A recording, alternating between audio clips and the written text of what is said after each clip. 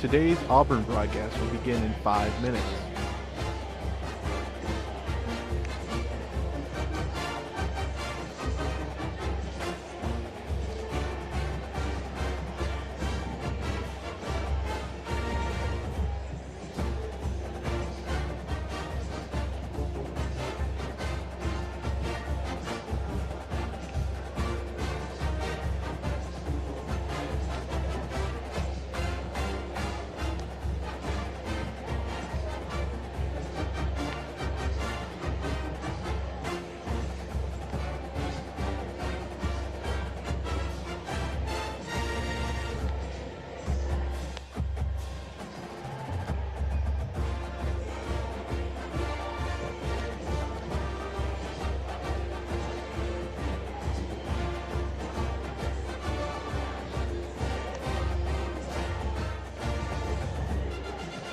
Four minutes till start of broadcast.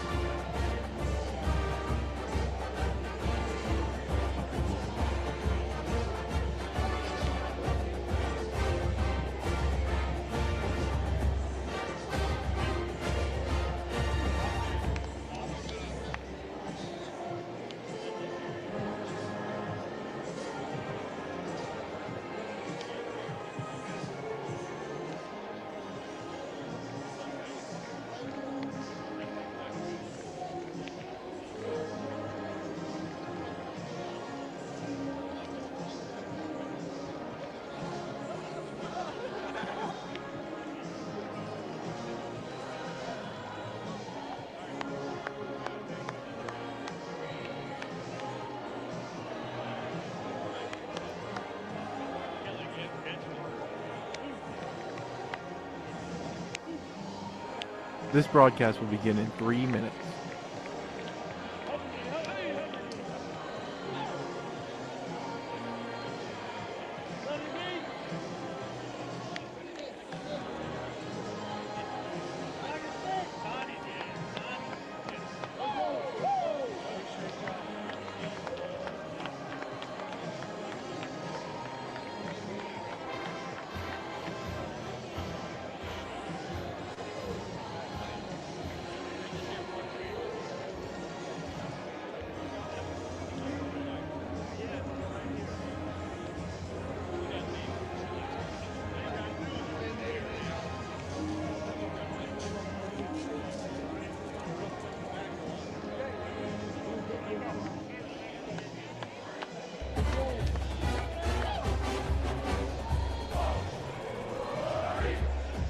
Here's your 2-minute time check. Mark.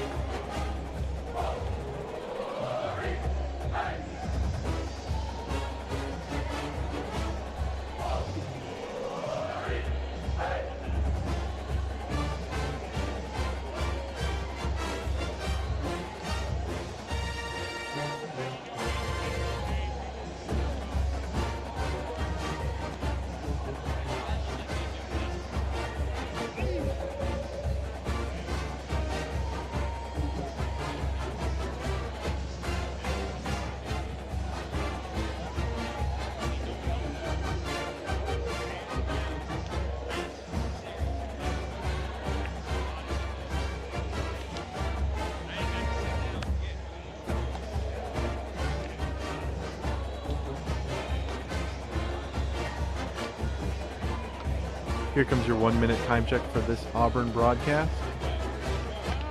Mark.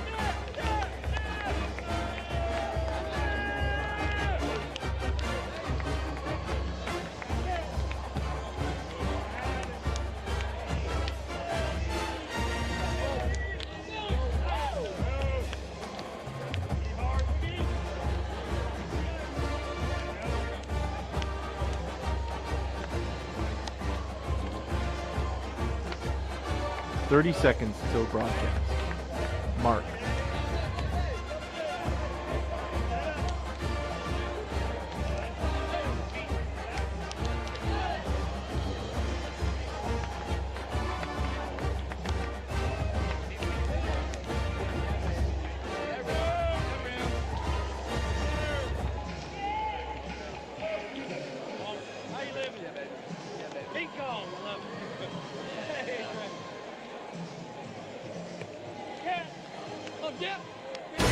From the Auburn Sports Network and Playfly Sports, Auburn baseball is on the air.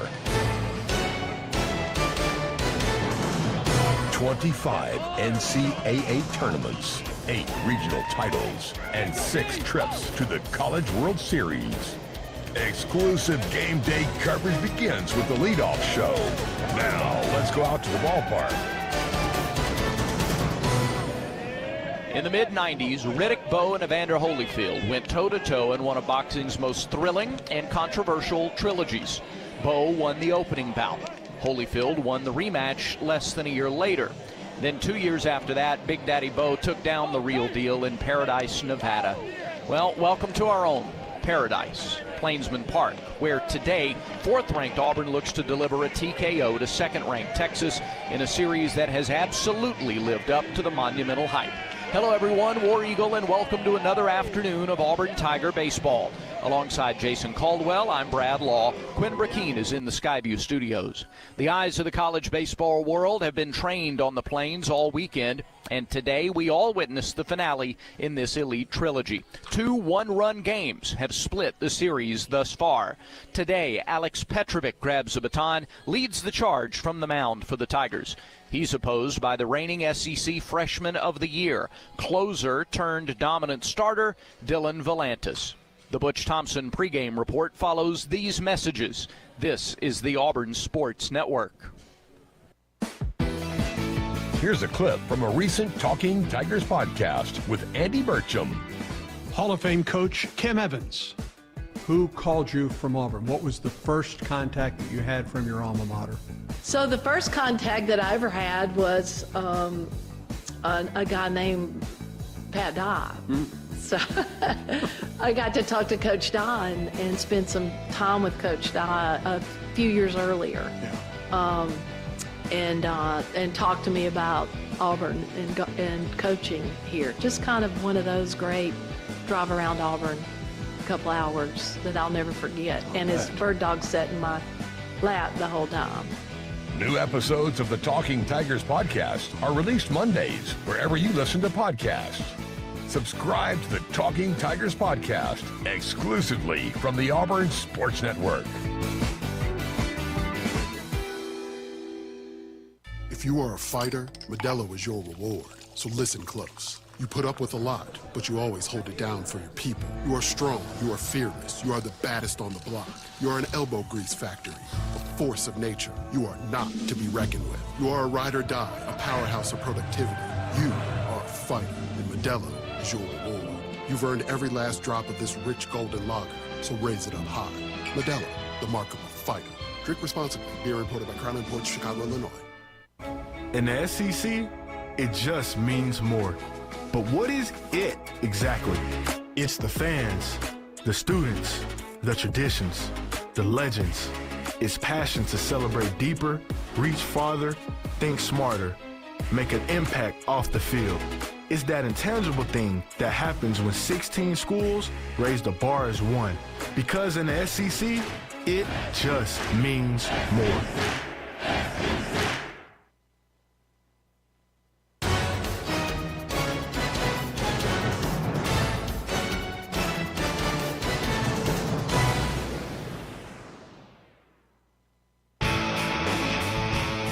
Day coverage of Auburn baseball continues now with the Butch Thompson pregame report. I don't know if you have felt it in the dugout, but I mean it's felt like Omaha. It's felt like postseason. The competitiveness of these games has been elite through the first 2 games. Yep. These 2 games have just highlighted kind of the whole season for us. The trip to Arlington, some of these early games at home, and just it's about as fun as you can have playing college baseball and just getting after. You don't know what's going to happen, but you know something is going to happen. And I think there's a consistent competitive spirit, and we've really hooked it up with somebody that's matched us in that standpoint. And, the thrill and being in both of those games and getting down to one moment, is it going to go your way? Is it going to go the other guy's way? And we kind of split back and forth here. And we really had a different game yesterday. We really got they got out the gate. They threw 2 punches first, and but then our bullpen gives up 1 run, and Hetchler gives us 2 goose eggs there at the end, and nobody quits. We wind up leaving, some reasons why maybe we fell 1 run short with the bases loaded is leaving a season high 13 runners on base. May have something to do with it. I thought they outplayed us on defense just a little bit, and the best example of that is probably in the second inning where we just couldn't grab an out or a second out when given opportunity, and Jackson, had a 35-pitch inning, and that's going to make it tough for a starter to overcome that consistently. So some big blows by them early, but again, to our guys' credit, to come back and absolutely put that game into balance to have a chance. And this crowd, this electricity. I'll tell the Auburn people, because, we talk about this, and I say, man, I just love them, and I get tired. This is as tough of an environment as anybody can create in this league.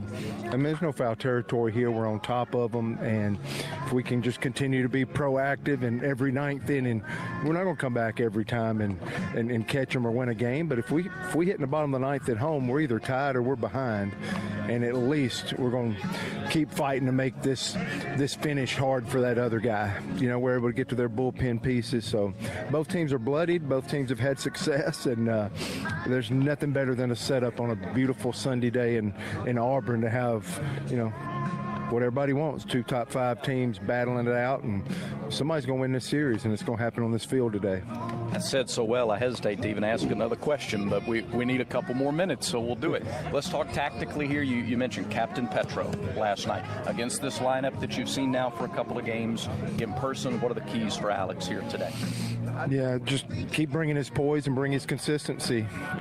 Jackson, in those 75 pitches, he's been so successful. All of our starters, but in his 75 pitches, that was 57% strikes. And he's averaged 68, 69, 70% the last 3 starts. Just that 10% makes a difference. The last big blow there in the 3rd inning, the 3-run homers because of 2 freebies on in front, and things like that are just these little bitty inches. When you're matched athletically, I mean, these little inches are the things that make an absolute difference in the ball game. So Petro's thrown a great strike percentage, his poise, a captain. The challenge for us now, the difference between Texas, we talk about, these 2 teams have 1 more series than anybody since the last 2 weeks of 2024.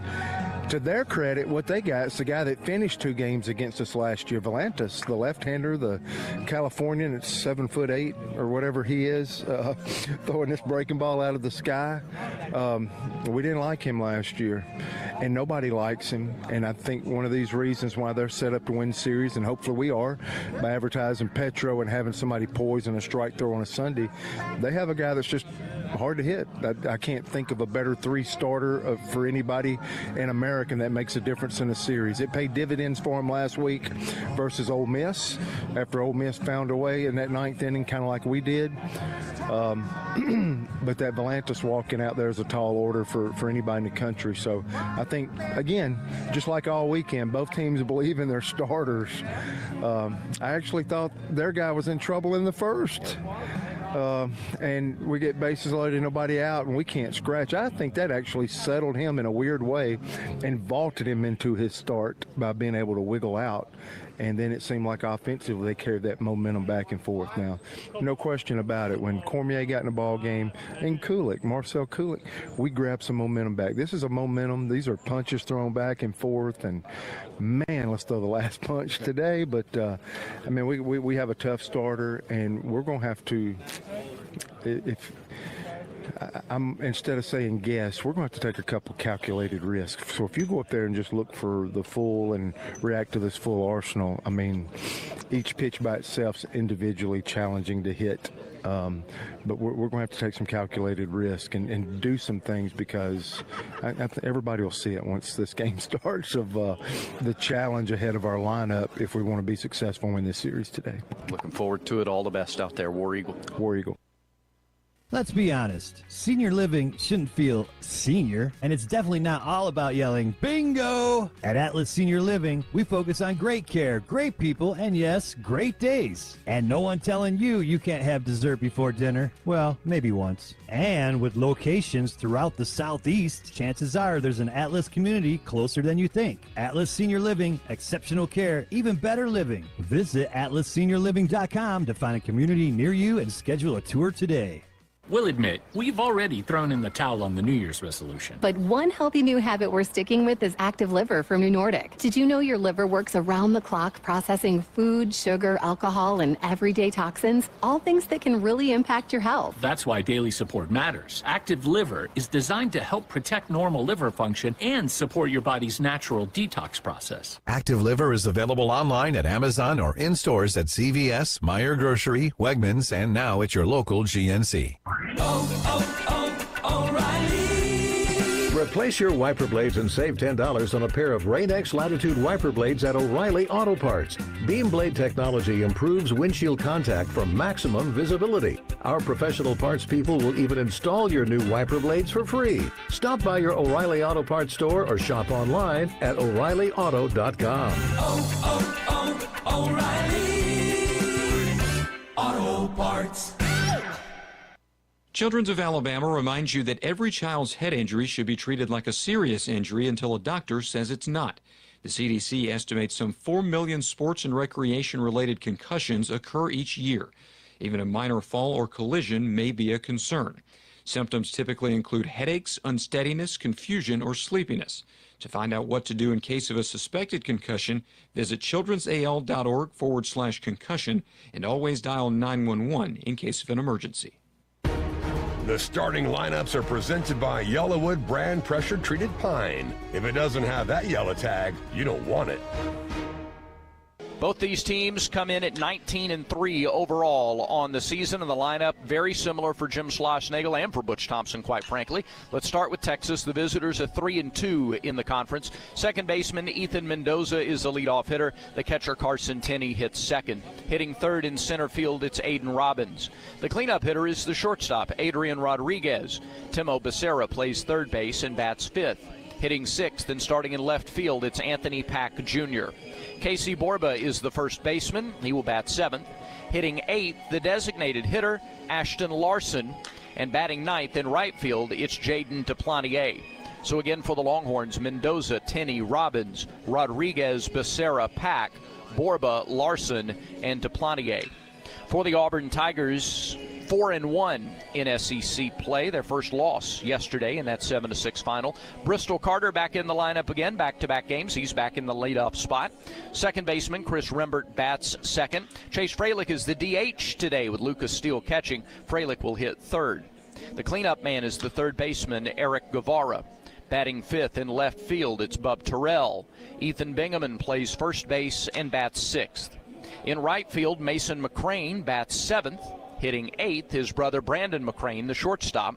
And the catcher is Lucas Steele. He rounds out the order. Again, for Auburn, Carter, Rembert, Fralick, Guevara, Terrell, Bingaman, Mason McCrane, Brandon McCrane, and Steele.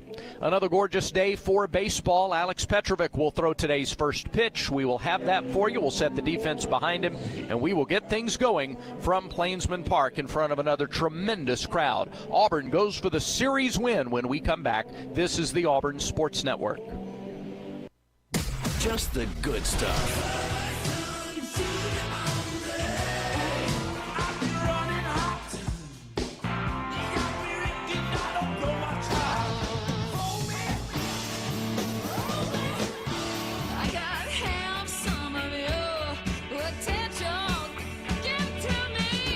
Only the good stuff. Classic hits. Wings 94.3. Alabama Power is here for you when big storms hit. But we're also here for the little things. We're there to get the coffee started. To make sure everyone's ready for school. For midday dance breaks and evening entertainment. We're also there to help you save on all that energy with easy-to-use tips, tools, and efficiency programs. So enjoy these moments. Kids, movie night. And we'll do the rest. Visit alabamapower.com and follow us on social to learn more. Are you ready for your winning moment? Find it at Wind Creek Casino, where the action never stops. Hottest games, loosest spins, more ways to win. We've got the highest payouts and the most epic rewards. At Wind Creek, there's a win waiting for you around every corner. Wind Creek Casino. Find your winning moment. Gambling problem? Call 1-800-GAMBLER. Hi, Auburn fans. This is Andy Burcham. What do bees, bears, and a blood bank for dogs have in common? Find out on March 25th during Auburn University's Tiger Giving Day. For 24 hours, we're asking the Auburn family to come together online at tigergiving.org and make a difference on campus, in our communities, and across the state. So mark your calendar for March 25th. Visit tigergiving.org and support your favorite projects.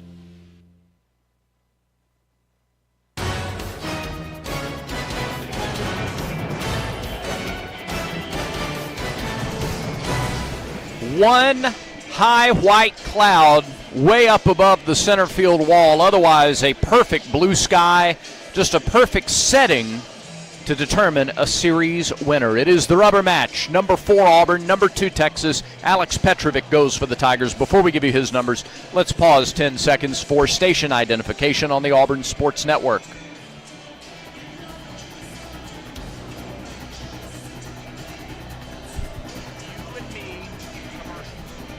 I just turned it down a little bit. Petrovic, the right-hander from Cypress, Texas, 4-0, a 203 earned run average, 5 starts, 26 2/3 innings, 17 hits, 7 runs, 6 earned, 5 walks, 31 strikeouts, 2 wild pitches, 1 hit batter. Opposition hitting 179 against Alex Petrovic. Terrell in left, Carter in center, McCrane in right. Third to first, it's Guevara, McCrane, Rembert, Bingaman. Lucas Steele behind the plate, as he has for all of Alex's starts this year. And we're set to get it going. First pitch weather forecast presented by Jackson Services. 77 and sunny. Sunny all the way through. Highs expected to reach 80 or 81. When your comfort quits, Jackson Services shows up. Heating, air, and plumbing done right the first time. Family owned since 1973. Call Jackson Services today and feel the difference. Jackson Services, delivering comfort, creating trust. Jason Caldwell, some early keys for Captain Alex Petrovic. Yeah, obviously, you look at this. This is it's a much more free-swinging Texas team than I thought coming into the weekend. They got some power. They don't get cheated a lot. So it's going to be throw the changeup for strikes, keep the ball down in the zone, because they have hit the ball hard this weekend. And Auburn has had more base runners on, but Texas has had the bigger swings this weekend so far. So can Petro throw the off-speed and get it for strikes? Ethan Mendoza, the regular leadoff man for Texas, steps in. First pitch misses a little high for ball 1. 2:02 our time at first pitch. Auburn in the orange jerseys, white pants, blue numerals, blue ball caps, blue bills. 1-0 pitch from Petrovic. Breaking ball in there for a strike, 1-1. Yep, that's a good pitch right there. Texas in the road grays, gray jerseys, gray pants, orange pinstripe up the leg. Burnt orange numerals and letters, burnt orange sleeves, burnt orange batting helmets.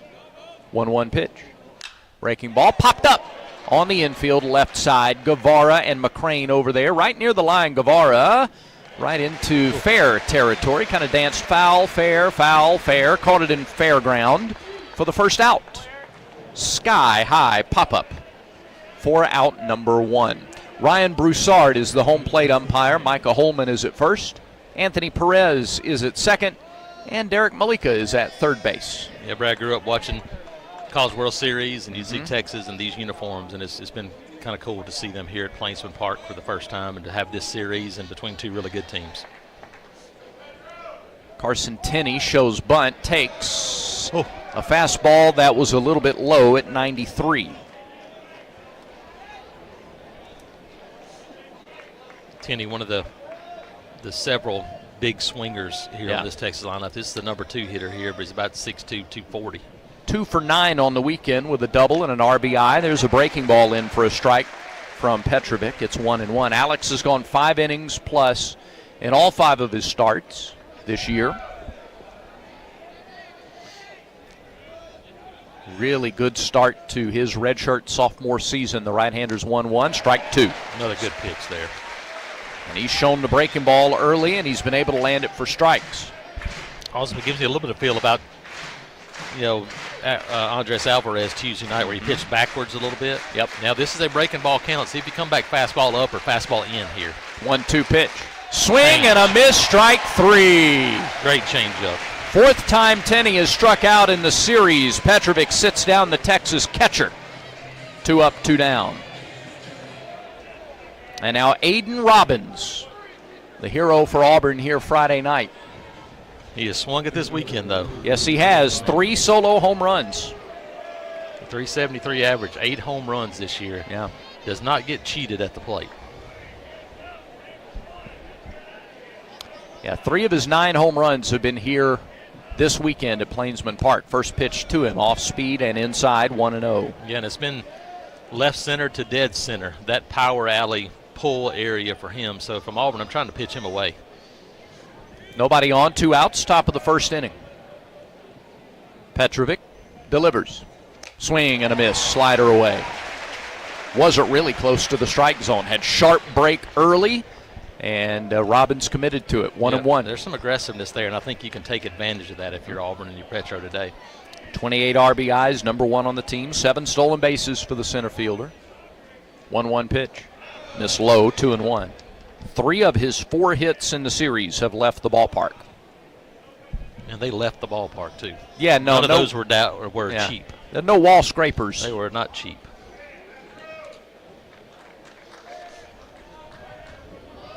Record crowd here last night, and I'll tell you what. Another one today. There's a bunch more today. 2-1. Swing and a miss at the breaking ball. Slot was up a little bit. He had Robbins chasing and early. And now 2-2. See if we come back to the changeup again, just like he did on the last batter. 2-2. He can bury the changeup here and get a chase. This big crowd behind Captain Petro, who comes set and fires. Line drive, left field. That's deep. That is high off the wall. Terrell grabs and throws into second, and they hold Robbins to a long single. Well, he missed a home run by about 3 feet. And he watched all of it, and that's why he's at first base right now. Well, now he has done that this weekend, too. He has, shall we say, admired his work. So it's a single. Goes in the book the same way a bloop does. He's at first with 2 outs. And a good piece of hitting there by Robbins. Petrovic tried to challenge him, put him away, and he connected with it. Yeah, breaking ball back over the heart of the plate instead of the one that went outside. And they left it, fortunate there that one stayed in the ballpark. So a chance to get Rodriguez and get out of it. The cleanup hitter, first pitch to him. Popped up, left side out of play. Went up there aggressive, chased the fastball. Texas has done its best when they've hunted fastball all weekend and gotten them. So he fouled that one away, 0-1.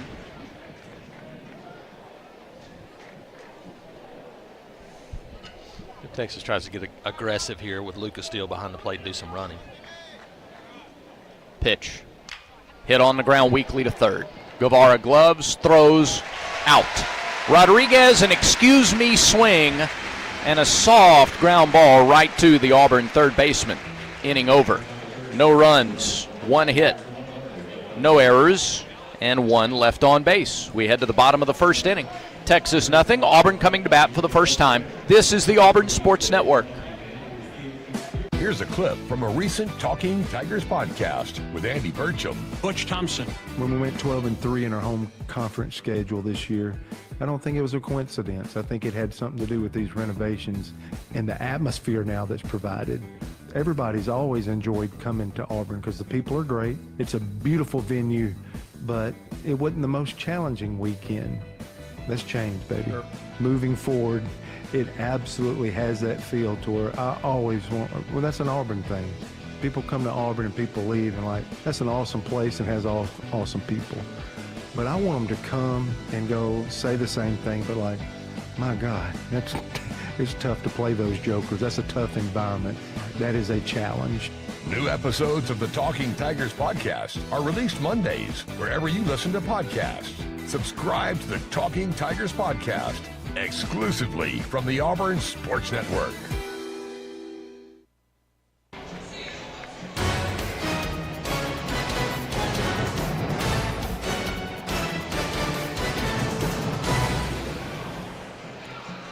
Texas gets a hit with 2 outs and nothing else in the top of the first, and now Auburn comes to bat for the first time against Dylan Volantis. Watch this guy pitch now. Watch him pitch in the major leagues a few years from now. His defense, Anthony Pack Jr. in left field, Aiden Robbins in center, and Jaden Duplantier in right. From third to first, Temo Becerra, Adrian Rodriguez, Ethan Mendoza, and Casey Borba. His catcher is Carson Tenney. And Volantis, the freshman of the year last year as a closer, dynamic closer. He closed 2 games against Auburn last year in Austin en route to earning freshman of the year designation. This year as a starter, 3-0 with a 1.53 earned run average, 29 1/3 innings, 19 hits, 6 runs, 5 earned, 8 walks, 40 strikeouts, 2 wild pitches, 2 hit batters. Team's hitting 178 against Dylan Volantis. He's out of Thousand Oaks, California, Westlake High School. Sophomore at 6'6", 220 pounds, with an almost directly over-the-top motion. His legs look twice as long as the rest of his body, and he's coming straight over the top, which is really tough with a sinker and a splitter and a lot of vertical motion that's hard for batters to pick up. Yeah, we've seen 2 starters the first 2 days that each had 6 pitches. Volantis probably 4 deep in his pitch repertoire, but he's a guy that's 6'6", 220, can throw it in the mid-90s, but he also has the classic lefty feel for breaking stuff. Yeah. So he can be the soft tossing lefty, but also throw in the mid-90s. That's what makes him so tough. He's coming off a 6-inning performance in the finale of the Ole Miss series that Texas won a week ago in Austin. First pitch to Bristol Carter, crossed up the catcher. It did. And got a piece of him. And it was a fairly good pitch, but it was not called a strike because he didn't catch it. Now, look, it caused the third baseman to come up a couple of steps. First baseman is on the grass, so they've probably taken the bunt away from Bristol here. Carter, 3 hits on the weekend, including the game winner Friday night. The pitch. Missed the outside corner, 2-0. 5-1 strikeout to walk ratio. He was striking out about 1.5 per inning as a closer last year. He's about 1 1/3 per inning this year. That hasn't dropped off. 2-0 pitch. Strike right through there. And it's 2-1 to Bristol Carter, batting .407 for the season. A couple of homers, 13 driven in. What I like is Auburn is one of the few teams now that has seen him twice. Like you saw him last year. Now you see him as a starter. They've got a little bit of book on him from last season. 2-1. Nope, high and outside. 3 balls, 1 strike. Tenney tried to bring it back. I like patience early. You need to get pitches into Dylan Volantis because Texas emptied the bullpen now. They got a lot of arms, but they used a lot of guys yesterday. Yeah, you can argue Auburn's in a better spot in the bullpen entering today. 3-1. High ball 4. Just the 9th walk of the year from Volantis, and it's to the leadoff man. We have seen Auburn. We've seen all 3 Texas starters struggle with the very top of the lineup the first 2 days of the series, and now Carter walks to start the finale. I was watching Volantis in warm-ups, though, and he was a little bit all over the place, and that's not what you expect from him. And well, he's gone over 90 pitches 3 times this year. Last week against Ole Miss, a career-high 102 pitches. First offering to Rembert is a called strike, 0-1. I thought it looked low. Tenney brought it back up. That was a pitch that was very similar in the top half that Petro did not get for a strike. So the high strike hasn't been there. The low strike has. Something to note as the game goes on. Here is the throw to first. Good idea, too. Bristol, 16 stolen bases. He's only been caught once. And it's really interesting the way Texas and the way they do things. Their first baseman is, he is more on the bag, but he's been standing in front of the bag. Way outside. I mean, Tenney had to lunge all the way in the left-handed batter's box to get that one count even at a ball and a strike. See if Auburn, maybe you don't straight steal here, but see if you start to do a little hit and run or something against a guy like Volantis and see if you can get a ground ball. You trust Chris Rembert at the plate? He's got 4 hits in the series, including a home run yesterday, and he takes the ball up and away. High and out's not there. And it's a ball. Yeah. But the catcher does a great job, and yesterday he was getting some of those calls on those borderline pitches. This umpire is not doing that so far today. Crowd trying to get into Volantis' head early. Here is the 2-1 delivery to Rembert. Bouncing ball right back to him. He goes to second for the force there. On to first, not in time. Yeah. Rembert beats it out on a comebacker to the mound. And Volantis had to take an extra step and wait for second base coverage, but they get the force. Rembert at first with 1 out. 1-6 on the force at second base. I think the low throw helped out too. If it's a good throw, he probably still gets a double play there. Caused him to have to go down just enough that it got Chris to first base. Fralick 2 for 6 on the weekend, couple of walks as well. And Brad, here we are. They are fully shifting here. If I'm Fralick against this left-hander, I'm absolutely attempting to bunt right here. Rembert goes, pitch is a strike. The throw to second is late. Good job. Rembert First move. Stolen base, Chris Rembert, his third of the season. Teams have not run very much against Tenney. That's just the 6th stolen base attempt against the Texas catcher this year. Team's now 4 of 6 against him. Yeah, hadn't had a lot of people on base against him, to be quite honest. I think they, in 5 starts, Volantis and Texas has given up 9 total runs in his 5 starts. Now third base has to be covered a bit. Shortstop vacated, pitch inside, off speed inside to Fralick. Evens the count at 1-1. Runner in scoring position now with 1 out for Fralick, who has driven in 2 runs in the series, a team best 23 on the year. 1-1 offering. Outside corner for a strike. Fastball at 93, and it's 1-2. The thing you love about Chase is his ability to hit left and right. They try to go back inside to keep him from slapping one the other way right here. The 1-2. They did, and he fouled it back to the screen, in on the hands. Yeah, I would not feel comfortable throwing that outside fastball again to Chase Fralick here with the full shift on. You got a ton of room. Yeah. His last hit in last night's game was off a 99-mile-an-hour fastball, a bullet to left. 1-2, sliced down the left side, up over the Yeti yard. Yep, going that way. Just defensive swing with 2 strikes, and you're playing right into where they're defending him. Because a base hit to the open shortstop position scores a run, gives Auburn a first inning lead. 1 ball, 2 strikes, 1 out. Volantis from the stretch delivers. And it's lined down the left field line, slicing foul. Just a little behind it. A little straighter than before, but still foul. So still a ball, 2 strikes. Yep, seeing off speed. See if he tries to come back and go fastball inside right here. 15 pitches for Volantis, 1 out, 1 on here in the first. A lot of room in left center. Long look in by Volantis, the sophomore, now set and deals. And it's pulled foul right side. He tried to, is that a change? I think it's a change up there, 81 miles an hour on the inner half. Probably a ball, but Chase knew he could get a bat on it and fight it off. So he fouled it to the Texas dugout up the first base side, and the battle continues. Good early battle in the deciding game of this top 5, top 4 series. 1 ball, 2 strikes. 1 out. Rembert at second. The pitch. He fouled it off his foot. Ouch. Fouled it off the side of his foot. Now Chase is walking around trying to shake that off. If nothing else right now, about 5 or 6 extra pitches already for Volantis here in the first inning. Well, that's one of the questions today is, all right, you have more bullets in your gun, more arrows in your quiver, so to speak, from a bullpen, but can you get the starter out before the 7th inning or so? Yeah, you got to think whichever team does that, that's a huge deciding factor today. Still 1-2. The 1-2 to Fralick. Low and inside. 2 balls, 2 strikes. Fralick has walked twice, and he's gotten 9 pitches in this at bat so far. Walked twice in the series as the Auburn catcher. 2 balls, 2 strikes. They're rowing the boat in the Auburn dugout. Here comes the 2-2 pitch. Nope, instead a spin and a throw to second. And Rembert is standing there.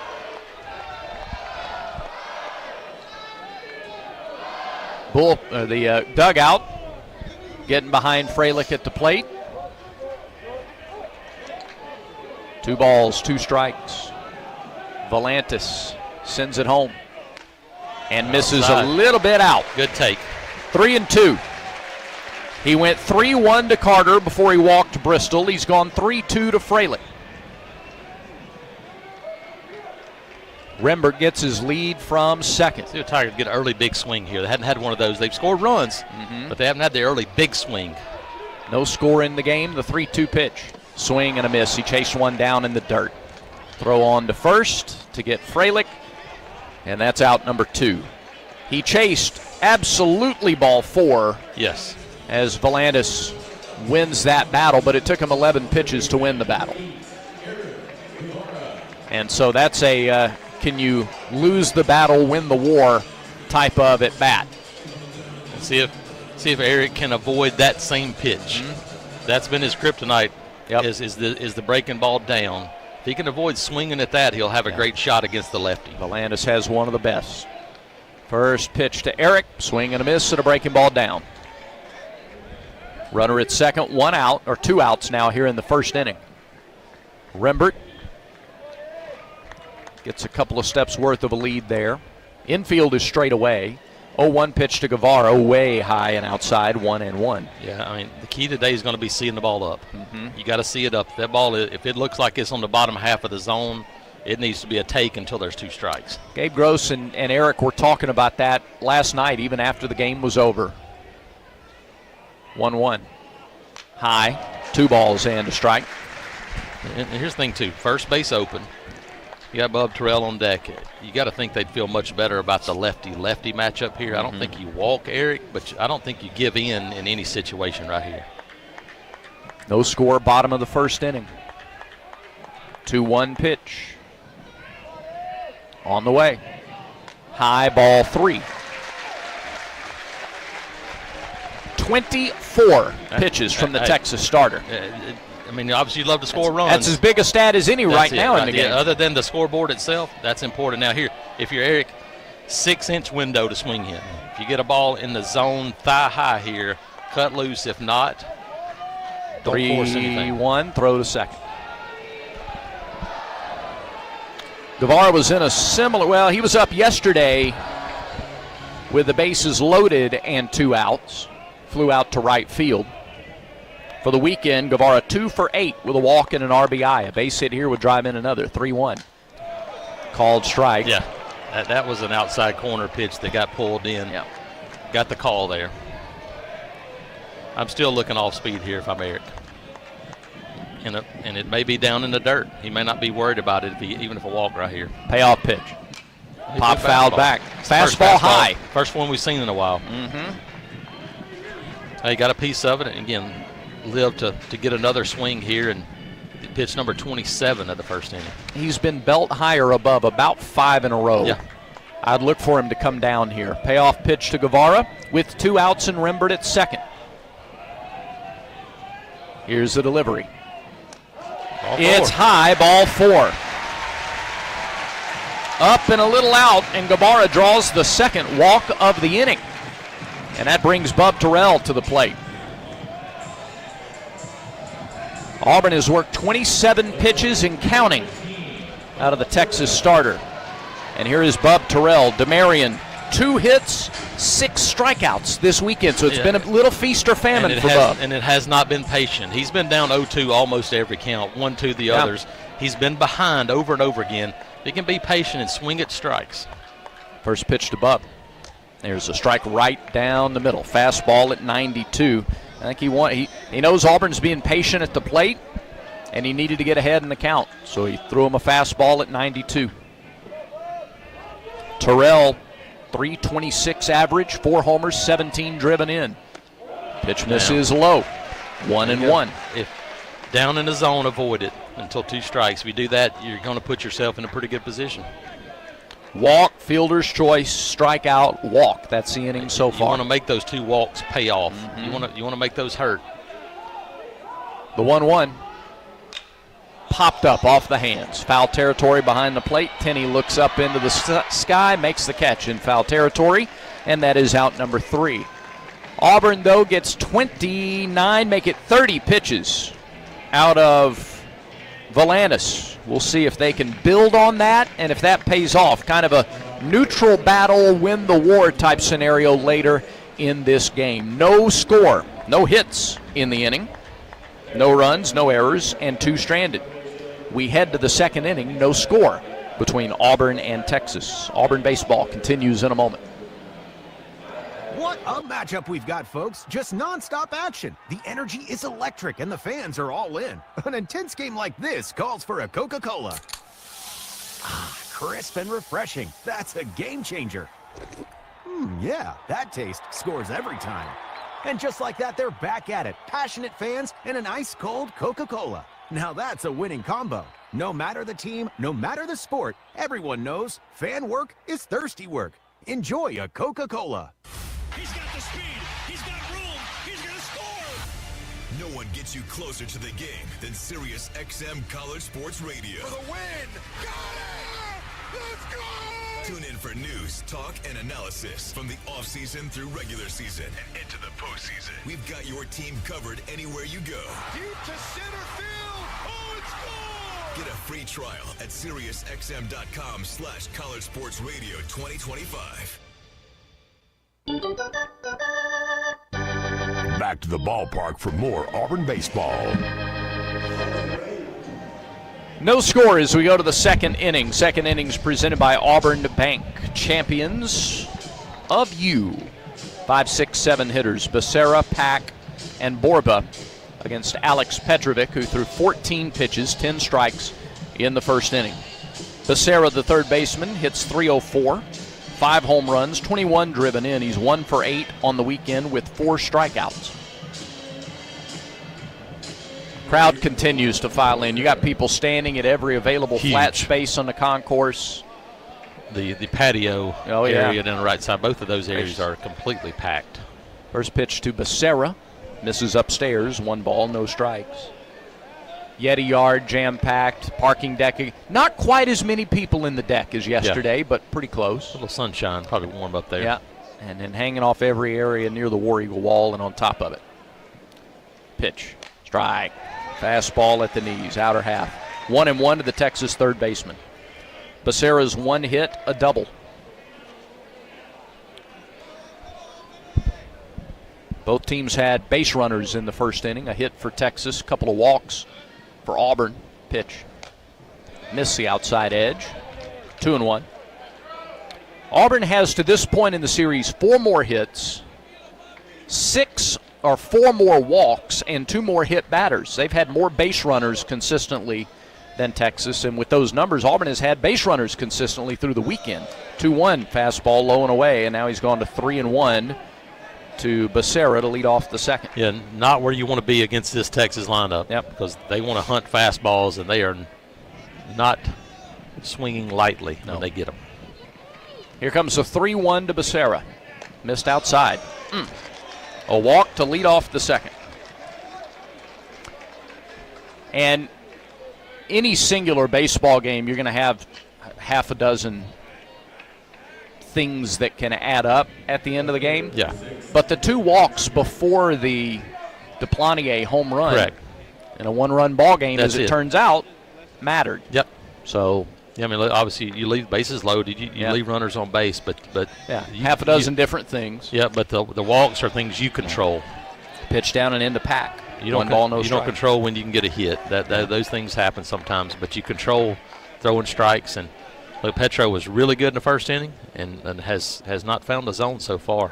1 ball, no strikes to the Texas left fielder. Here's the pitch. There's the strike down the middle. Threw him a get-me-over fastball. 1-1. Pack does not have a hit this weekend, but he's walked twice and scored twice.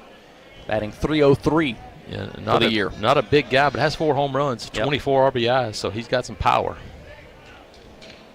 And he swings and fouls that one off to the left. Changeup, waited on it. Almost waited too long. 1 ball, 2 strikes, just like that. Petrovic ahead in the count. Runner at first, nobody out. How about a double play ball? Pack runs well. Here's the 1-2 pitch. On the way. Fouled away, left side good again. Fastball there on the hands. Just got a piece of it.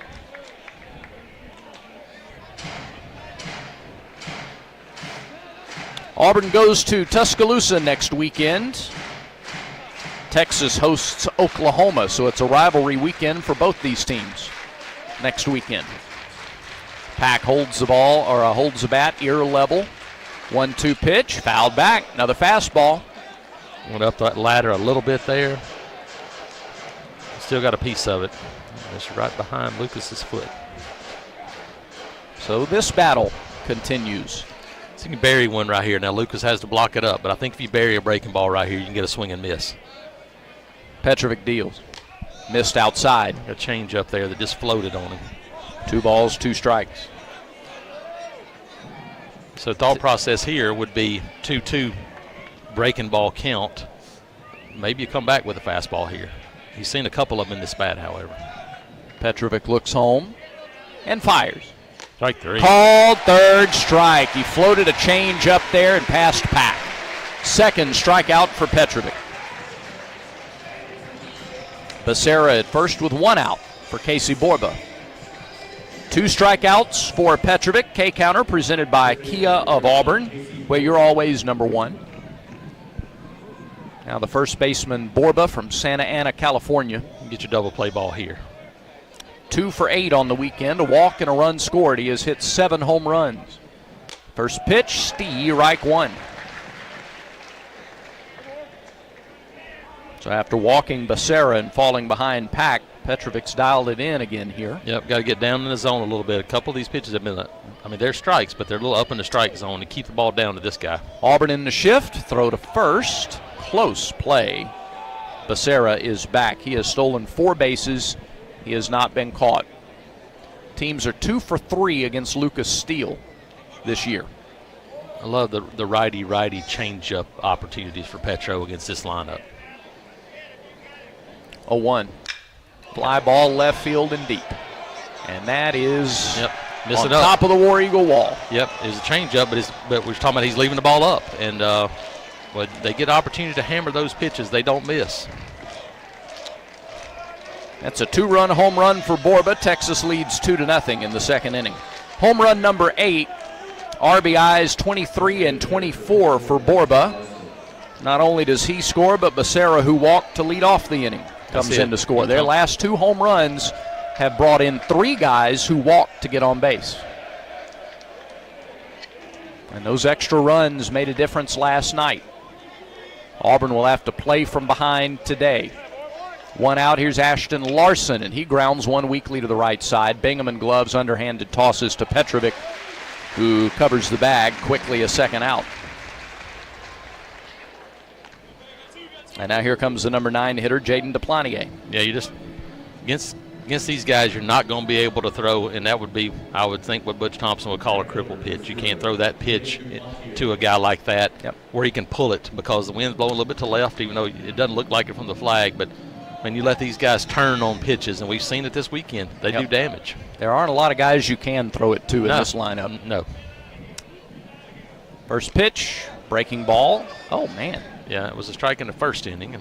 Guess a little out to Jaden Duplantier. 1 ball, no strikes. Duplantier 1 for 5. His 1 hit, a 3-run home run. His first of the year in yesterday's game. Fastball just missed out, 2-0. Listen, we saw it. Strikes on the first inning. A guy that doesn't walk many, walked 2. It's smaller so far. And if you're Auburn at the plate, you're going to have to take advantage of that in the bottom half of the second. 2-0, popped up, right side, back, out of play. Fastball in on the hands and up to Duplantier, and it's 2-1. Couple of walks as well for Duplantier. He had 3 starts coming into the weekend. He started all 3 games of this series. 2-1. Off speed, way out in front, fouled off to the left and into the seats. Yeah, Petro's going to have to start. He's going to have to start burying those pitches, though. Those pitches are too much over the middle of the plate. He got away with that one. Got away with one in the first inning. He's going to have to get the ball down in the zone with the off speed. 2-0 Texas, top of the second inning. 2 balls, 2 strikes, 2 outs. The pitch. Checks is a beautiful pitch. Oh, it's just a strike, period. It's a strike anyway. And Butch Thompson is going to come out onto the field. I can't believe they didn't call that a strike. It was a check swing. We get another look at it on the monitor. The pitch is right down the middle. It's at the knees down the middle. Like it's a double strike.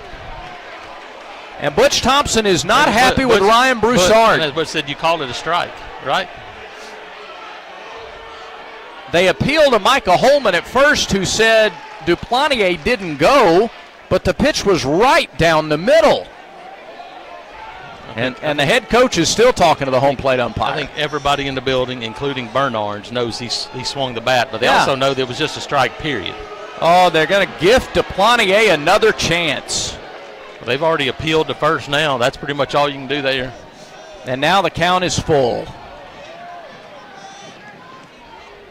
Oh, it's too early. The 3-2 pitch. Swing and a miss, strike 3. 94.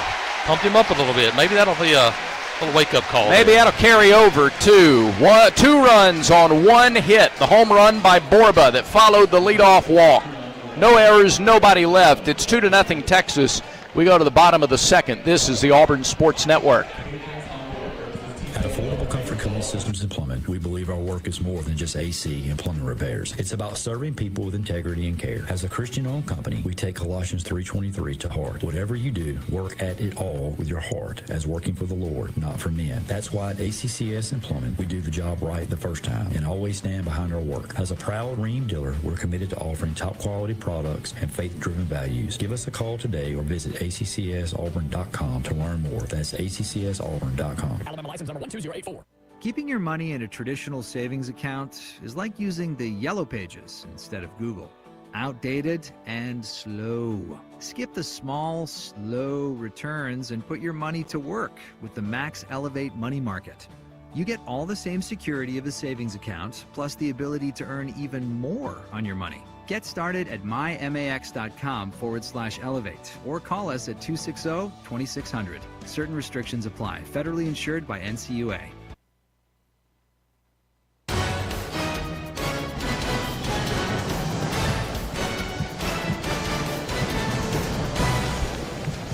Two 2-0 Texas. Casey Borba's 8th home run of the year, a 2-run blast to the top of the War Eagle wall, and the Longhorns lead it as we go to the second inning. Now, critical for Auburn to answer in some way, even if it's not runs on the board. What you can't have, though, is Valanis going out and getting a quick 1-2-3 inning. Auburn got 30 pitches into the Texas starter in the first. Bingaman, McCrane, and McCrane, 6, 7, and 8 hitters here in the second against Dylan Volantis.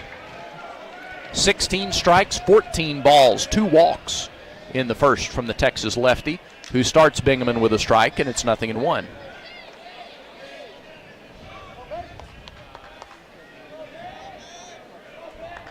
Carter and Guevara drew walks. Another right-handed hitter here who swings and misses. Bingaman 0-2 very quickly. Like an 87-mile-an-hour cutter or something right there that dropped away. And look, as often the case, guys like this, sometimes you better get them early and see if Auburn can make him work here.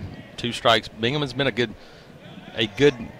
done a good job this season of working the count. Oh no, that is 100%. Valanis just stepped off. No, well, the catcher acted like he couldn't hear the pitch. That's a time. Now they're going to call it. Third base umpire did not fall for that ruse. Derek Malika just called it. Yes. There you go. Yeah, don't fall for the ruse of 4 seconds and acting like you can't hear him. You know, there's gamesmanship and there's sportsmanship, and there's been a whole lot more of one than the other. Yeah. I mean, from the visitors this weekend. And then now, Schlossnagel's going crazy over in the dugout. Pitch grounded to second. Glove there by Mendoza. The throw over to first, and Bingaman is retired for the out. He did the same thing yesterday. Oh, I'm staring him down now. Yep. Yeah. Schlossnagel did the same thing yesterday in the game. Walked out there with 4 seconds left, acted like he wanted a timeout, and then didn't take it, and they restarted the pitch clock. Yep. So there's 1 out, and Mason McCrane comes to the plate.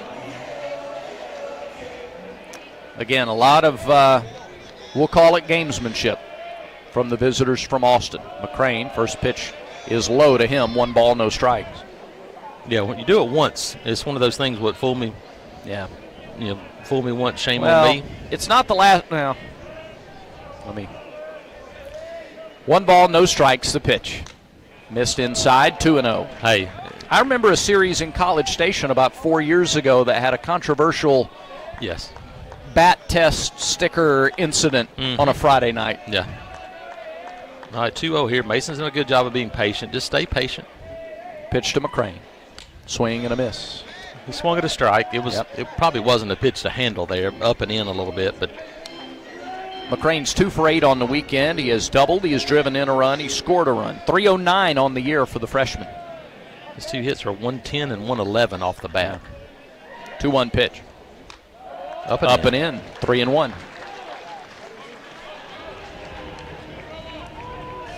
We've seen him have some big swings. He's got power. He had 3 walks against USC Upstate 2 weeks ago. 3-1 pitch. And there's a high strike call. It's 3-2. That ball's above the belt on a 6'6" guy. So Belanis gets the help because he needs it, apparently. And now 6-6 against 6-6. Here comes the payoff pitch to McCrane. Swing and a miss. Got him. And they tag him out. It was dropped by Tenney, and then he's tagged out. 2 up, 2 down in the second. And now Brandon McCrane, the batter. McCrane's looking for his first hit on the weekend. He dove trying to beat out a ground ball in game 1 and was favoring his shoulder. Played a couple innings in last night's game and had some trouble getting the ball out of his glove to make a throw. Did not finish the game. Back in there today, and he takes the first pitch ball low. Tenney tried to steal that one, didn't get the call. Yep, Brandon again, been patient. Continue to remain patient here. Early. Here's the delivery. Outside, 2-0. So Belanis has retired the first 2 in the inning, but he went to a full count to McCrane. He's about to reach, this is his 40th pitch of the game. The 2-0.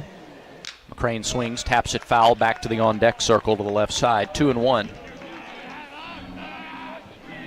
Love to find a way to get McCrane on base here, get Steele, the number 9 hitter, to the plate here in the second. Turn that lineup over heading into the third at least.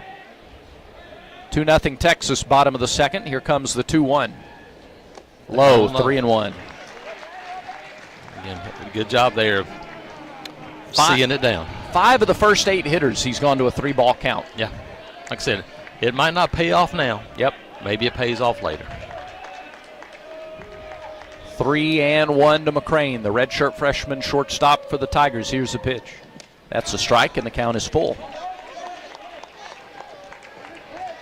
Tigers really patient. 4 of those 5 have gone to full counts. Volantis looks in, gets his sign from Tenney, and fires. Down low, good take. And misses low. McCrane draws a walk. Brandon McCrane picks up his 17th walk of the season. That leads the team. 2-out base runner and a fast one. We've seen it. Listen, he trusts his breaking ball so much that people are going to swing at it, that he's thrown it on full counts the last 2 batters. Neither one of them for strikes. Mason swings, Brandon doesn't. Yeah. Get a runner at first. That's tougher for the lefties to lay off that pitch than the righties. It is, yeah. but you got to see the ball down. Like I said, if it's down in the zone, it's not coming up. Here's Lucas Steele. A lot of space up the middle, and they throw to first, keeping an eye on McCrane, who has 7 stolen bases. He's not been caught. I think it's a situation. You might run here, but you'd like to have Lucas with a chance to swing, and if nothing happens, leading off Bristol Carter the next inning. Another throw to first. And again, McCrane's back. The shortstop, Rodriguez, plays Steele to pull significantly. I mean, he's midway between second and third. And now the second baseman back near the bag. The pitch to Steele misses high. A breaking ball that slipped a bit on Belanis. 1 ball, no strikes. Interesting, Brad. Last year, watching, I thought Lucas, I liked his left-handed swing a lot better. Yeah. Standing behind the cage in Missouri last weekend, it felt like his right-handed swing's a little bit more dialed in. Let's see if he can get a good swing off here. 1-0 pitch to Steele. High, 2 balls, no strikes. Lucas is 2 for 4 in the series. After a slow start, he's brought his average up over 200. He started to hit the ball better the last couple of weeks. Lucas has trimmed up a bit from last year, too. I notice on the road he's paying a lot more attention to what he eats, what he doesn't eat. Throw to first. He's worked on his speed, his endurance, and can still generate power. So 2-0 ahead in the count. Volantis at 47 pitches here in the second inning. You get something to drive here, but don't swing anything out of the zone. Don't help him out. 2-0 pitch. High. Upstairs. 3-0. You at least take one here if you're Lucas. And so you can get to the 50 pitch mark here in the second inning. So you can get a 2-out hit sometime here along the way, too. 2-0 Texas. Runner on first, 1 out, or 2 outs. 3-0 pitch. That's a generous strike off the outside corner. It's 3-1. Now Steele can still be pretty selective here, even with 2 outs. Absolutely. This is it. Find a moment, find a spot here if you're Lucas Steele. Lefty-righty, Volantis delivers. And he misses way high. 4th walk of the game for Dylan Volantis. 102 pitches a week ago. He had 8 walks on the year entering the game. 8 walks in 29 1/3 innings. So far, through an inning and 2/3, he's walked 4. Back-to-back 2-out walks. More pitches and more opportunities. That lineup turns over for Bristol Carter, who walked in the first inning, and Max Weiner, the pitching coach, goes out to make his first visit of the afternoon. Yeah, like I said, this is one of those that it feels like Remember the Titans, where it's like Novocaine a little bit. Just give it time. This is one of those just give it time moments if you're Auburn. Yeah. You don't have to force anything. Continue to do what you're doing and feel like sooner or later it's going to pay off. We saw it happen yesterday. We've seen this team do it over and over again. Continue to do what you're doing. Don't get outside your comfort zone. Get pitches in him, and then take advantage of it and get a big swing. This series for both teams, this feels like 2 redwood trees in the forest. And if you're going to chop a redwood tree down, it's going to take a long time to do it. And this is an instant, too, where the crowd could make a huge difference right here. They could really affect Dylan Volantis after the mound visit. Let's see if they get juiced up and energized. Bristol Carter to the plate. Auburn still looking for his first hit of the game here in the bottom of the second. If you're Bristol, I know you want to be aggressive. You might get a fastball here right out of the gate because you probably don't want Rember to get to the plate. It's got to be the right pitch here. First pitch to Carter. He shows bunt, pulls back, takes a strike, 0-1.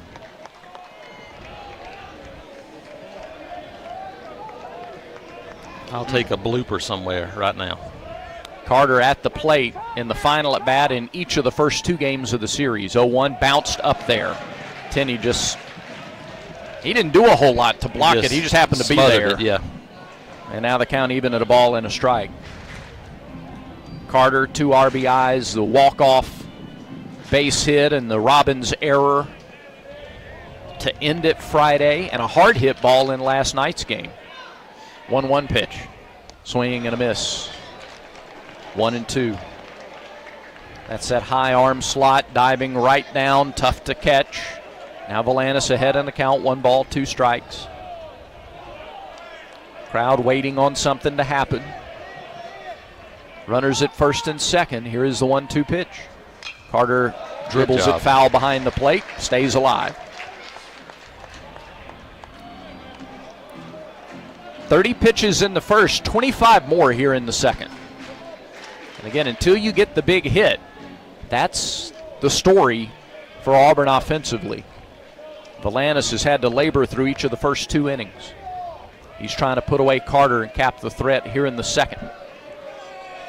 Here is the 1-2 to the Auburn center fielder.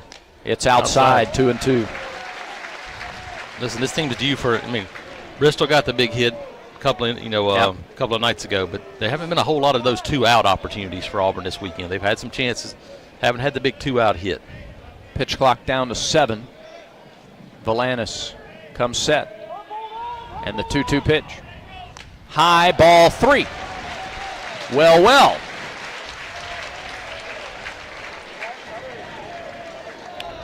Carter has walked 14 times this year, including last inning, and now he faces a 3-2 count. What does Volantis throw on 3-2 here? I think he throws a breaking ball again. I think he trusts that much, that's his pitch. Payoff pitch. Swing and a foul tip into the catcher's mitt, and the inning is over. Well, Auburn gets a ton of pitches again into Volantis. A few more chops of the axe.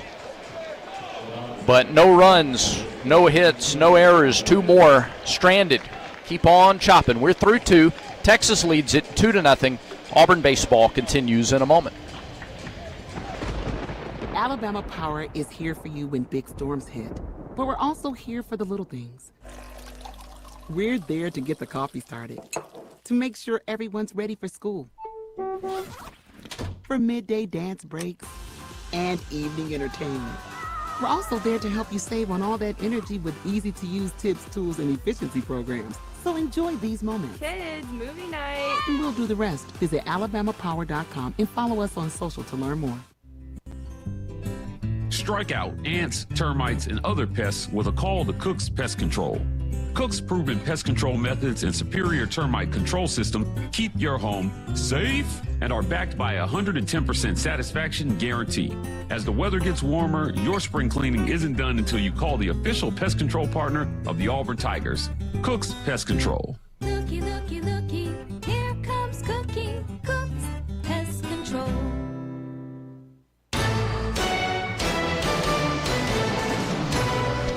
We head to the third inning, top of the order up for Texas. Mendoza, Tenney, and Robbins. They have hit a 2-run home run. 2 batters after a leadoff walk. That is the difference in this game. Petrovic has only walked 1, but then that guy scored on the 2-run home run. Dylan Valandis has walked 4. Yep. Auburn hasn't No been hits. able to get the hit to get him in, and that's the difference in the ball game. But they've gotten a lot of pitches out of Valandis, and if they keep that up, they're going to be into the bullpen early enough to do some damage. We go to the third. Third inning presented by the Vance Law Firm. And at the Vance Law Firm, they say dial 3 for me. 334-333-3333. Glad to have you with us. All right, adjustment for Petrovic through the first 2 innings here. First time through the order. Got to get it down a little. This may be the biggest inning of this game right here, because you got to put up a 0, get dialed back in. First pitch to Mendoza. Steve, Reich 1. Better, a little bit more down in the zone there. A much better pitch. Mendoza popped up to third to lead off the ball game. Pitch from Petrovic. A little bit down. Good change up there. 1 ball, 1 strike.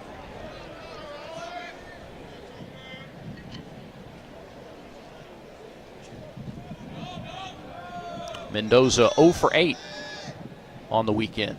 Terrell deep in left. The pitch to him popped up. Got that in on the hands a bit. A fastball that he fouled away. And it's 0-1-2. Series finale here at Plainsman Park.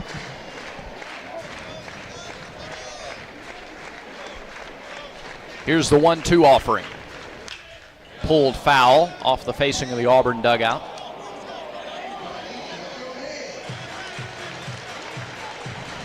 Still a ball, 2 strikes. Yeah, you'd love a quick inning here. Get Absolutely. the bats back out there. Keep the pressure on. Get Valandis back on the mound. Yep. Here's the 1-2. Good pitch. Strike 3 called outside corner. Change up. And then Steele threw the ball over Bingham's head at first base. He's a little pumped up. Third strikeout, make it the 4th strikeout in the game for Petrovic. And a good start to the third inning. Here is Carson Tenney. He struck out in the first inning. He struck out 4 times this weekend.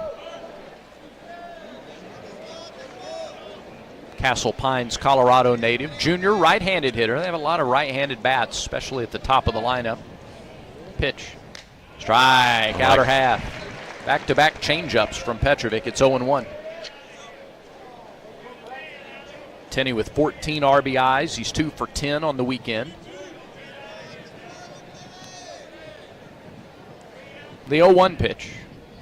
Line drive into center field. Yep, it's a changeup, but too much of the plate there. That ball's just sitting over the heart of the plate, and you cannot miss there against good teams. You know, Coach Thompson talked Friday night about Texas getting a couple of home runs on off-speed pitches that came after off-speed pitches early in at-bats. Yeah. And that's what they just did there. It's like the last pitch they get, they look for that next. Yeah. And they're doing that pretty reliably, and that's where he gets his single. Tenney at first. Wasn't a hard hit ball, but it was too much of the plate, and that's what Petro's got to do a better job of keeping the ball down in the zone. Here's Aiden Robbins. He swings to the first pitch. Ground ball stopped by Guevara. He'll have no play to throw anybody out. Save the run. but he saved extra bases and potentially a run. Ball down the third base line, and he dove to stop it. It's an infield single for Robbins. He's 2 for 2, and Texas is threatening again here in the third. First and second with 1 out. Adrian Rodriguez to the plate. Lucas Steele goes out to talk to Petrovic. You know, and it's a different feel on Sunday than it is Friday, Saturday, where you don't go deep into this game if you feel like, listen, this thing could get out of hand. You probably get Christian Chatterton up moving here fairly quickly. That's a guy that has some starting experience, can get you a few innings, but I don't know that you're hanging around very long because you don't want to fall too far behind. Check swing grounder to third from Rodriguez in his first at bat. Get another one of those right here. Left-handed hitter stands in, swings, and lines it into center. Soft liner. On comes Bristol Carter. He makes the catch, and everybody will have to stay put.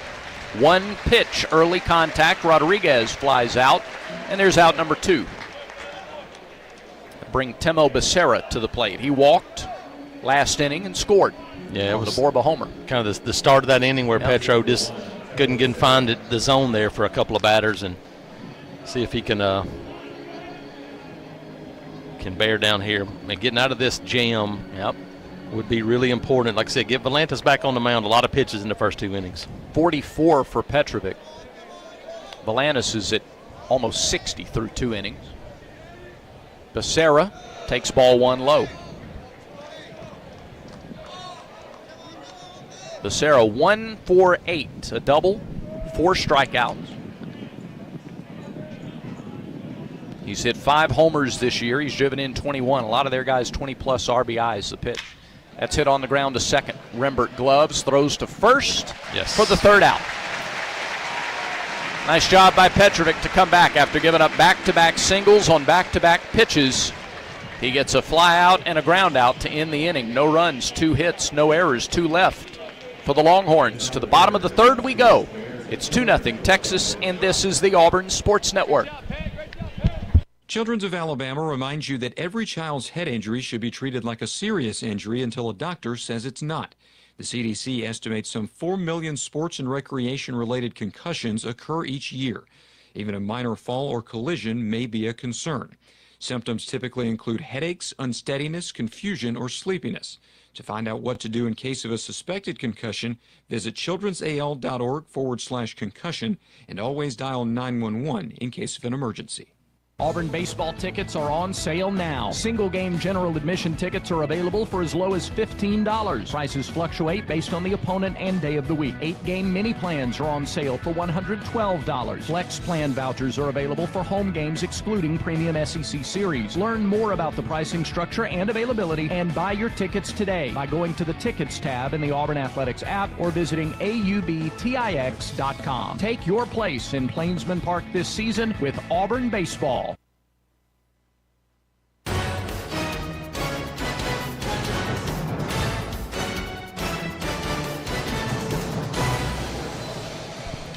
It is 2-0. Auburn trails as the Tigers come to bat in the bottom of the 3rd. Rembert, Freilich, and Guevara against Dylan Volantis, who has walked 4 batters. He's thrown 58 pitches, 29 balls, 29 strikes. And Auburn hasn't taken advantage of it yet. No, not yet. You're still trying to avoid the quick inning. That's the thing. What you don't want to have here is a 9-pitch inning. Yep. No matter what happens, you want to make him work again this inning. Chris Rembert reached on a fielder's choice in the 1st inning. Pitch to the Auburn second baseman. He shows bunt. He takes a strike. 0-1. That's the pitch that's been down in this game and was called a strike that time. 0-1 to Rembert, sophomore from Pensacola. A couple of world-class All-American sophomores going at it in this at-bat. 0-1. Swing and a miss. 0-2. Fastball on the inner half. Auburn trying to create some of its own energy here in the 3rd. Battle here, 2-strike battle for Chris Rembert. The 0-2. Line drive right at the shortstop. Rodriguez almost fell down as he caught the ball. Boy, that's about as hard hit a ball as you can get. Yeah, that's it. I mean, he just hit it right at the guy. Yep. But right at Rodriguez. Love to see the exit velocity on that. It was crushed, but right at Rodriguez. One away. Now here's Chase Fralick, and they go into the shift immediately against the Auburn and DH. I've said it again. Against this guy right now, I am 100% trying to bunt the ball to the third baseman, where the third baseman would be if I'm Chase Fralick. First pitch to him. Strike. Nothing in one. They're going to give me a base runner right here, and a few more pitches. I'm going to take it. Looking for fresh seafood. Wharf Casual Seafood serves seafood sourced from American waters. 0-1. Fly ball, shallow center. On comes Robbins. Out goes the second baseman, Mendoza. Wind tried to push that a little bit, but Mendoza was able to stay with it and make the catch, and very quickly 2 are down. And it's been nothing but strikes this inning from Volantis after he struggled with control the first 2. 5 pitches, 2 outs. And that's why and for me, if I'm going to get a base runner on and make him work from the stretch right there, I just feel like it's so early. It's 2-1. You're not worried about a big swing right there.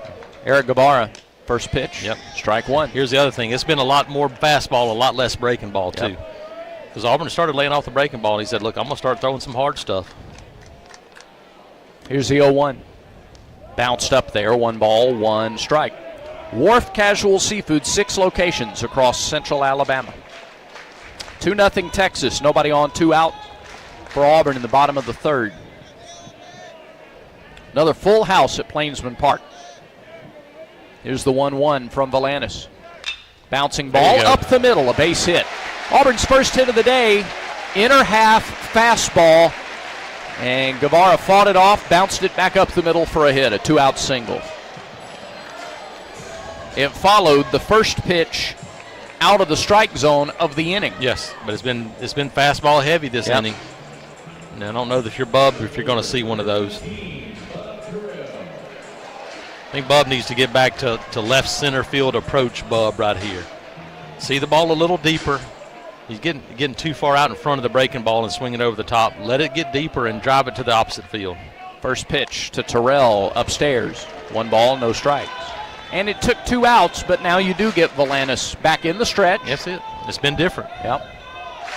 Pitch number 68 from the Texas starter is on the way, and it's high, and it's 2-0. If you're Bub here, this is a zone pitch. You're not necessarily swinging, but if it's where you want it, swing and drive one somewhere. Runner at first, 2 down. The throw goes to first. It is interesting. Texas doesn't hold the first baseman on the bag. They have him kind of in front of the runner. They have a pickoff this weekend. He kind of falls back. Here comes the 2-0 to the Auburn left fielder. It's pulled over the second baseman into right field, a base hit. Back-to-back singles for Guevara and Terrell. And you get up there near 70 pitches, second time through the order, and you start to see a little more from this guy. He becomes a little more susceptible. Back-to-back singles, and now Ethan Bingaman comes to the plate. As we pause 10 seconds for station identification on the Auburn Sports Network.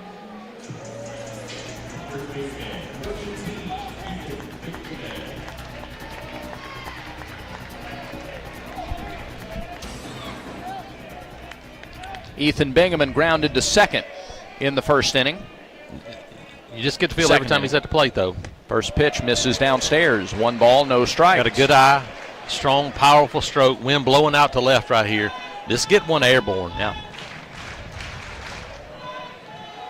2-0 Texas, bottom of the 3rd. 2 outs. Here's the pitch. Outside 2-0. Boy, I'm telling you, Volantis, first 5 pitches were easy street this inning for Volantis, and he missed with 1 and then gave up a single. Fell behind 2-0 to Terrell. The 2-0 now to Bingaman. Down. Check swing. That's low. They appeal to first. He did not go, says Micah Holman. And they've got somebody moving in the bullpen. Oh, you have to. He's at 72 pitches and hasn't been smooth an inning today. Here. No. And now Ethan Bingaman, who has drawn 3 walks on the weekend, faces a 3-0. A walk here loads him up for McCrane. Here's the pitch. Strike call. That's true.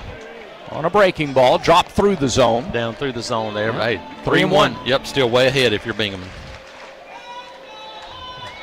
Base hit scores a run.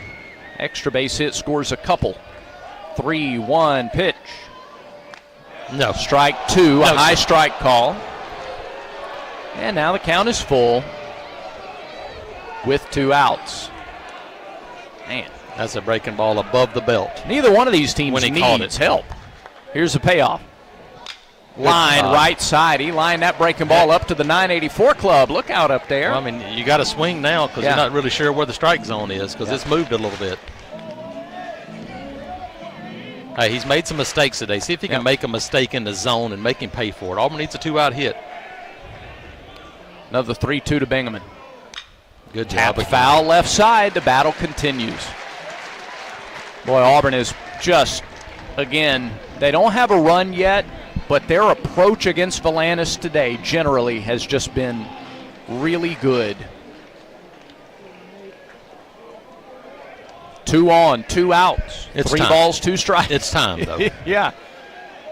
Open stance for the freshman Bingaman. Valanis fires. Bouncer, left side. Valanis fields, spins, throws, and that's the out, and the inning is over. Got it off the end of the bat to the left of the mound, and Valanis jumped off and fielded it.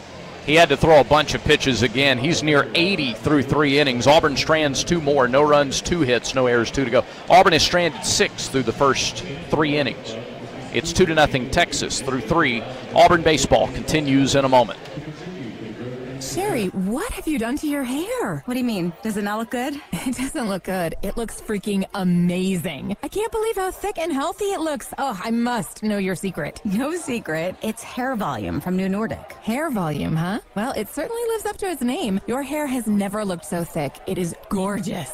Available as a tablet or delicious gummy, Hair Volume is available online at Amazon and NewNordicUSA.com, or find Hair Volume in the hair care aisle at your local CVS. Progressive knows sports brings people together, but you gotta feel bad for people who don't even get it. Some people will never know what it's like to see their favorite team's hopes decided by a ping pong ball to draft the next superstar. Or not. I mean, sure, it's silly for your happiness to hinge on the success of a 20-year-old entry-level employee, but you just can't help yourself. The stress is exhilarating. Progressive can't bring people together like the draft, but we can bring your home and auto insurance together with a bundle. So switch and see if you could save hundreds. Progressive Casualty Insurance Company, affiliates, and other insurers not available in all states or situations. This broadcast of Auburn baseball is brought to you in part by Cook's Pest Control. The best defense for your home is Cook's Pest Control, the South's most trusted name in pest control since 1928, and the official pest control partner of the Auburn Tigers. Alex Petrovic, 46 pitches through 3 innings. Texas leads 2-0. And here in the 4th, Pack, Borba, and Larson, the 6, 7, and 8 hitters, due up for the Longhorns. Whether you're planting a tree or tackling a backyard project, don't risk a penalty. Contact Alabama 811 before you dig to get your underground utilities marked for free. Visit al811.com or call 811. It's free, it's simple, and it's the law. Anthony Pack Jr., the left fielder, 0 for 1 with a strikeout. 1 of 4 punch-outs for Petrovic here today. And the first pitch. Swung on and missed. Sweeping breaking ball gets Pack out in front, 0-1.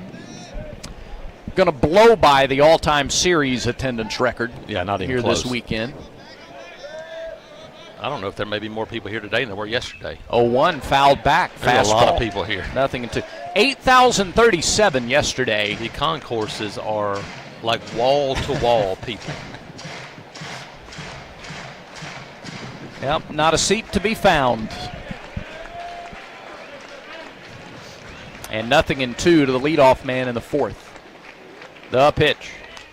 Missed high and away. 1 ball, 2 strikes. We'll see if that's a setup for something else. Pack now 0 for 8 on the weekend. Their first 7 in the order have started every game this year. 1-2 pitch.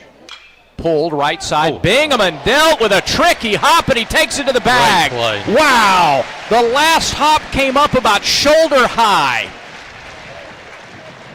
And he snagged it and then won the race to the bag. That's a really hard play. And that's our defensive play of the game, presented by Cook's Pest Control. 1 out. Best defense for your home is Cook's Pest Control, South's most trusted name in pest control since 1928, and the official pest control provider of your Auburn Tigers. 1 down for Casey Borba. You get some of those things when it's a little warmer. Yeah. Pitch to Borba, swung on and missed. A little warmer, and it dries out right there where guys are digging out around the first base bag, trying to steal a base or whatever. And so, man, a great concentration just to stay with that ball. Yeah, that eats up a lot of guys. 0-1 to Borba. Good to see him up there with nobody on base. 0-1 pitch. Swing and a miss. Strike 2. Back-to-back off-speed pitches.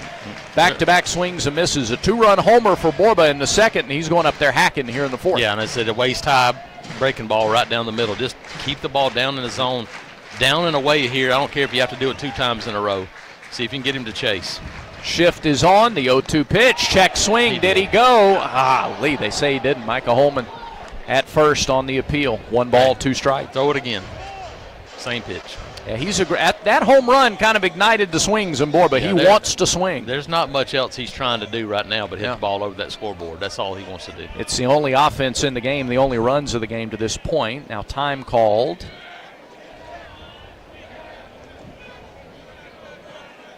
Borba steps out, beats his chest. Still not in. And stands back in there with the pitch clock down to 14. Petrovic's ready. His 1-2 offering to the Texas first baseman.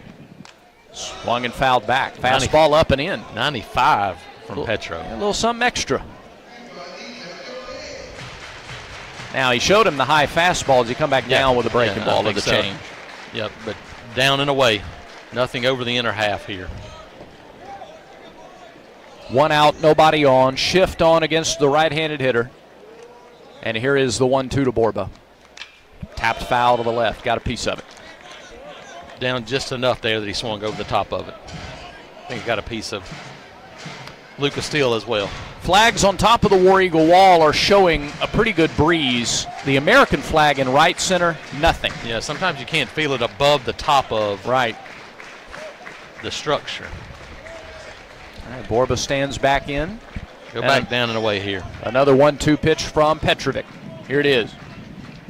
Lined into right field for a base hit. 2-strike hit. 96 on a fastball, left it out over the plate. Yeah, not far enough away. Yep. Borba served it up, a 1-out single.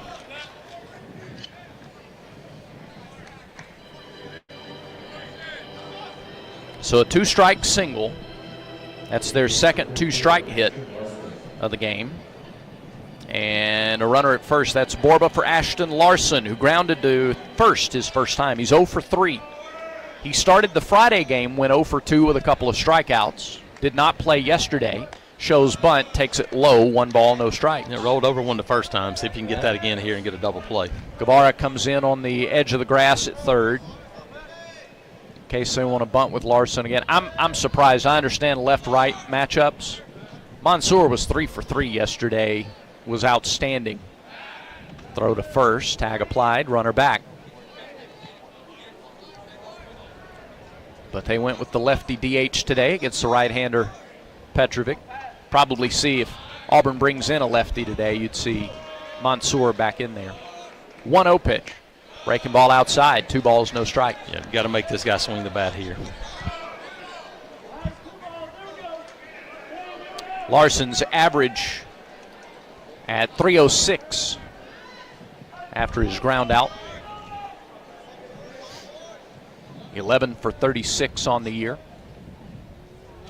2-0 pitch to the lefty. Is high, and it's 3-0. No more freebies. Yep, can't afford it against this team. Larson's making his 15th start, so he's been in there about 2/3 of the time. For the Longhorns, 3-0 pitch. Shows bunt, takes strike, 3-1. 2-0 Texas. We're in the top of the 4th. Series finale. Trying to hold them at 2. 3-1 pitch.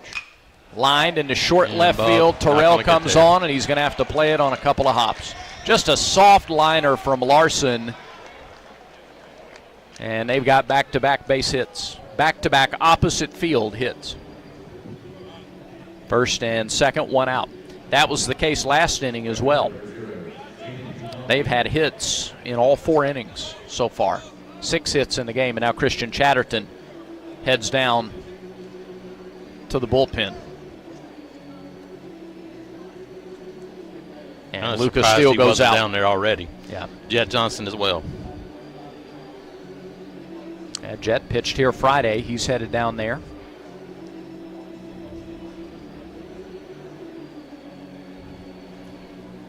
Long talk between Steele and Petrovic.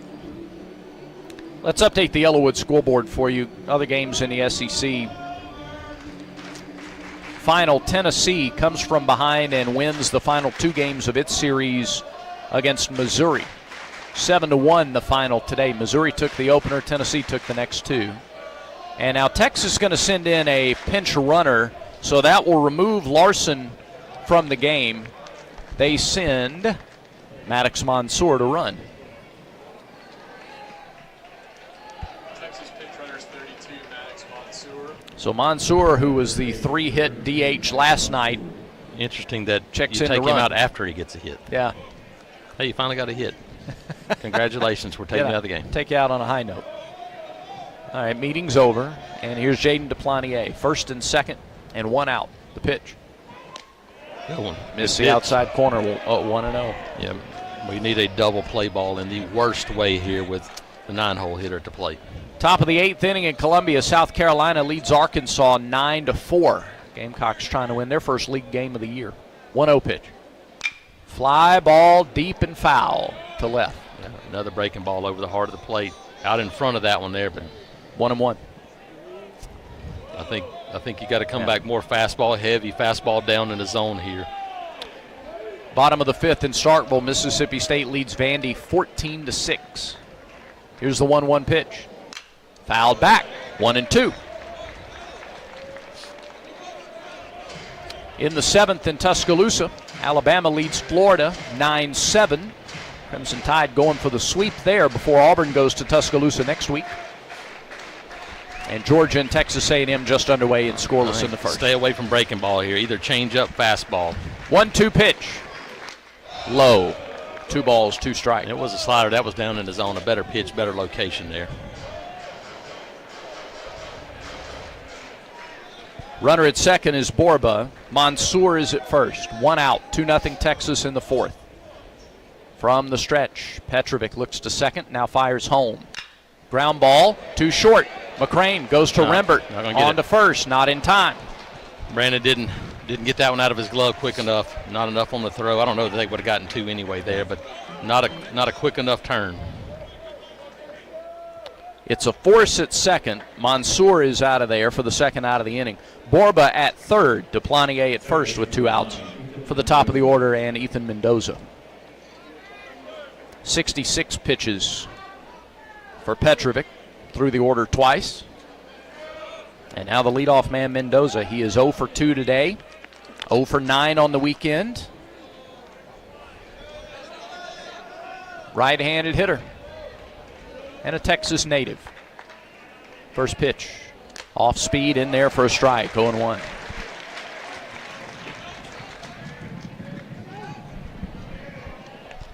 Auburn has a couple of 2-out hits, but none with runners in scoring position.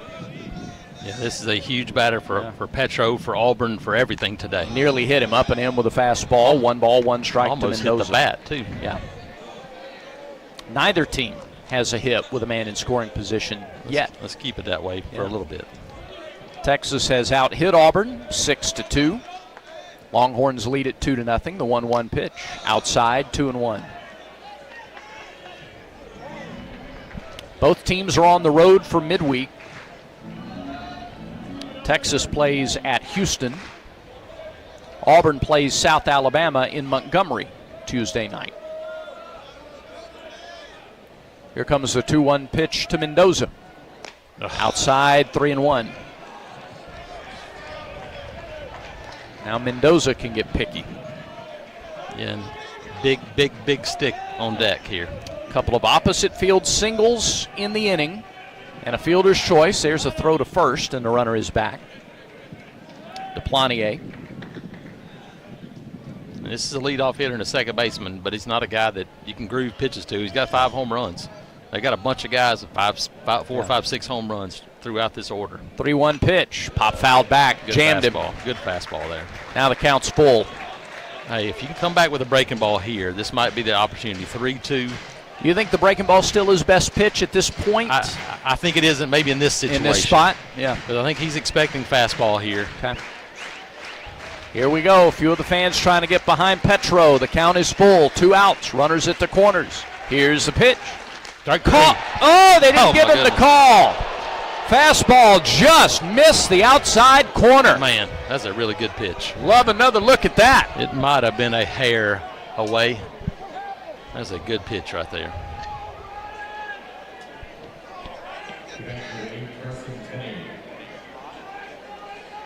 Look into the dugout, and the Auburn coaches are frustrated there. Love another look. Don't think we're going to get one. And here comes Everett Tiefert, Auburn's third-year pitching coach. Petrovic at 72 pitches. Maybe a good visit, not only to talk strategy, but just to try to calm the big fella down after he thought he had strike 3. This is an interesting situation. Do you see Chatterton's down there, obviously, but do you see a Jet Johnston first in this situation, where it's more of like a, hey, this is a relief guy, go get this out? But no, it's just Chatterton throwing. Just Chatterton throwing right now, yeah. And he's not getting hot either. So I don't think they're taking Petro out of the game in this spot. It's just to buy some time here, get him reset before he faces the catcher Carson Tenney. 1 for 2 with a single today for the Longhorns catcher. His third look at Petrovic.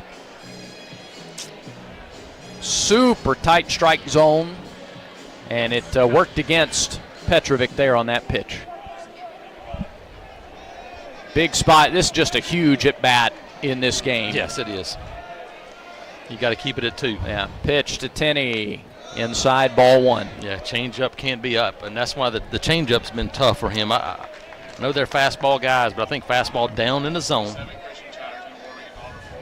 A Longhorn at every base. 1-0 pitch. High again. It's 2-0. They're trying to bust it open in the 4th.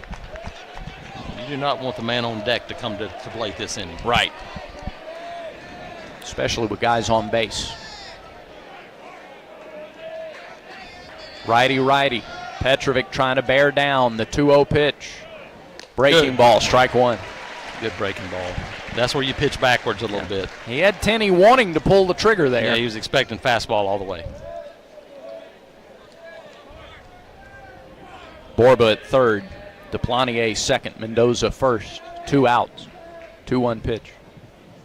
Low, 3-1. Didn't swing at the change. A walk means a run. It's 2-0 Texas already. A hit means a couple. And the 3-1 to Tenney on the way. Strike down the middle. I don't know where he was going right there. Tenney stepping across the plate. If I'm the umpire, I don't really like that. That pitch was right down the middle, and he walked like it was ball 4. They do that, though, man. They do that frequently. Now, same count's pitch. full. You got to challenge fastball here. 3 balls, 2 strikes, 2 outs, bases loaded. You practice situations like this. The pitch lined into right field, a base hit, an opposite field hit that'll score 2. And didn't and hit it's it 4-0. hard at all. 4-0 Texas on just a little bloop off the hands. Yep, that ball had an exit velocity of about 60, but it was in the right spot at the right time. And once again, 2-out hit. Texas is able to come up with another 2-out hit after free passes, and it's been a problem. Runners at first and third with 2 outs. They double their lead. It's 4-0, and all 3 hits in this inning have been opposite field hits. And now Everett Tiefert comes out, and Christian Chatterton will come on for the Tigers. It is a War Eagle Plus call to the bullpen for right-hander Christian Chatterton with 2 outs in the 4th inning. What a matchup we've got, folks. Just non-stop action. The energy is electric and the fans are all in. An intense game like this calls for a Coca-Cola. Crisp and refreshing. That's a game changer. Yeah, that taste scores every time. And just like that, they're back at it. Passionate fans and an ice-cold Coca-Cola. Now that's a winning combo. No matter the team, no matter the sport, everyone knows fan work is thirsty work. Enjoy a Coca-Cola. Christian Chatterton is the new Auburn pitcher. He's a right-hander from Brooks High School in Killen. 6 feet, 203 pounds. Sophomore, right-hander, 2-0 in 5 appearances this year. All in relief. 12 1/3 innings, 9 hits, 3 runs. He's walked 4, struck out 15. Teams are hitting 200 against Christian Chatterton. 2-0 with a 2.19 earned run average. Petrovic, against a lot of teams, pitched just fine, but Texas with some really quality at-bats, especially with 2 outs and with 2 strikes. Petrovic gives up 7 hits, 4 runs, all of them earned, 2 walks, 4 strikeouts, so runners at the corner is his responsibility. Through 3 2/3 innings, Petrovic threw 78 pitches, 49 strikes. He exits the game, and Christian Chatterton is on. And Jason, what are you looking for out of Chatterton here as he enters the game? Actually, first we'll look back at last year. Chatterton did not pitch in the Texas series. At that point, he had been slotted in. He was a midweek starter for a good portion of the year. Did start one of the games at Georgia early in conference play. By the time Auburn got to Austin, he was back in a midweek starting role, and so this will be his first look as a collegiate at Texas. And he'll face Aiden Robbins. Yeah, look, this is still a runner in scoring position, 1st and 3rd here for Texas. Keep it at 4. Listen, Auburn's going to score. They're going to get to the bullpen, and they're going to score some runs here, but you can't let this game get away from you. Yeah. We saw last night, look, they made a valiant charge, but you got too far behind. Yeah. Yeah, it was 6-0 and 7-2 last night. They were able to come back and have the tying and winning runs on base in the 9th inning. And we'll see if they can keep the deficit at 4 with runners at the corners and 2 outs, and Aiden Robbins, who's going to go up there looking to... Yeah, he's looking to break this game open. Yes, he is. He's got 2 singles today. He's got 3 homers on the weekend. Robbins is 6 for 11 in the series. A .540 average.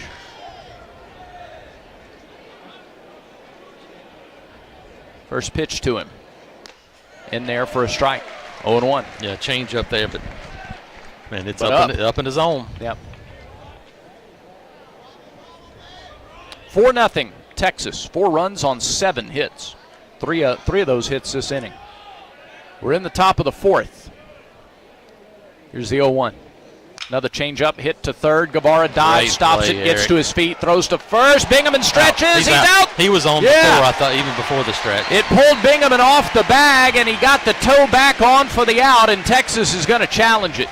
I think he was on while he called it, came off, and went back and touched it. I think he was still on the bag to begin with. First base. This play is under review. Yeah, you knew they were going to challenge because it's a difference in a run or the end of the inning. So we'll see if we get a look. Of course we'll get a look. We'll relay to you what we see when we get a look. Collaborative replay review. Birmingham takes a look at this, and they'll relay it to the umpires on the field. If it is an out, it's a heck of a play by Guevara again, and it's the 3rd out of the inning. Otherwise, Texas is still batting, and another run is in. Yeah, I mean, saved a run for sure if he gets this out right here. Binghamon. So I think his toe's still on the bag. No, it's not. He got him anyway. But he got He's back. out anyway, yes. Yep. So the throw did pull Binghamon off the bag. His foot was not on the bag initially, but he got it back in time pretty clearly. It's off on the catch. It's back on before Robbins gets to 1st. This shouldn't take a whole lot longer. Now that everybody's gotten a look at it. And now everybody in the ballpark has gotten a look. Yeah, Auburn's walking off the field. Yeah. Of course, they're telling them to stay, but they've seen it. Derek Malika is going to relay this here shortly. Imminently. Anytime. Now. After review, the runner's out at first base. Texas has one challenge. Great play. Oh, hang a star next to that play if Auburn is able to come back and make another run at this thing here. Guevara saves a run. But Texas gets 2. They do it on 3 opposite field hits. No Auburn errors and 2 stranded. We head to the bottom of the 4th. It's 4-0 Texas. This is the Auburn Sports Network. Download the Auburn Athletics app, powered by War Eagle Mobile. Buy tickets, be a part of game day giveaways, shop the latest Auburn gear, and manage your War Eagle Plus subscription. And listen to every broadcast from the Auburn Sports Network, even when multiple games are happening simultaneously on the official mobile app of Auburn Athletics. Download it now. Are you ready for your winning moment? Find it at Wind Creek Casino, where the action never stops. Hottest games, loosest spins, more ways to win. We've got the highest payouts and the most epic rewards. At Wind Creek, there's a win waiting for you around every corner. Wind Creek Casino. Find your winning moment. Gambling problem? Call 1-800-GAMBLER.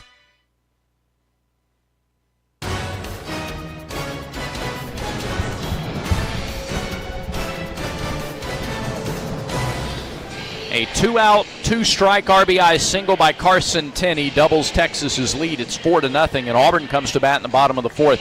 Jason, they have put pressure on Dylan Volantis. They've had multiple base runners in all 3 innings. They've already got him up to 77 pitches. He's averaged more than 25 pitches an inning through the first 3, and yet he's got a 4-0 lead here as he goes to work in the 4th. Yeah, I don't know if I saw him throw a strike either in the warm-ups for this inning, and so looks he'll probably throw a fastball for a strike here at first, but that's okay. Just remain patient. Auburn, and it paid off the last inning.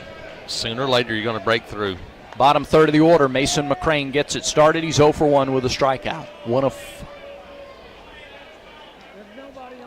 Let's see, here is time called, and with the pitch clock running down, Volantis finally decides that he can't hear the pitch comm device. All the way sudden down, it got to 4 seconds before he realized he couldn't hear the call. That's They only made the pitch call then. Yeah, it seems risky to wait that long with the pitch clock winding down to deliver the call, doesn't it? It's the first. You know what pitch you're throwing before you walk out there. Like, hey, we're going to start. You want to start this guy. They're going to make sure they call the pitch. Derek Malika, third base umpire, making sure. Okay, you can hear him, right? You can hear him? Good.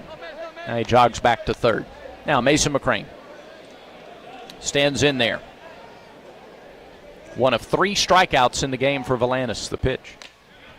Big overhand breaking ball for a strike, 0-1.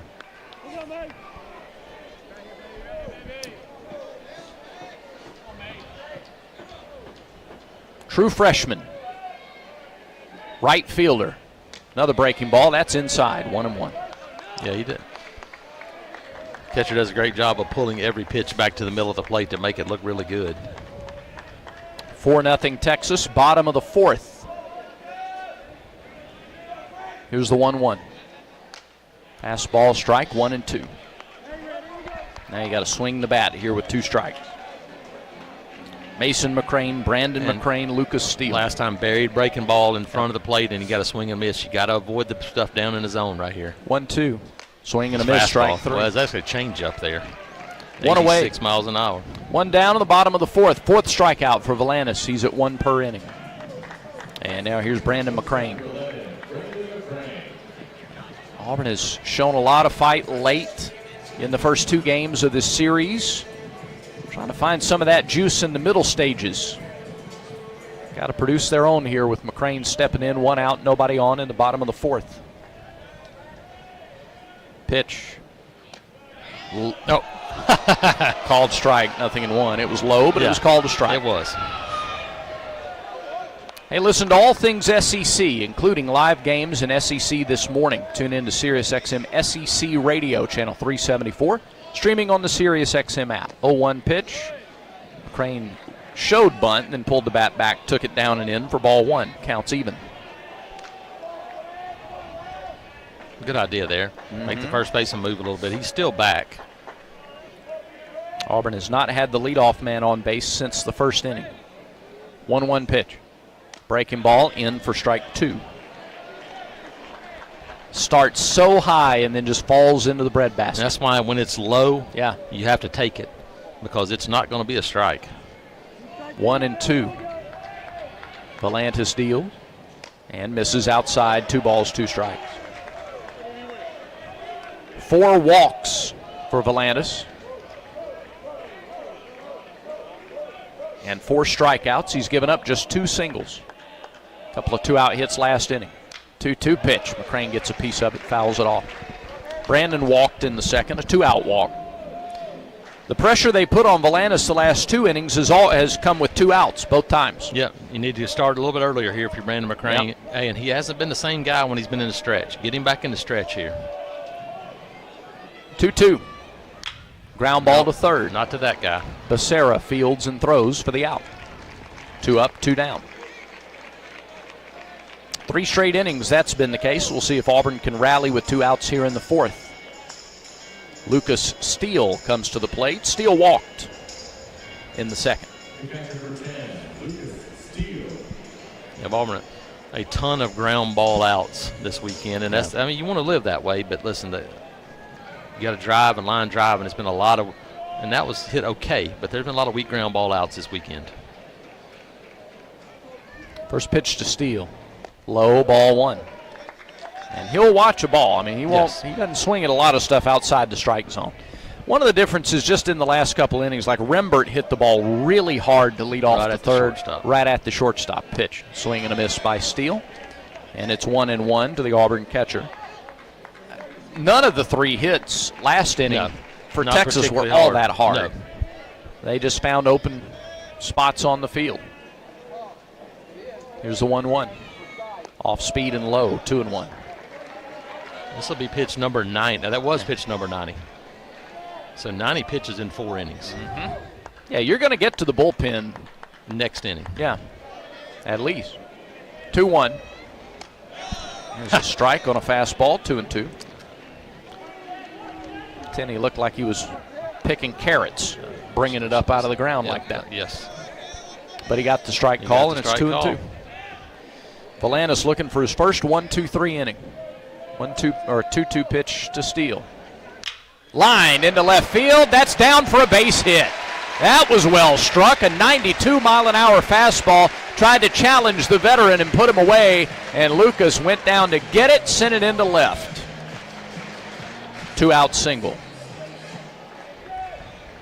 Third hit off of Volantis. And now back to the top of the order, and Carter to face him for a 3rd time. Again, 4th straight inning, Auburn's had at least 1 runner on base. Yeah. 3rd straight inning, it's come after the first 2 were out. And it makes it tough to score when that happens. Carter has walked and struck out. Infield is back. Will he show bunt on the first pitch? He will not. He'll take it high and outside for ball 1. Yeah, I think you got to make him throw you some pitches here. Chris Rembert on deck, who is swinging it much better the last 2 days. Get Rembert to the plate here. 1-0 to Carter. Shows bunt. Bunts it. Left side. Too close to the pitcher. Volantis fields and throws. Just too easy for Volantis to go get that one. It wasn't where Bristol wanted it. And the inning is over. No runs on a hit. No errors and a man left for Auburn. They've now stranded 7 through 4 innings. Through 4 complete, 4-0 Texas here in the rubber match of this 3-game series. Auburn baseball continues in a moment. Alabama Power is here for you when big storms hit, but we're also here for the little things. We're there to get the coffee started, to make sure everyone's ready for school, for midday dance breaks and evening entertainment.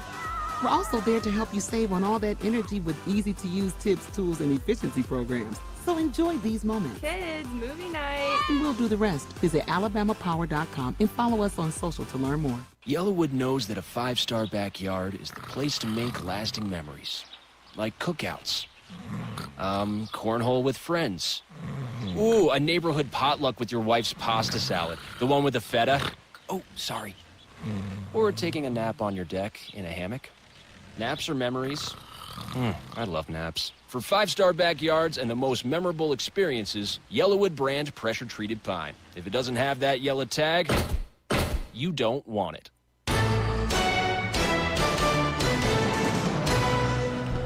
Back at Plainsman Park alongside Jason Caldwell, I'm Brad Law. Quinn Burkeen is in our Skyview studios on a picture-perfect day for baseball. Auburn's hoping for back half of the game drama to come from behind and beat second-ranked Texas 4-0. It's been this week has been something for this program. They set the single-game attendance record yesterday. They're going to set the regular season series attendance record by several thousand when that's announced today. Already 2-1 this week against top 5 teams. Worst case scenario, you're going 2-2 against top 5 teams this week. But hoping to turn things around and fight back in this one, trailing 4-0. Adrian Rodriguez leads it off for Texas in the 5th, and he pushes a bunt up to the net in foul ground, 0-1 the count. 7 Longhorns came to the plate in the 4th. They scored 2 runs on 3 hits and a walk. 0-1 the count to Rodriguez. Christian Chatterton came on to get the last out in the 4th inning. Threw 2 pitches to get a ground ball out. And now Rodriguez, who has grounded out and flied out to center. 0-1 pitch to him. Missed low. 1 ball, 1 strike. Yeah, Brad, 2 of their 4 runs have scored by guys that were walked to get on base. And that continues a trend. That's why coaches focus so much on it. 1-1. Fastball, strike at the knees, 1-2. 90 on the fastball. 5th inning of this game is presented by Southern Union. Move seamlessly to Auburn. Complete your bachelor's degree in selected programs by taking courses at Southern Union and Auburn concurrently at Southern Union's tuition rate. 1-2 pitch. Breaking ball hit foul right side off the facing of the Texas dugout. Still a ball, 2 strikes. Let Southern Union put you on a path to the Plains. 4-0 Texas, top of the 5th. Chatterton ahead of Rodriguez, a ball and 2 strikes. Becerra and Pack to follow him here in the 5th. 2 in the 2nd, 2 in the 4th for Texas. 1-2 pitch. Sailed the breaking ball up and away, 2-2. Yeah, kind of overthrew a changeup there. I think something off speed anyway that floated on him. South Carolina's beaten Arkansas on the Yellowwood scoreboard, 9-4 the final. They get game 3, their first league win of the year. 2-2 pitch. Fastball just missed the outside corner. Steele didn't move his mitt. Well, you can't get the corner to righties or lefties. And now the count is full. Shift is on against the left-handed hitting Rodriguez. Here's the pitch. Strike 3. Nope, missed high with a breaking ball. Man. And it's a walk. Got ahead 1-2, and Rodriguez battled back to draw the walk. Just not much of a margin for error against the number 2 team in the country. And they've just been inches away. Yes. In some areas yesterday and today. Yeah. Now, hey, the ground ball pitcher here in Chatterton get a ground ball here. Timo Becerra takes a strike, 0-1. Brady, something you mentioned earlier about the breaking ball. It feels like Auburn's been better with the fastball than the breaking ball against this team. And Chatterton's a off-speed guy. See if he can pitch backwards a little bit and get a little bit fastballs. Guevara in against these guys. In on the edge of the grass at third. Throw over to first, and the runner is back. Becerra has walked and scored. He's also bounced out to second. See if they work middle in, either try to get him to fight one off to second or pull one to third. Right-handed hitting third baseman. And time called. Becerra steps out. Chatterton working his first full inning of relief.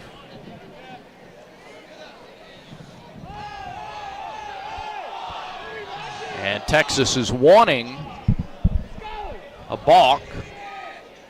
It's not called, and Chatterton's 0-1 pitch is lined into center field. Carter is on. He'll have to play it on a hop. It did serve a purpose of distracting Chatterton on the mound as they're screaming from the dugout and the first base coaching box.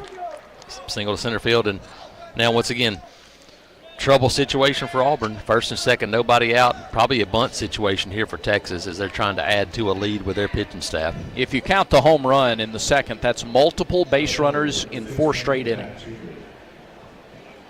And this is what they do on a Sunday. And Auburn's got a righty warming up. Presumably that's Jet Johnston as Everett Tiefert is making the walk out to the mound to talk to Chatterton.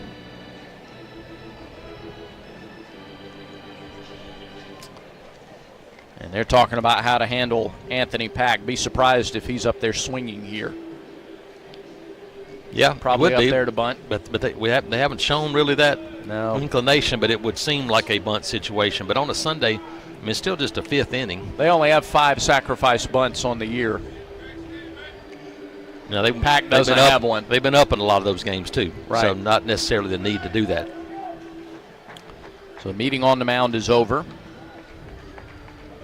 Their Sunday games, they got 9 runs against UC Davis. They beat Michigan State 4-0. 10 runs against Ohio State in Houston, 13 against USC Upstate, and 8 against Ole Miss. So they have put up big numbers on Sundays or game 3s this year. They lead 4-0 here. And Pack stands in. First and second, nobody out. Guevara in at third. Pitch, he's not bunting, and he takes a ball low, 1-0. Conversation, I'm sure, was keep it low. Pack runs well. He's a tough guy to double up. He grounded out to first last time up. Pretty hard hit ball. Took a funny hop. Pitch inside, 2-0. So I know you want to be careful, but you can't have freebies and continue to have freebies because Texas has made you pay. Yep. Borba's on deck. He's already got 2 hits today, including a home run. Here's the 2-0. Missed up, 3-0. Going to bring a guy with 8 home runs to the plate with the bases loaded. If you walk out. Pack with nobody out in the inning, trailing 4-0.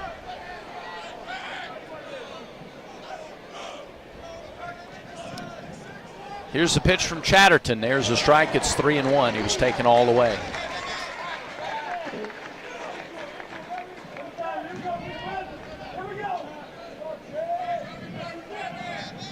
They play Pack to pull, hoping for a ground ball on this 3-1 pitch. Chatterton deals and gets the inside corner on a breaking ball, 3-2.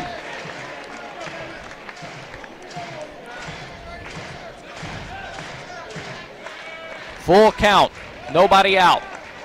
So got to have a pitch right here by Chatterton. Here's the 3-2 to Pack. Nope, lost him inside and low on a breaking ball. Second walk of the inning issued by Chatterton, sandwiched around a single, and they're loaded with nobody out for Borba. And Texas can blow this thing open here in the 5th with another hit or 2. Borba blasted a 2-run homer to the top of the War Eagle wall in the second. He singled and scored in the 4th, and Everett Tiefert is out, and Jet Johnston will come on for the Tigers. Tiefert is out, third-year pitching coach, and he has already given the signal for the Ford F-150 call to the bullpen. Alabama Power is here for you when big storms hit, but we're also here for the little things. We're there to get the coffee started, to make sure everyone's ready for school, for midday dance breaks, and evening entertainment. We're also there to help you save on all that energy with easy-to-use tips, tools, and efficiency programs. So enjoy these moments. Kids, movie night. And we'll do the rest. Visit alabamapower.com and follow us on social to learn more. Auburn brings Jet Johnston into the game. Second work for him this weekend. Johnston out of Knoxville. Second year of the program after coming in from Texas A&M. He was recruited and played his first year for Jim Schlossnagel in College Station. Johnston, 6 feet, 200-pound junior right-hander. On the season, 7 appearances, a .263 earned run average, 13 2/3 innings, 12 hits, 5 runs, 4 earned, 2 walks and 16 strikeouts. He's given up 1 homer, 2 wild pitches, 1 hit batter. Team's batting .214 against Jet Johnston. He pitched 1 inning here Friday. Walked a batter, struck out a batter. No runs or hits allowed in that outing about 44 hours ago. He is up in a really tough spot. It's a tough spot right here. You're looking for ground balls and strikeouts out of Jet Johnston. Yeah, you need strikeout first probably here because you're probably going to play back in the middle, up on the corners a little bit, but you take 2 outs if you got it, but you'd like to get that strikeout and then see if you can get a double play out of this one. It's 4-0 Texas. Longhorns have out-hit Auburn 8-3. Tigers have had base runners in every inning, just haven't been able to push anything across. And Johnston is on to try to get Casey Borba, who's already 2 for 2, a 2-run homer, 2 runs scored, with the bases loaded and nobody out. And Auburn plays the shift against him. Bingham's got a little more room at first because with the bases loaded, they don't hold the runner on. Still a big hole on the right side, and the first pitch to Borba from Johnston is swung on and missed. He couldn't hold up the swing. It's 0-1. Yeah, that's when Jet's got it going. The hard slider is his pitch, and you try to get some swing and misses right here. We are already in the top of the 5th, and a big moment in this game. Here's the 0-1. Fastball low, 1 ball, 1 strike. Auburn would give up a run for a double play. Infield is back everywhere. And a medium depth at first. Everywhere else they're playing back. 1-1 pitch to Borba. On the way. Slider pulled foul on the ground toward the Auburn dugout. And it's 1-2. So Johnston gets ahead of the Texas first baseman. Got to do the same thing here. Lucas Steele got to smother it, protect it at the plate, but you got to bury and try to get a strikeout here for Steele. Mansour on deck. 1 ball, 2 strikes. Johnston comes set. He comes home. Foul ball again, back behind the plate. Really good pitch there, and Borba just gets a piece of it. Now see if you can go fastball up. I think you got to get it up, but see if you can go fastball above the belt right here and get a swing and miss. 1 ball, 2 strikes. Nobody out. Bases loaded, top of the 5th. Tigers trail 4-0. Johnston delivers. Good pitch. Man. They appeal to first. He didn't go, but that's a really good pitch on the outside corner. Yeah, it is. But Auburn has, it's not been a strike much today. No, it hasn't. So that's probably a little bit out of the zone there. Good pitch. You're hoping to get the swing and miss there. Here comes the 2-2 to Borba. Fastball low and the count's full. I like the idea there. You got to throw your slider, but you got to throw it for a strike here. Can't worry about location. You just got to get it over right here.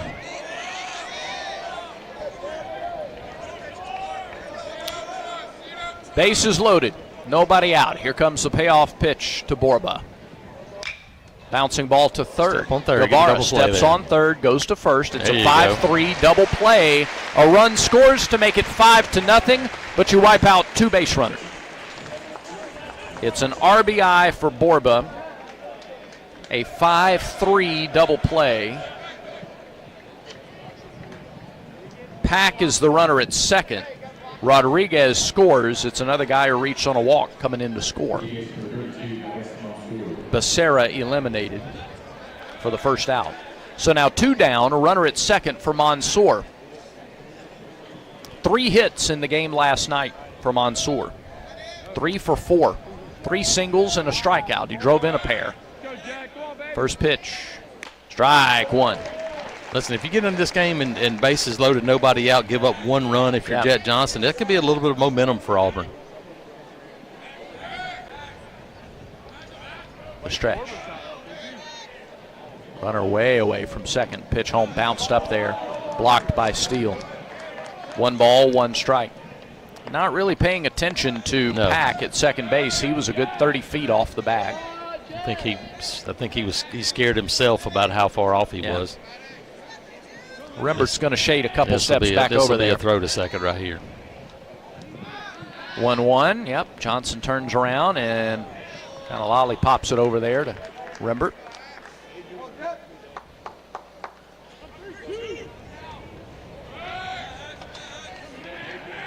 One ball, 1 strike, 2 outs. 5-0. Texas leads. Here comes the 1-1 pitch to Mansour. High pop on the infield, right side. Bingaman is under it.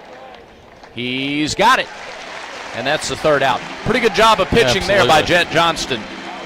He comes on to get the double play and the pop out. And bases loaded, nobody out. The damage is limited to a single run. 1 run on 1 hit. 2 walks, no errors, 2 left for Texas. Halfway home in the series finale. Texas 5, Auburn nothing, and a new pitcher on his way in for the Longhorns for the bottom of the 5th when Auburn baseball continues in a moment. Looking for legendary wings, mouth-watering burgers, and unbeatable pizza for your next big event? Baumhauer's Catering is here to satisfy your cravings. From tailgates, birthdays, to office lunches and weddings, boost your event with delicious flavors of Baumhauer's Catering. We offer pickup or delivery, or choose our full-service catering that includes setup and staff. Don't have space for your big event? We can even host you in our dedicated party space. Baumhauer's Victory Grill Catering. Legendary flavors, zero hassle. War Eagle. Are you ready for your winning moment? Find it at Wind Creek Casino, where the action never stops. Hottest games, loosest spins, more ways to win. We've got the highest payouts and the most epic rewards. At Wind Creek, there's a win waiting for you around every corner. Wind Creek Casino. Find your winning moment. Gambling problem? Call 1-800-GAMBLER. Back to the ballpark for more Auburn baseball. Well, Auburn trails 5-0, but the Tigers chase starter Dylan Volantis out after 4 innings. It's by far his shortest outing of the year. He walked 4, gave up 3 2-out hits, and he is out. And in for a second straight day for Texas is Sam Cozart, number 35. He's a 6'6", 260-pound freshman from High Point, North Carolina. He pitched in the game last night. He went 2/3 of an inning. He did face Rembert too. Gave up a hit to Chris Rembert. He hit a batter who later came around to score. So Cozart went 2/3 of an inning, gave up a hit and a run. No walks, no strikeouts in the game last night. How many pitches did he throw? Let's see. He threw 10 pitches. Yeah, 10 pitches and 4 batters in 10 pitches. Auburn was pretty aggressive against him last night. Paid off. And he'll face Rembert to get this inning going. 5th inning. Rembert hit it hard right at the shortstop his last time. Smoked it, but right at Rodriguez. And now Cozart deals. And there's a high pop into shallow center field. Robbins comes on, second baseman Mendoza's out. He'll make the catch, and Rembert's retired on 1 pitch. I don't like that swing by Rembert. I trust him, and he's a great player, but you got to make this guy throw a few pitches. We're down 5-0. Well, the environment too right now, you know, you've got the fans subdued in a 5-0 game. It's a true freshman. Yeah. He was sweating bullets last night. Correct. You watched him, and he was struggling to get a breath. Right now, though, Texas got a firm grip on the reins, and there's just not much environment created to this point. Fralick steps in. First pitch to him is a fastball, called a strike, 0-1. At 95, and once again, Massive shift on. Yep. Auburn down 5. You need base runners. Big righty against big lefty. Chase Freilich 0 for 2 today. A strikeout and a pop to second. 0-1 pitch. Off speed, that's low. Same spot as the fastball, but he didn't get the call. 1-1 the count.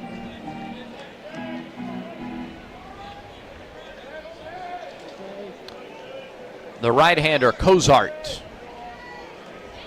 Big deep breath. Now goes into the wind. Plants and delivers. That's low. Gets away from Tenney. 2 balls in. I think strike. you got to make this guy throw some pitches. Yeah. Atlas is today's game sponsor. Atlas at Richland Road now offering early student move-in. Visit atlasrichlandroad.com to schedule a tour. I'd be happy to set that up for you. 2-1 to Freilich. Here's the pitch. Swing and a hard hit. Foul ball off the Texas dugout. He was early on a slider. Cozart, 6'6", 240. It's like they have all edge rushers in their bullpen. Like if you're not 6'5" and 240, at least you can't. He's a future offensive tackle. Yeah. He's not an edge rusher, though. He's a big old boy. 2 balls, 2 strikes, 1 out. Here is the 2-2. Missed up with a breaking ball. 3 balls, 2 strikes. Auburn hasn't done anything before 2 were out since the first.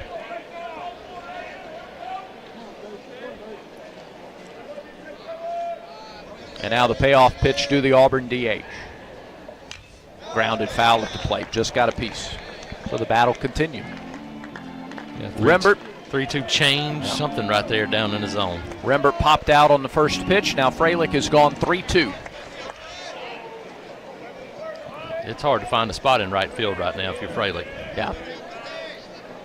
But left's pretty open. Yes, got a diamond pattern out there in right field. 3-2. Swing and a miss at a big sweeping breaking ball. Freilich down on strikes. 2 up, 2 down in the 5th.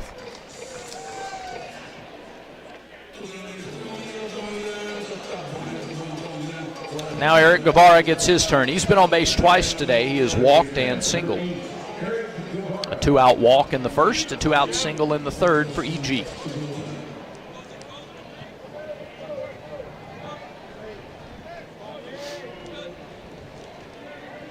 First pitch. Curveball, strike 1. Yeah, the freshman's come in.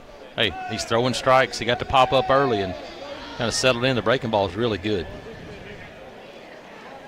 Guevara with that tight, open stance, back of the batter's box. 0-1, fastball low, 1-1 the count. 2 runs in the second, 2 in the fourth, 1 in the 5th. Texas trying to slowly pull away. Auburn has had late game offense the first 2 games of the series and a lot this year. Can they keep it within shouting distance? Here's the 1-1. Swing and a miss. 1-2. It's hard to keep doing that and putting that pressure on yourself, going, we'll just score runs in the 7th, 8th, and 9th. It's really hard to do that over and over again. And that's obviously not what they're setting out No. to do, but that's the spot they found themselves in again today. This weekend. Yeah, all 3 games. 1-2 pitch. Popped up on the infield off the end of the bat. Shortstop Rodriguez is over, and he's got it in front of the bag at second. And that's an easy 1-2-3 inning. It's the first 1-2-3 inning by a Texas pitcher today, and it's from Cozart out of the bullpen. Nothing doing for the Tigers in the 5th. 5-0 Texas through 5. This is the Auburn Sports Network. Here's a clip from a recent Talking Tigers podcast with Andy Burcham. Hall of Fame quarterback Jason Campbell. It's something to be said about seeing things through. And we live in a time and age where it's almost so you get blinded by the money or the dangle that some other school dangles out in front of you that makes it sound so perfect. And there's no perfect place. You know, if I got to expect Auburn to be perfect for me to be here, I'm probably not going to be here because Auburn can't be perfect. I can't be perfect. You can't be perfect. We can learn a lot in this day and age from the past of teaching these young men and women to see things through. It helped me in my National Football League career. I went through 6 coordinators out of 10 years in the National Football League. And I could adapt each time where others couldn't. New episodes of the Talking Tigers podcast are released Mondays wherever you listen to podcasts. Subscribe to the Talking Tigers podcast exclusively from the Auburn Sports Network.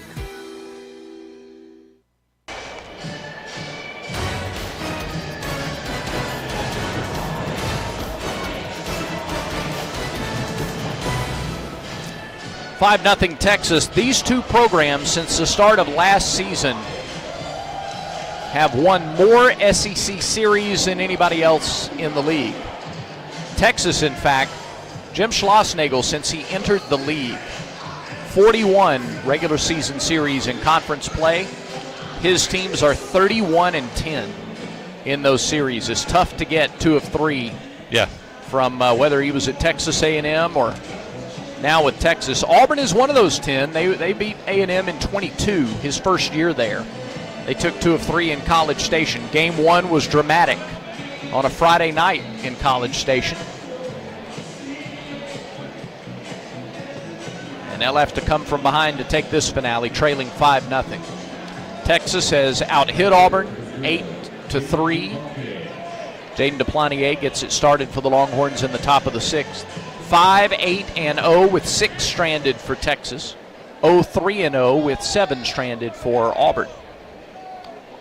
DePlanier, the right fielder, against Jet Johnston. First pitch, slider, strike 1. Yeah, you're going to need some big pitches, big innings here from Jet.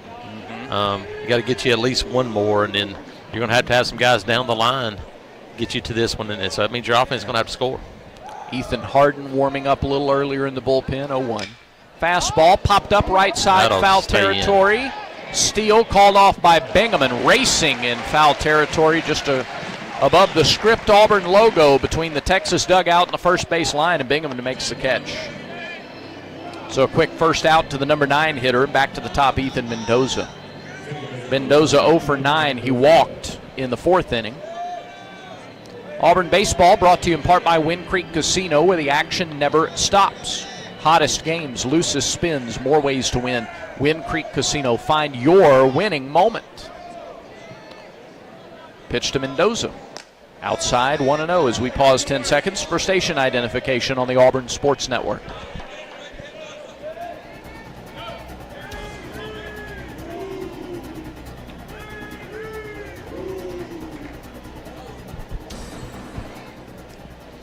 One-0 pitch to Mendoza. Downstairs, 2 balls, no strikes. Steele tried to steal a strike there. He couldn't do it.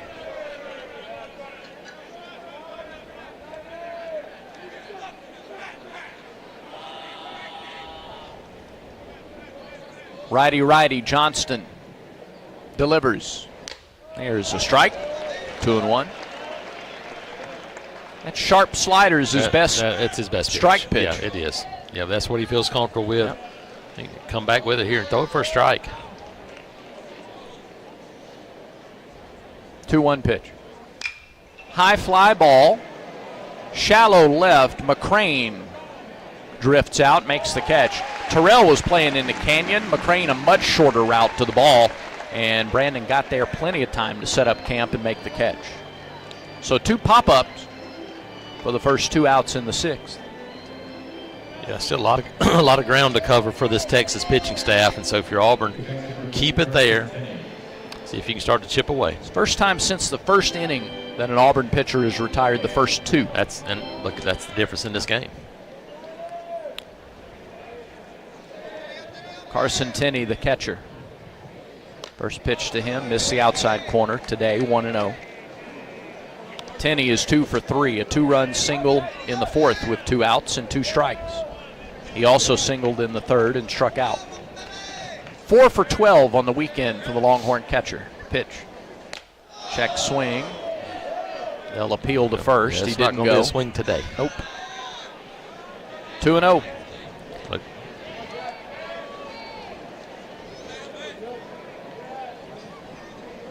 Both teams into the bullpen. We're in the top of the 6th. Stretched by Johnston and the 2-0 offering. Low, 3-0. Again, I think trying to be too fine if you're Jet here. We've seen that slider in the strike zone still be good enough. Yep. Throw it in the strike zone here a couple of times.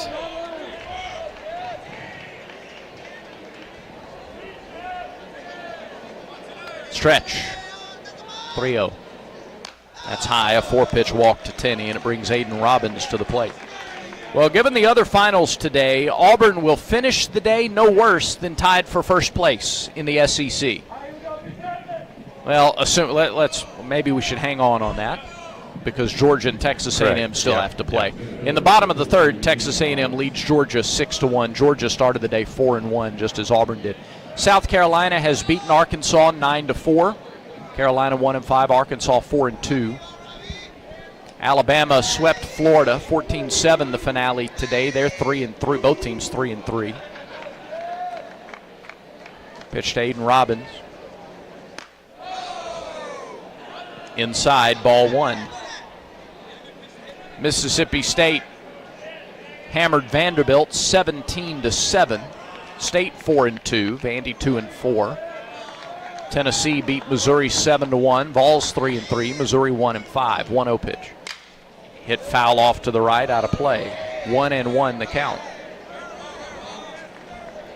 So if Georgia loses and Texas wins, you have about 5 teams at 4-2 in the league after 2 weeks. Going to be competitive right down to the last weekend, you would imagine. Here's the 1-1. Hit on the ground to third. Guevara scoops and throws, and there's the inning. A 2-out walk, and then he gets Robbins to ground out. Johnston, no runs, no hits, no errors, 1 left for Texas in the 6th. We go to the bottom of the 6th inning. Time to get that offense cranked up. Tigers trail the Longhorns 5-0. Auburn baseball continues in a moment. You've created a comfortable home office. Now let Carrier provide the cash bonus. For a limited time, you can claim up to $1,550 in cool cash rebates on a qualified Carrier home comfort system. There's never been a better time to upgrade to year-round premium comfort and energy savings. Carrier, turn to the experts.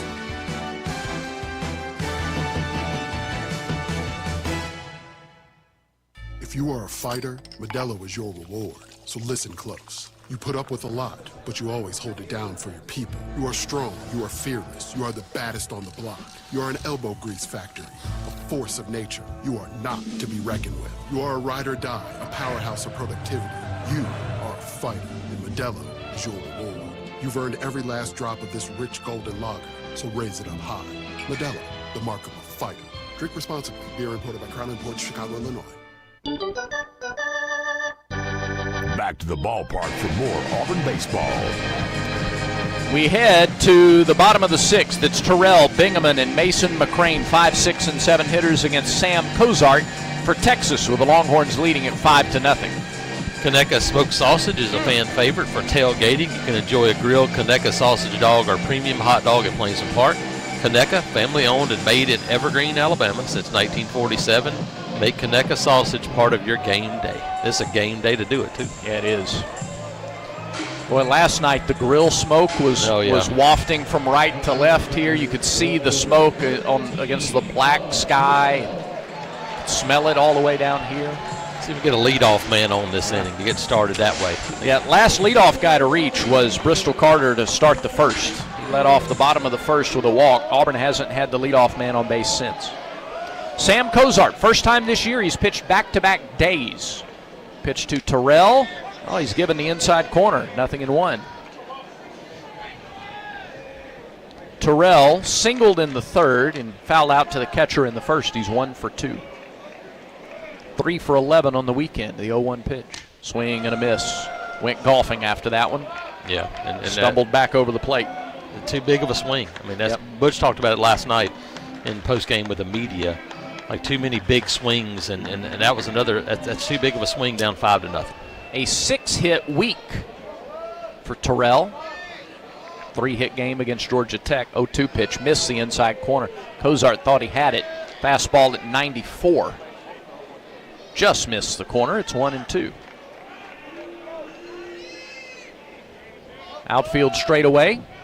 So's the infield. 1-2 pitch. Terrell takes it downstairs, 2-2. He saw that one low and laid off. Yeah, Brad, one of the things about this game is look, Texas, when they miss, it's out of the zone. Yeah. Auburn's misses have been in the zone when you do it, and that's, now, other than the walks, but they missed some pitches in the zone. Texas made them pay. Texas hadn't left a lot of pitches over the plate. Pitch. He hung a backdoor breaking ball there, and Terrell fouled it off to the left.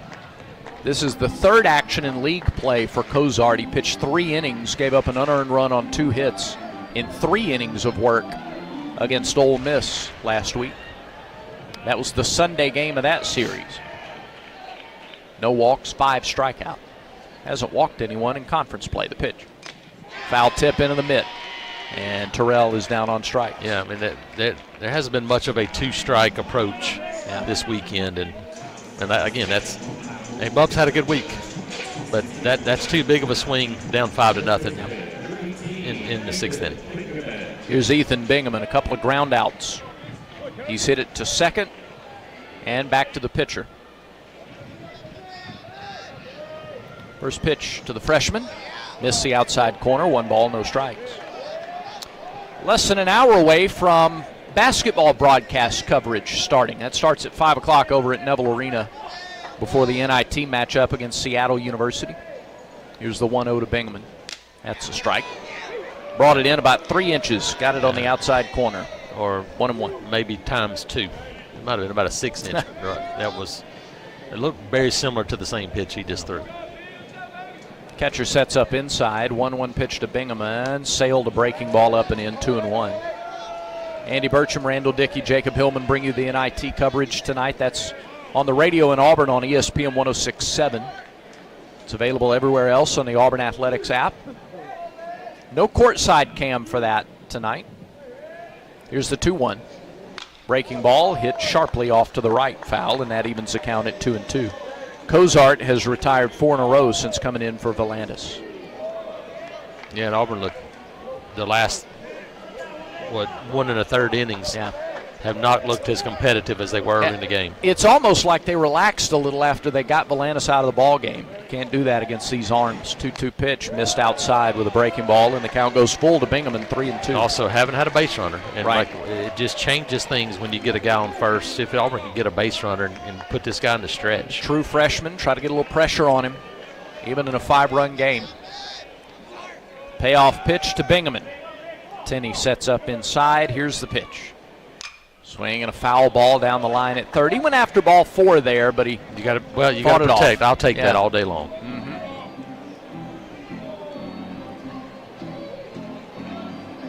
Texas has just methodically worked its lead up to 5 as we're in the bottom of the 6th. They got 2 in the 2nd, 2 in the 4th, 1 in the 5th. A lot of room up the middle for Bingaman. Count full against him. Cozart off the wind, plants and fires. And misses up and away. Ball 4. Bingaman draws his 4th walk of the weekend. A 1-out base runner. Tigers have had base runners in every inning except the 5th. And now here in the 6th, that brings Mason McCrane to the plate with 1 out. Hey, we've seen the freshmen they keyed something Friday night, and it was these 2 guys back-to-back. See if they can do it again. Veteran Texas team against a youthful Auburn team, and the Tigers are fighting the pitch. Inside, ball 1. Cozart from the stretch for the first time today. He was pitching 19 hours ago.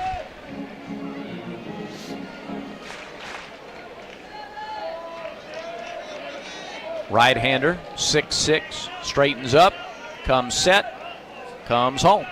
1-0, fouled back. He hung a breaking ball there. McCrane just barely missed it. And that's been the difference this weekend. Texas has made Auburn pay on those balls that got left over the plate. Auburn has not made them pay on the few mistakes they have made.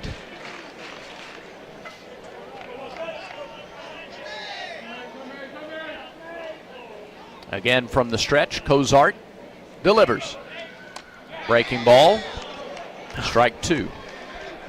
It fools you a little bit because he just exaggerates pulling every pitch to the strike zone. Probably was a strike, but then he moves this mid every pitch here. And you got a battle here for Mason McCrane. You did good at bat here. 1-2. Tapped foul, stayed alive. Auburn started the week with a convincing win over third-ranked Georgia Tech, and then took the opener of this series Friday night. 2 one-run games, 2 very even teams just punching back and forth this weekend. Texas is the one that's punched today. Tigers trying to find something 1-2. Pulled right side. Diving stop. Second baseman goes to first for the out. Nice play by Mendoza. Lost his balance there, but was able to make a play. Listen, their defensive infield has been as good as anybody I can remember the last few years, too. He takes away a base hit there, and it keeps them from being first and third for the Tigers. So a runner at second with 2 outs, and here's Brandon McCrane. It'll take a 2-out hit from the Auburn shortstop if Auburn wants to get on the board here in the 6th.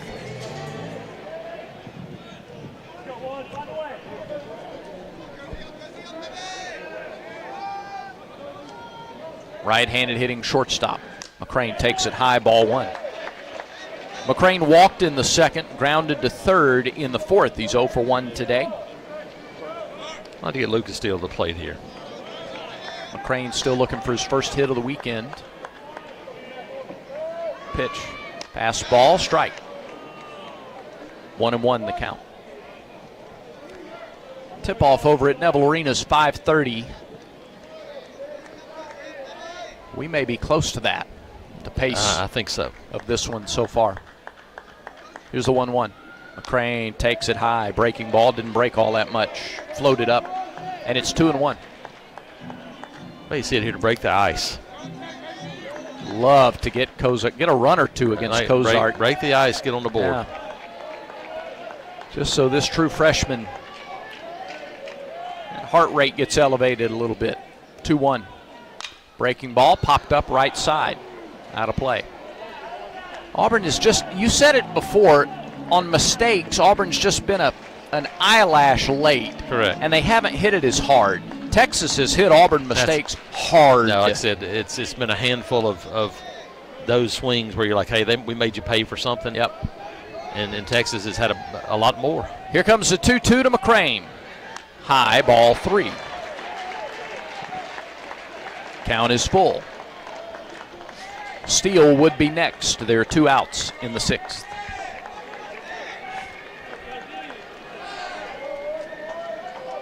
Dugout's trying to make a little noise here. Counts full with 2 outs. Pitch. Fastball fouled back. Tried to throw the fastball by him at 91. McCrane was ready. Last couple of breaking balls floated up, stayed up and in. So he tried to put him away with a fastball. See what he goes back to here.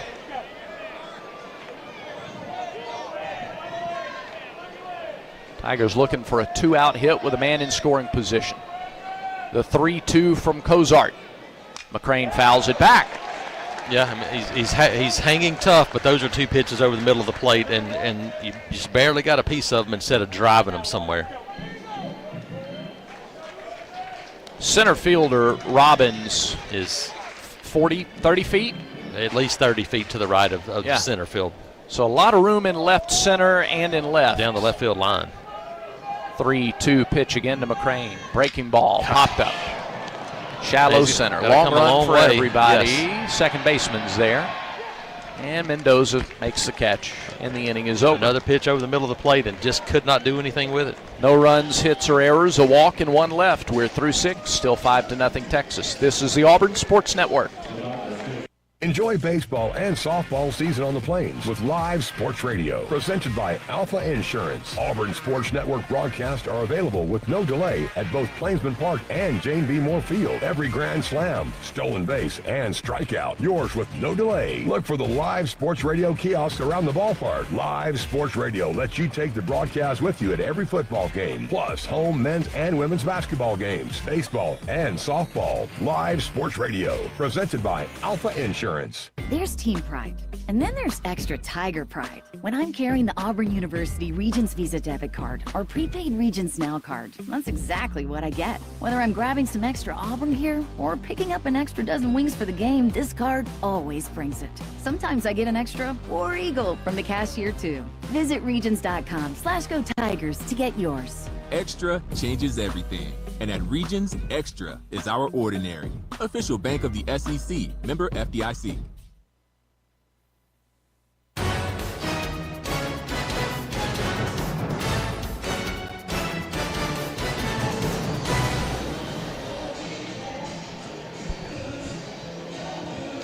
We go to the 7th inning. It's 5-0 Texas. Jet Johnston has done good work for the Tigers.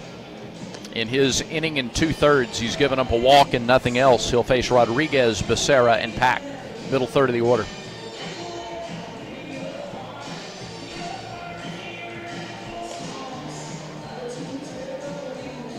Get you some scores from the men's NCAA basketball tournament.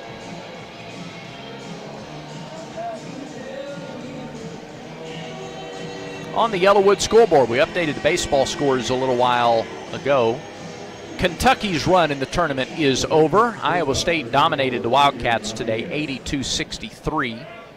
Purdue, a 10-point winner over Miami, 79-69. So the 2 seeds advance over the 7 seeds in the first 2 games of the day on the Yellowwood scoreboard. First pitch to Rodriguez. Misses just a little bit outside. 1 ball, no strikes. 5 runs on 8 hits for Texas. No runs on 3 hits for Auburn. 1-0 pitch lined into left field. That's a base hit for Rodriguez. He goes the other way. His first hit of the game. And it's a leadoff single. And it's where the hits and base runners have come. Texas has stranded 7. Auburn has left 8. But Texas has gotten the leadoff man on base in 3 of the 7 innings. Yeah, the guy right there, you look, not trying to do too much with that one. Just poke it the other way and get a base runner on. So again, Johnston has to deal with traffic. No 1-2-3 innings today. Texas had base runners in every inning. They've stranded 7, Auburn stranded 8. Pitch to Becerra, low, ball 1. Johnston's at 26 pitches.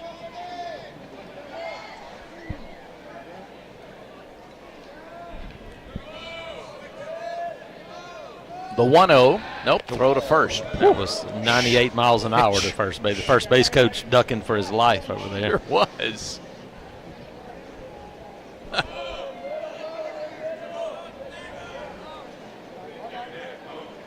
Well, and Jackson Sanders yesterday about 10 or 12% below his normal strike percentage. Pitch missed inside by Johnson. It's 2-0. Yeah, I mean, Johnson's at about 50-50 right now. Petrovic worked the first 3 2/3, 4 runs on 7 hits, 2 walks, 4 strikeouts. Was a little above 50%. Yeah, that's it. You look at it, and it's something they want to hang their hat on is throwing strikes. They have not thrown enough strikes today. 2-0, swung on and missed, 2-1. Chatterton was about 50%, Yeah. 17 pitches, 9 strikes. So total today, 120 pitches, 71 strikes. It's just below where they want to be and what they've made the emphasis. Here's the 2-1 to Becerra. Ground ball, foul pass third. And it's 2-2. So Johnston battles back and evens up the count. It'll take some more late offense from Auburn against the Texas bullpen. They've gotten it 2 games in a row. That's enough to keep you locked in and invested in this one. But you can't give up anything else. Right. You need to keep it at 5.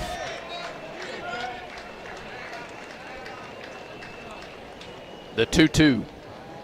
Good pitch. Strike 3 down the middle. He threw the fastball right down the middle and froze Becerra. 1 down.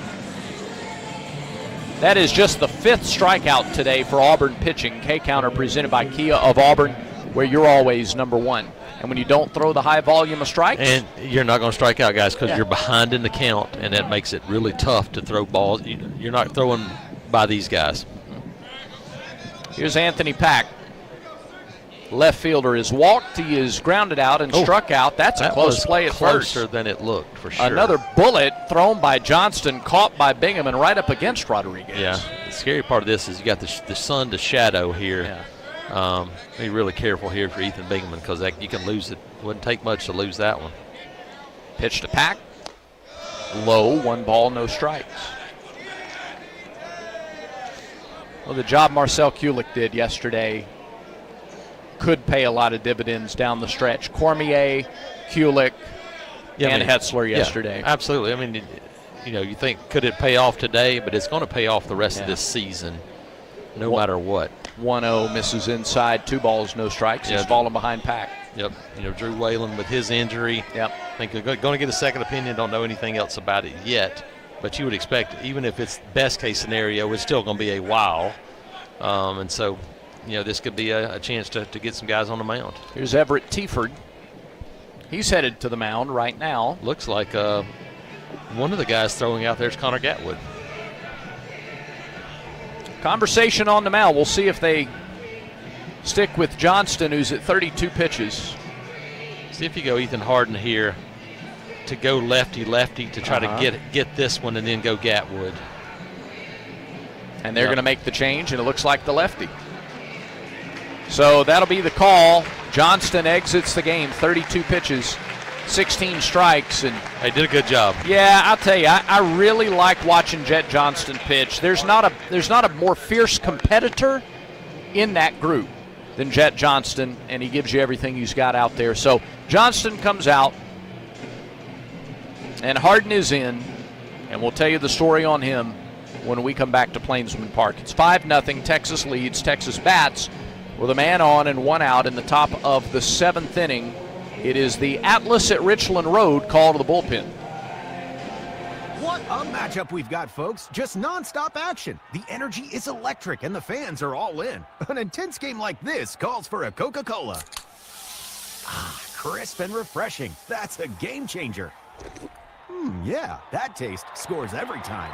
And just like that, they're back at it. Passionate fans and an ice-cold Coca-Cola. Now that's a winning combo. No matter the team, no matter the sport, everyone knows fan work is thirsty work. Enjoy a Coca-Cola.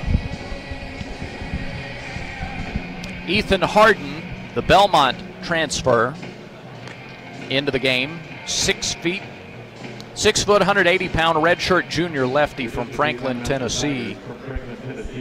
3 appearances this year, 2 1/3 innings, 4 hits, 2 runs, a walk, and 2 strikeouts. Team's hitting .364 against him and an earned run average of 7.71. We saw Harden first against Youngstown State. In the finale of that series, he gave up 2 runs in 2/3 of an inning. Since then, against Nebraska and Winthrop, he's gone an inning and 2/3 with 2 hits and no runs, no walks, and 2 strikeouts. This is his first appearance since March 6th.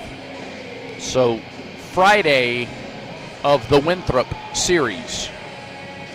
2 weeks and a couple of days for Ethan Harden. But his pedigree is there at Belmont. He saved 13 games. Yeah, no, this is absolutely an opportunity to go get the lefty here, finish this off, and then, hey, do you go Gatwood after that to try to, because there's a lot of right-handers in this lineup. This could be a, hey, lefty-lefty one situation here to try to get out of this and see if you can get this out.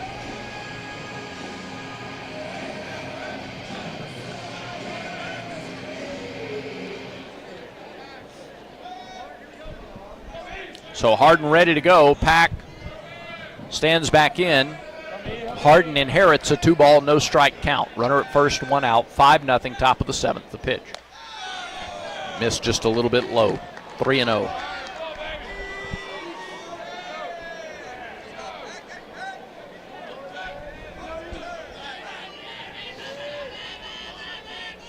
From the stretch, the 3-0 pitch. That's low, ball 4.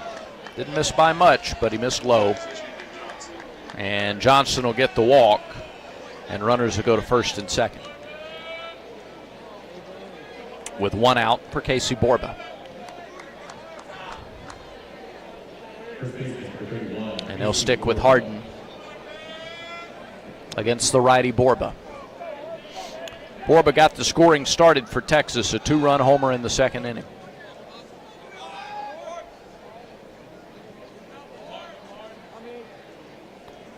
Step, throw to second. Yeah, tough spot here for Harden. He's got it with experience, but has not pitched much this season here. And now you jump into the frying pan here, and facing a couple of right-handers now with first and second, 1 out. Here's the delivery to Borba. It's up and away, ball 1. He hasn't thrown a strike yet. Borba, the homer in the 2nd, the single in the 4th. Hit into a double play that scored a run in the 5th. His at-bats have produced 3 of their 5 runs, and he scored another. Listen, we've seen it this game. Auburn's walk guys, Texas has made them pay. There's a 1-0 strike to even the count.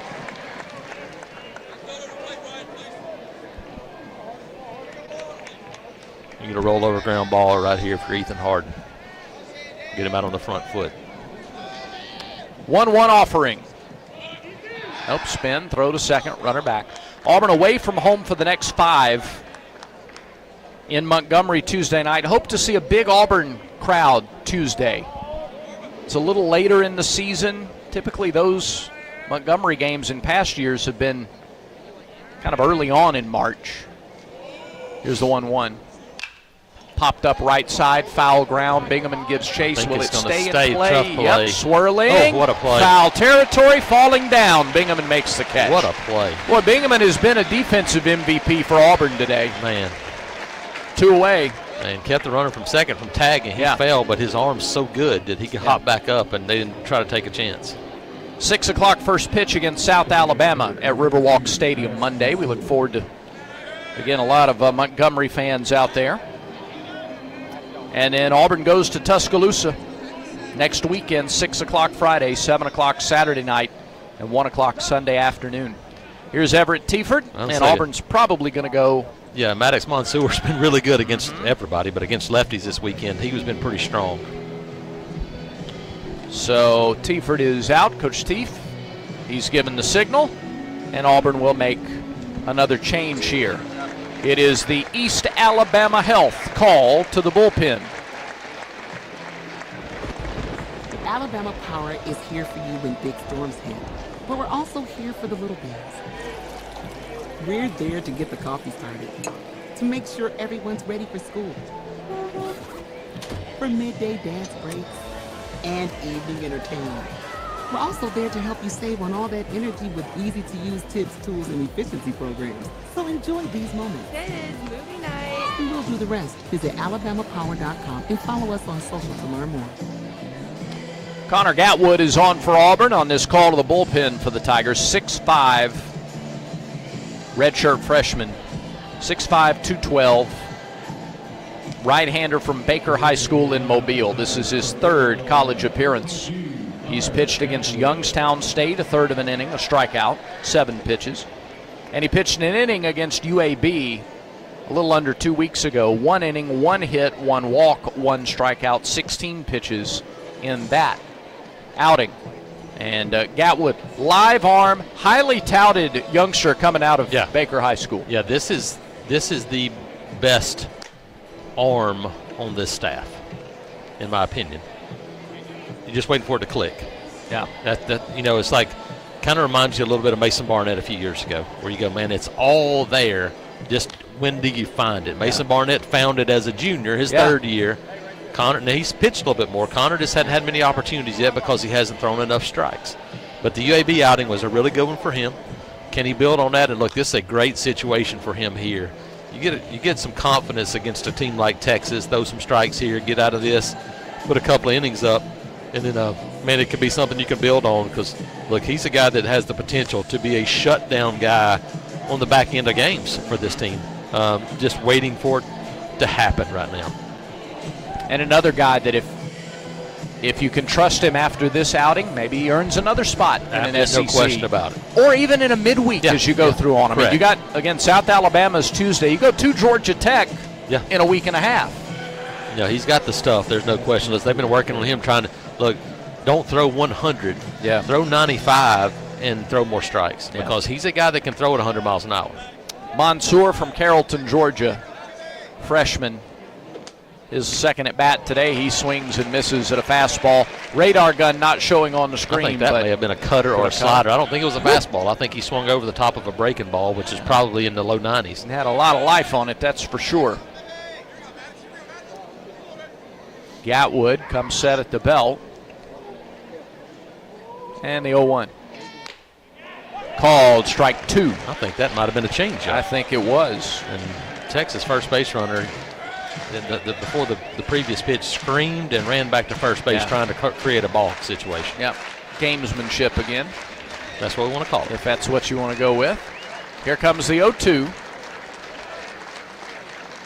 Strike three. Called strike three, a fastball at 95. Connor Gatwood, a 3-pitch strikeout, and he sits down Mansour. That was impressive. No runs, 1 hit, a walk, no errors, 2 stranded for Texas. 7th inning stretch time. Little bit of fight left in these 4th-ranked Tigers. 5-0 Texas on top. Auburn baseball continues in a moment. There's team pride. And then there's extra Tiger pride. When I'm carrying the Auburn University Regents Visa debit card or prepaid Regents Now card, that's exactly what I get. Whether I'm grabbing some extra Auburn gear or picking up an extra dozen wings for the game, this card always brings it. Sometimes I get an extra War Eagle from the cashier too. Visit Regions.com/Go Tigers to get yours. Extra changes everything. And at Regions, Extra is our ordinary. Official bank of the SEC, member FDIC. Hi, Auburn fans. This is Andy Burcham. What do bees, bears, and a blood bank for dogs have in common? Find out on March 25th during Auburn University's Tiger Giving Day. For 24 hours, we're asking the Auburn family to come together online at tigergiving.org and make a difference on campus, in our communities, and across the state. So mark your calendar for March 25th. Visit tigergiving.org and support your favorite projects. This game recap is presented by Regions Bank. Regions is a proud partner of Auburn University and the official bank of the SEC. Regions Bank game recap, chances. Texas has taken advantage of chances. They've taken advantage of walks. They've gotten guys on base early in innings, and they lead 5-0. Auburn has had as many or near as many chances, but their hits and their walks have come with 2 outs in innings, and they haven't been able to come up with a 2-out hit with a runner in scoring position. 9-1-2 due up in the 7th against Sam Cozart. Lucas Steele got a base hit last time. He's been on twice today, and he shows bunt. He bunts it right back to the pitcher. Cozart fields and throws wide. Throws wide of the bag, and Steele is on. Oh boy, a telegraph bunt that Cozart had to come about halfway off the mound to field, and he just telegraphed the throw. So 2 telegraphs make a right.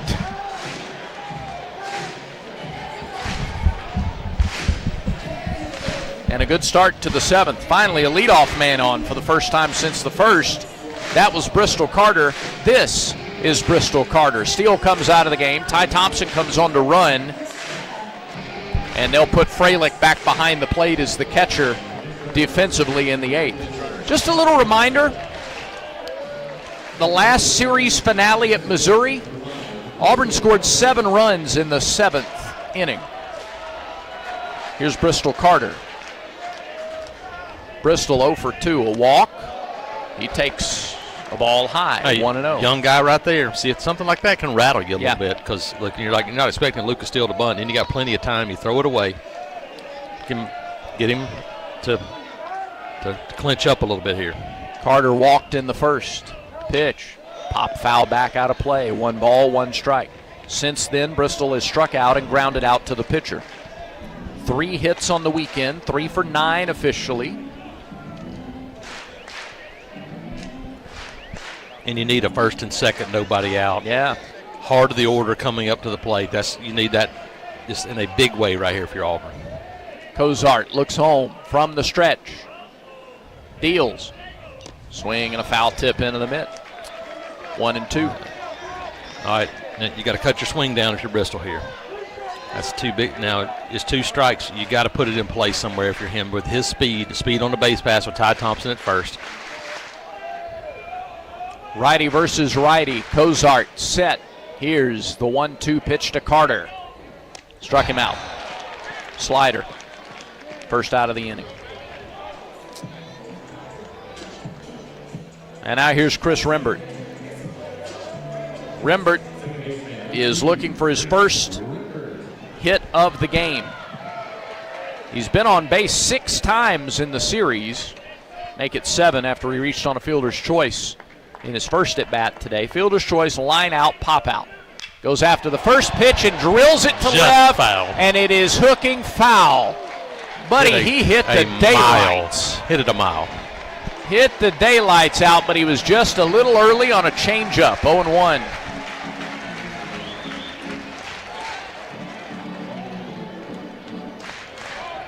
Well, will Cozart think twice about the changeup? Just slide her away now. Yeah. Here's the 0-1 to the Auburn second baseman. Check swing on another changeup. Foul off to the right. 0-2. Can't help him out, and Bristol helped him out the last at bat. Chris leaves his bat over the plate on the ball down in the zone and gets a weak foul ball out of it. Now you're down 0-2. Look, right side. Chris has been a right side guy in the past. There's a ton of room over there. Take it the other way. Wind blowing out to left. Thompson gets the lead at first. Here's the 0-2 pitch. Swung in line, right field. Headed toward the corner. Right fielder is over. Slides and makes the catch out in right field. What a play by Duplantier in right. Had to go a long way to get to a sinking fly ball, and he did for the out. Yeah, wind probably helped keep it up just enough for him to get there on a knee.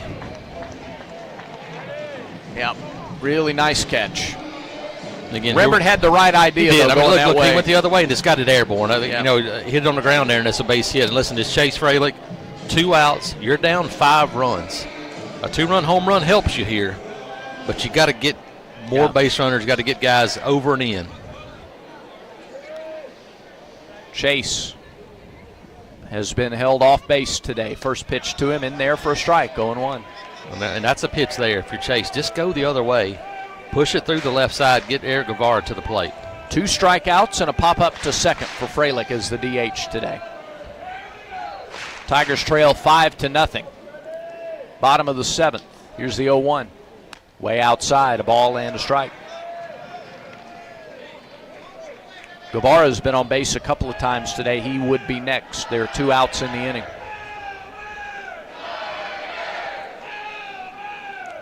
Crowd trying to give a little life. 1-1. Way outside. 2-1. That was a little closer than I thought, actually. It started way outside, broke back in, but is ball 2.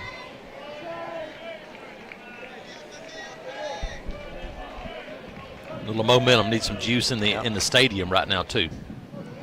2-1 pitch from Cozart. Pitch clock down to 2, and they throw to first.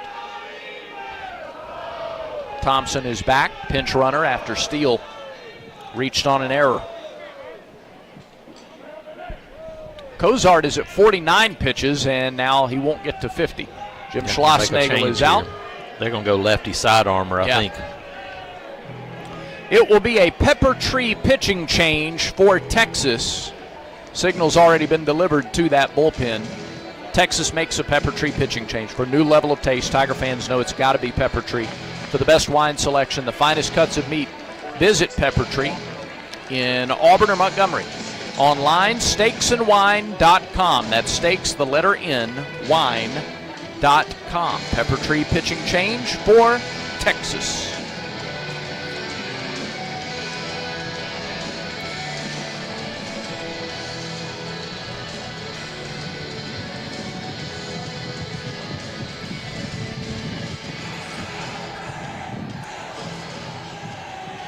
And on this Pepper Tree pitching change, it is number 46, Ethan Walker.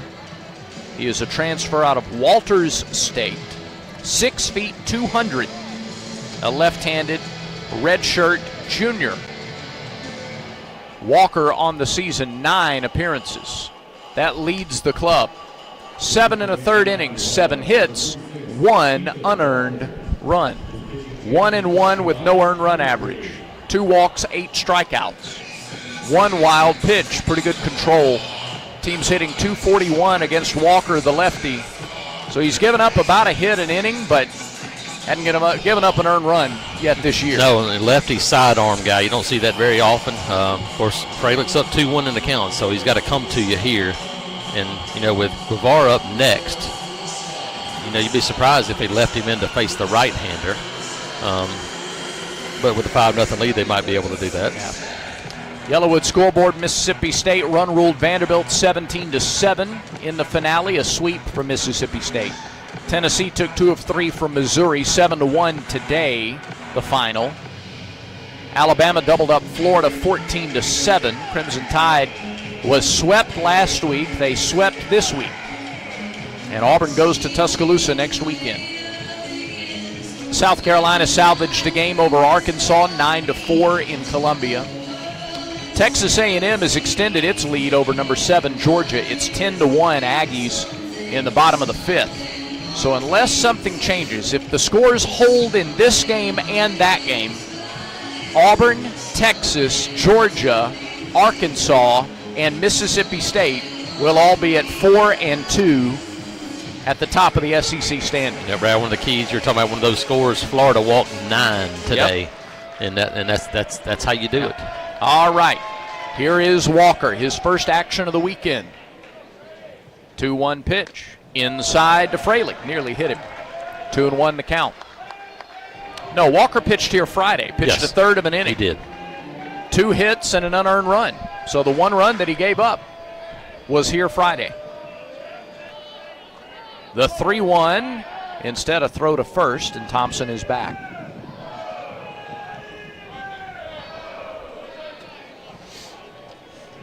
Here, Chase, you got it. Don't help him out. Make him throw strikes here in this situation. Came on in the 9th inning in that game Friday. 3-1 pitch, way outside, ball 4. Walk will be charged to Cozart, but Fralick is aboard, and there are runners at first and second without a hit here in the 7th. 2 outs. Can Guevara come through with Auburn's first 2-out hit with a man in scoring position? We keep saying it, going, hey, look, it's time. They're due, but he's going to have to face another pitcher. Yep. Schlossnagel is out. He walks around the Auburn logo. He doesn't go straight to the mound. He makes sure not to step foot on the paint, on the turf. And so, 2 pitches. That's all that Walker got. And somebody else is on to face This Eric is another Guevara. one of the big right-handers. I can't tell if it's 88 again. Okay. Well, Auburn faced Crossland. I can't tell if it's him. I just know it's just another big body, and he was really big. One of their big ox that they have in there. And I think that's who it is based the on bullpen. Hard to tell. We can't see a number yet. I think that's him. All right, he comes in the game. He's skipping to the mound. He's fired up. It is another Pepper Tree pitching change for the Texas Longhorns. What a matchup we've got, folks. Just nonstop action. The energy is electric and the fans are all in. An intense game like this calls for a Coca-Cola. Crisp and refreshing. That's a game changer. Yeah, that taste scores every time. And just like that, they're back at it. Passionate fans and an ice-cold Coca-Cola. Now that's a winning combo. No matter the team, no matter the sport, everyone knows fan work is thirsty work. Enjoy a Coca-Cola. Brett Crossland threw 15 pitches in last night's game, so he's out there again about 20 hours later. Yeah. Big guy, big, 6'5", 255, and just tree trunks as legs. And Brad, look, we've seen it now. This is 3 guys in a row that have already pitched this weekend, and this is kind of the major league theory now that Texas is doing. A bunch of arms, short stint, a couple of times a weekend. Don't let get look. So they're calling on guys to get 1 or 2 outs, and then the next guy comes in. And so we may see 4 or 5 more guys before this game is over with. 6'5", 255, the true freshman from Corona del Sol High School in Phoenix. Last night he gave up 2 hits, no runs, in a third of an inning. He faced 3 batters. The out that he got was a strikeout. 15 pitches to 3 batters. And let's see, he faced Terrell, Guevara, and McCrane. Terrell and Guevara each singled against him. The next 2 up, Guevara and Terrell. So these guys saw him last night and got hits off of him.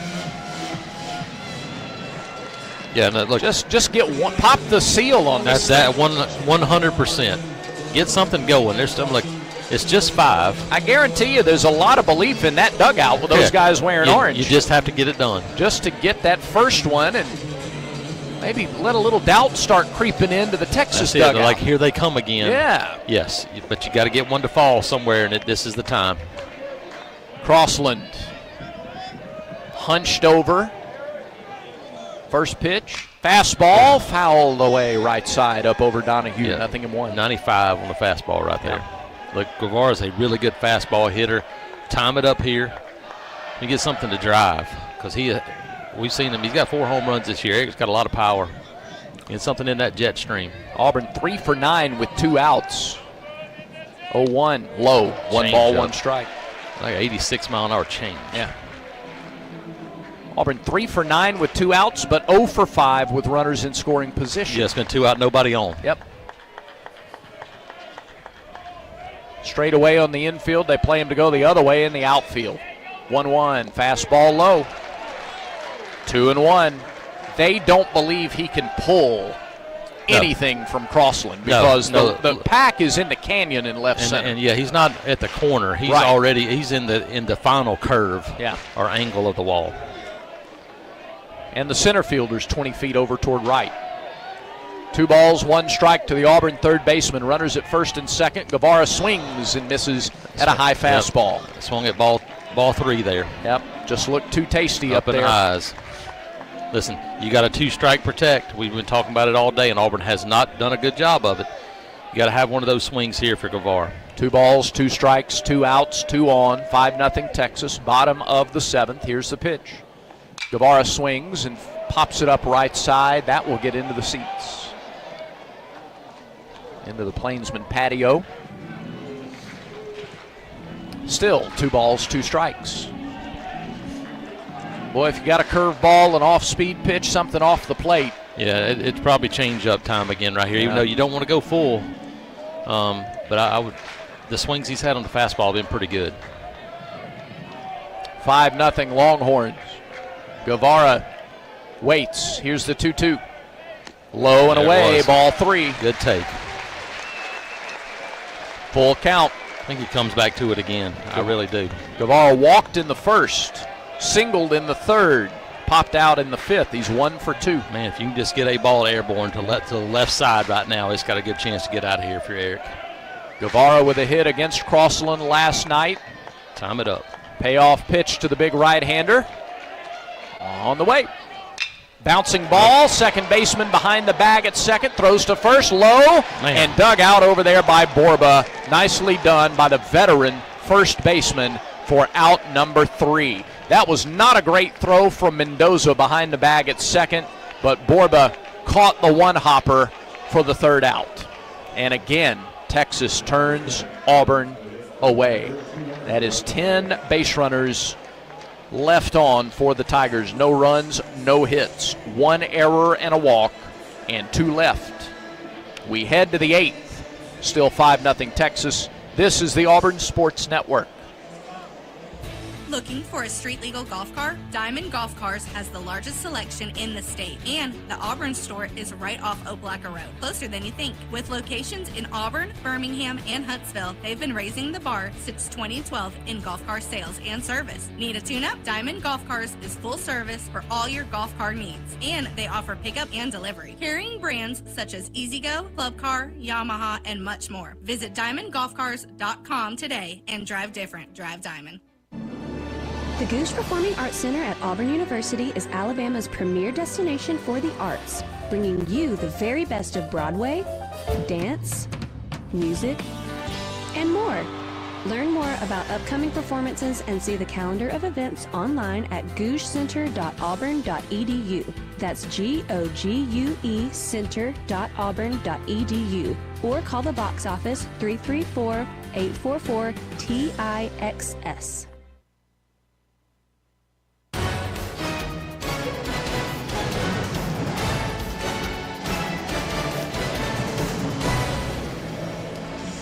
Five 5-0 Texas. We move to the 8th inning, and a new pitcher for the Tigers against the 9-1 and 2 hitters for the Longhorns in the 8th inning. It is Justice DeYoung, a freshman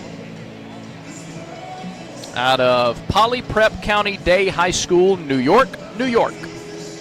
DeYoung 6'3", 220. And this will be his 2nd appearance of the year. 3rd of an inning, zeros across the board. for the right-hander. They like him, and they think he's got a bright future. So you drop him into a spot here in conference play to try to hold the deficit at 5. He pitched against Cincinnati in that midweek loss. Threw 3 pitches, got an out. He is the 6th Auburn pitcher. 1 batter for Gatwood, 3 pitches, 3 strikes, and a strikeout. New catcher for Auburn, Taylor Belza. He's behind the plate. Yeah, it allows you to keep Chase Freilich and keep your DH there. If you'd put Freilich behind the plate, you would have lost your DH for the Tigers. Jaden Duplantier has reached on a fielder's choice and scored. He takes a strike. It's 1-1.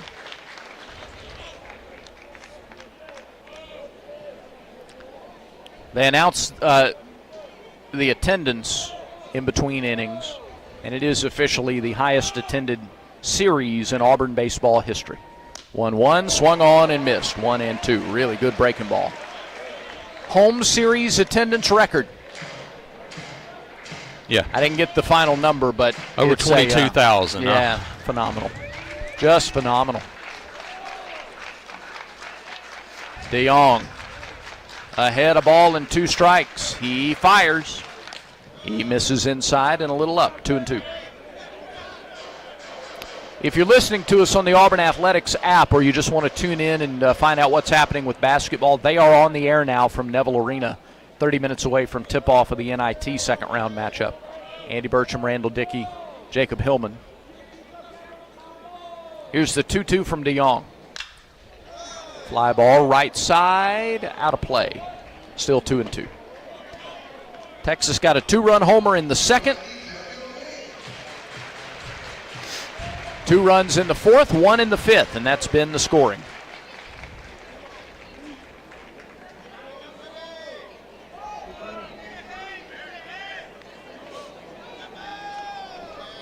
Nobody on, nobody out in the 8th, 2-2. Good swing pitch. And a miss. Good DeYoung pitch. gets a strikeout. The youngster strikes out Duplantier.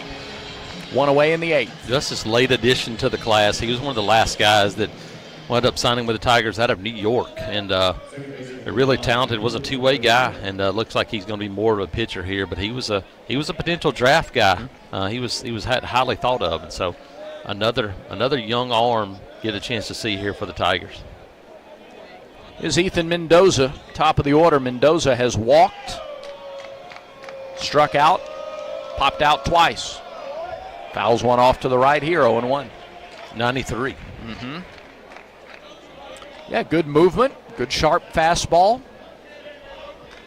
A lot to like here from the youngster DeYoung.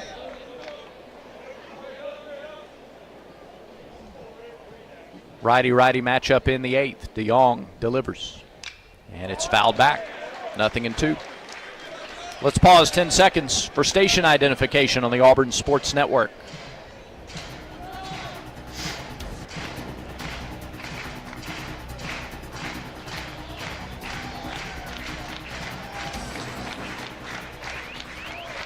Few fans have left part of this record weekend crowd. The ones here get behind DeYoung. The 0-2 pitch.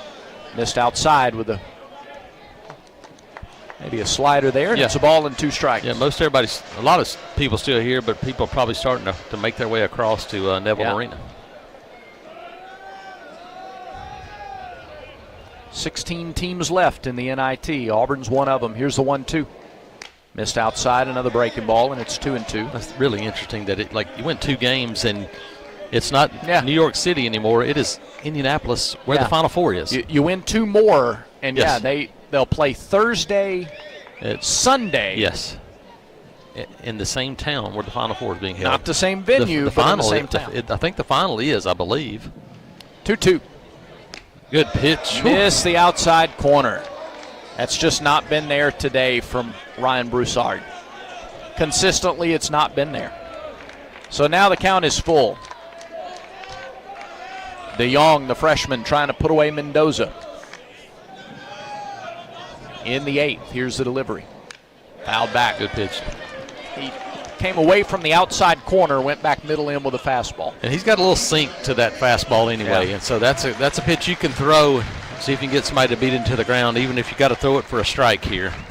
because it has that downward motion to it. All right, DeYoung trying to bear down against Mendoza. Here is the payoff pitch. Bouncing ball up the middle. Rembert gets there to the left of the bag, throws to first in time for the out. So DeYoung has retired the first two here in the 8th. And it brings the catcher, Carson Tenney, to the plate.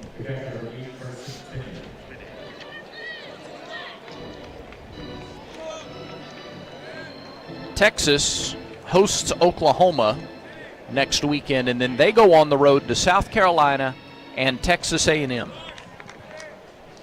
They host Alabama. They're at Vanderbilt, at Tennessee. This is the only ranked team that they're playing on the road in conference play. Texas. There's a strike.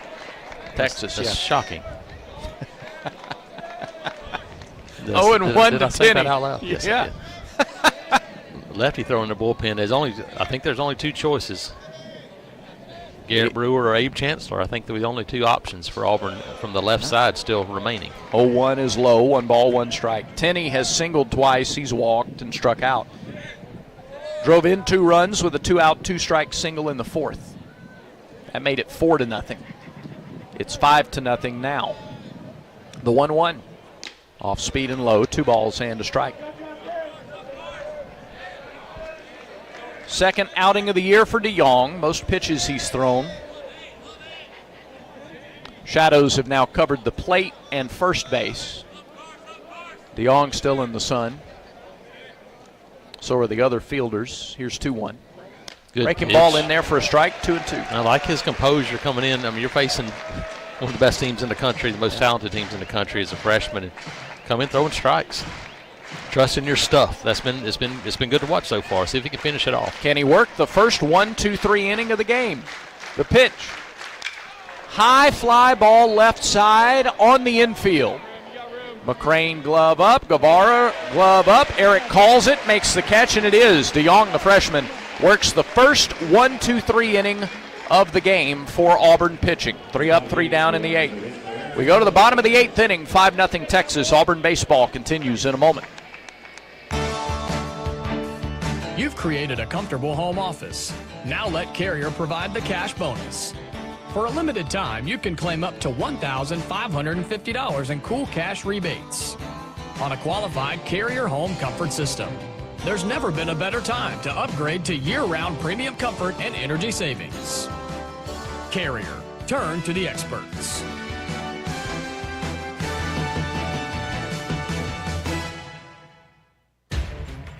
In 1977, Ford F-Series became the best-selling trucks in America. 33 million trucks later, we've kept that title every year since. And that's a formula we plan on repeating. Ford F-Series, built Ford tough. The best-selling trucks in America for 49 years and counting. Based on 1977 to 2025 calendar year industry reported total sales.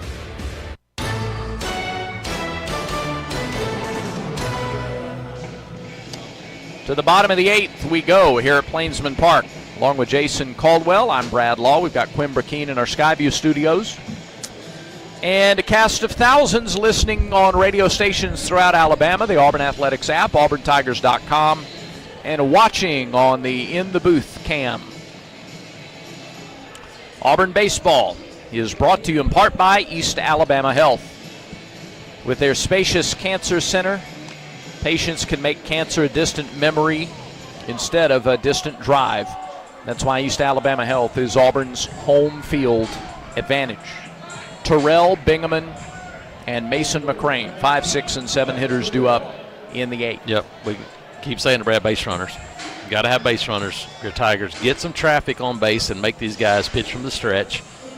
Put a little pressure on here, and then hey, see if you can get that ever elusive hit with a runner in score position. Auburn has 3 hits today. They've all come with 2 outs. First pitch to Bub Terrell is a called strike, 0-1. Have they all come with 2 out, nobody on? Well, other than Terrell's hit, which followed Guevara's hit. Yeah. 2 of the 3, 2 out, nobody on. Nothing in 1 to Bub. He's 1 for 3. He's fouled out to the catcher, singled, and struck out. 0-1. Down and in, almost hit him. In fact, kicked back off that backstop hard, nearly got him again. It was about 85 coming back off the wall. Yeah. You can make him throw pitches. Yeah, Brett Crossland pitched last night. This is the second batter he faced. He came on with 2 outs in the 7th and got Guevara to ground out on a 3-2 pitch. The 1-1 to Terrell. Way outside, 2-1. Yeah, Bob, I think this is the third straight at bat with a different bat. Last time he had a bright blue bat. This time he's got something different. I don't know that I like that he's searching for something, but maybe you can find the right combination here. They go into the shift with 1 strike. Here is the 2-1 delivery. And he shows bunt. He tried to bunt it off to the left, and it was coming in at 93, bunted it to the net. I like the idea there, but he took off running. And listen, if you get the bunt down, you don't have to worry about running fast because there's nobody over there. And it was like he tried to run, and he didn't have to because it wasn't a push or a pull. That was just bunt it down the field and get it on the grass. Now 2-2. Crossland's offering. Fastball swung on and missed, 94. Mid-90s fastball, and Terrell just couldn't catch it. 1 away in the 8th. Auburn's down to its last 5 outs, down 5 runs. And Ethan Bingaman is the batter. A couple of ground outs and a walk for the Auburn first baseman, and several really good plays defensively at first today. Yeah, they've been good. A lot of times this year we've seen Freilich at first base on Petrovic days. Today Bingaman got the call, and it's worked out well. First pitch, fastball in, 1-0. Well, you wonder if this freshman right here is working to be the closer for Texas like they had a freshman last year, Crossland, 96. 1-0, up and in, 94, 2-0. Bingaman not backing down. I would imagine these guys at least are familiar with each other because I would bet you Crossland was probably pretty highly recruited as well. 2-0 delivery. Low, 3-0. Bingaman walked last time. He's a ball away from drawing a 1-out walk just as he did in the 6th. It wouldn't be this game if Auburn didn't have at least somebody on base. Right. Bottom of the 8th, 5-0 Texas, 3-0 pitch. Low. Oh, gosh. Called strike. It was a foot under the zone. Mercy. All right, count 3-1.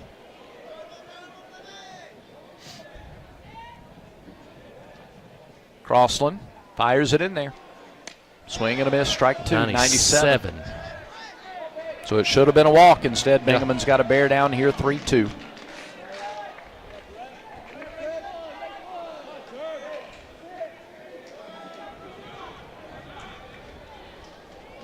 Right-hander. Ready. 3-2 pitch. Golfed off to the right side. My goodness, Bingaman went way down to get that one. He had to. Had to. Count stays full.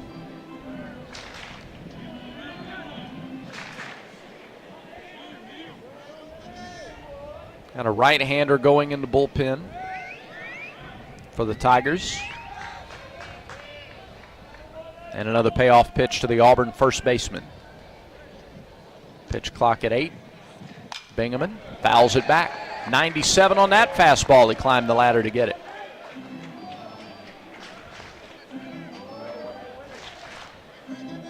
Saw Freilich last night single to left on a 99-mile-an-hour fastball. Yeah.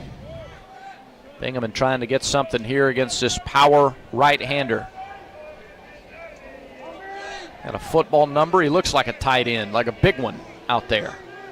And Crossland's 3-2 pitch. Fouled back. Good job. Another 97-mile-an-hour fastball. He's just bearing down and trying to throw it by Bingaman, and Ethan's hanging with him.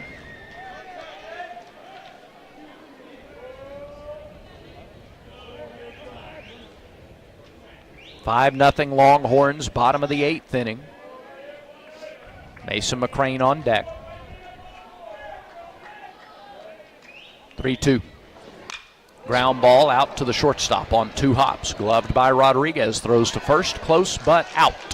Yeah, probably swung at ball 4 there, but you just have to protect in this situation and sawed him off at the hands.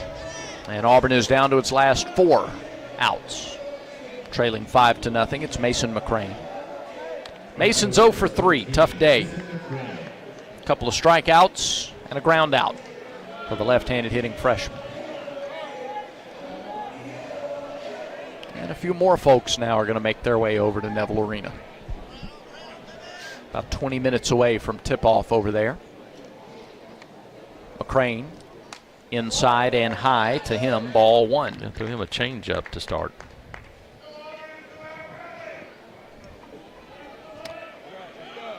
All 3 of Auburn's hits have come with 2 outs. McCrane tries to keep that going. 1-0 pitch to him. Way upstairs. 2-0. Maybe Saxon Roberts may be the right-hander. Crossland, 23 pitches. Is 2-0 to McCrane. Strike 1 on the inside corner at the knees. 95. Popped the mitt.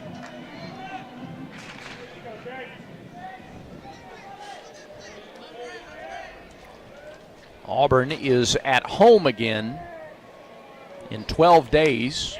Pitches a strike to McCrane, 2 balls, 2 strikes. Arkansas is in here in 2 weeks. A Thursday, Friday, Saturday series, April 2nd, 3rd, and 4th. First Thursday, Friday, Saturday series of the year against the Razorbacks. That'll be another top 10, maybe top 5 matchup. 2-2. Swing and a miss, strike 3. Blew him away with a fastball, inning over. 3 up, 3 down, go the Tigers in the 8th. It's 5-0 Texas, and this is the Auburn Sports Network. Let's be honest. Senior living shouldn't feel senior, and it's definitely not all about yelling, bingo! At Atlas Senior Living, we focus on great care, great people, and yes, great days. And no one telling you you can't have dessert before dinner. Well, maybe once. And with locations throughout the Southeast, chances are there's an Atlas community closer than you think. Atlas Senior Living, exceptional care, even better living. Visit atlasseniorliving.com to find a community near you and schedule a tour today. Children's of Alabama reminds you that every child's head injury should be treated like a serious injury until a doctor says it's not. The CDC estimates some 4 million sports and recreation-related concussions occur each year. Even a minor fall or collision may be a concern. Symptoms typically include headaches, unsteadiness, confusion, or sleepiness. To find out what to do in case of a suspected concussion, visit childrensal.org/concussion and always dial 911 in case of an emergency.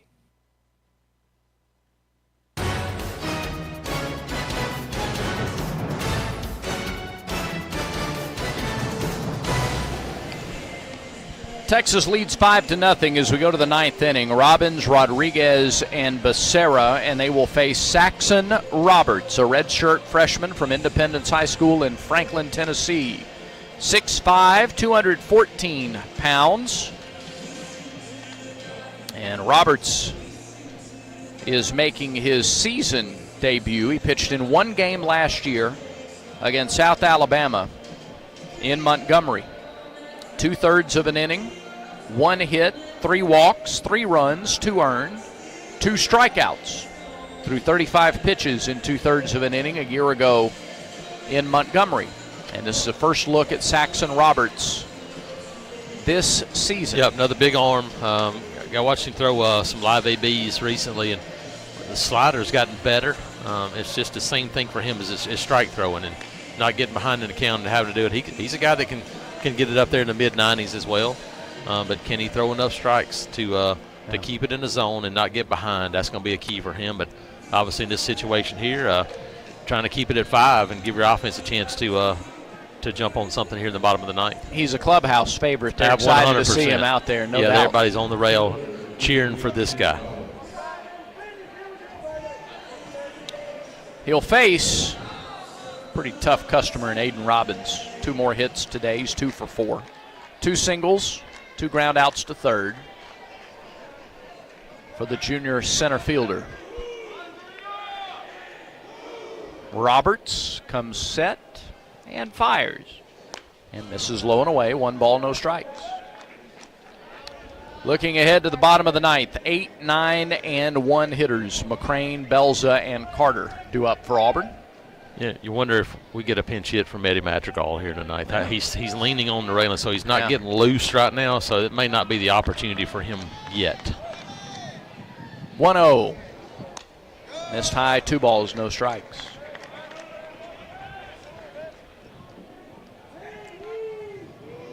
Yellowwood scoreboard nearing halftime. NCAA tournament. 5-seed St. John's leads the 4-seed Kansas 34-26. 2-0 pitch, up and in, 3 balls, no strikes.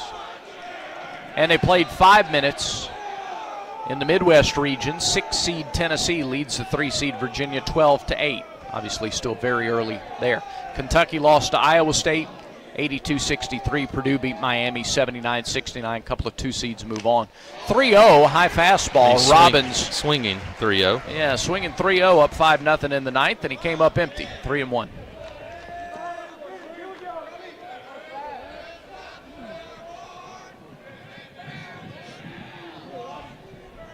(3-1) offering from Roberts.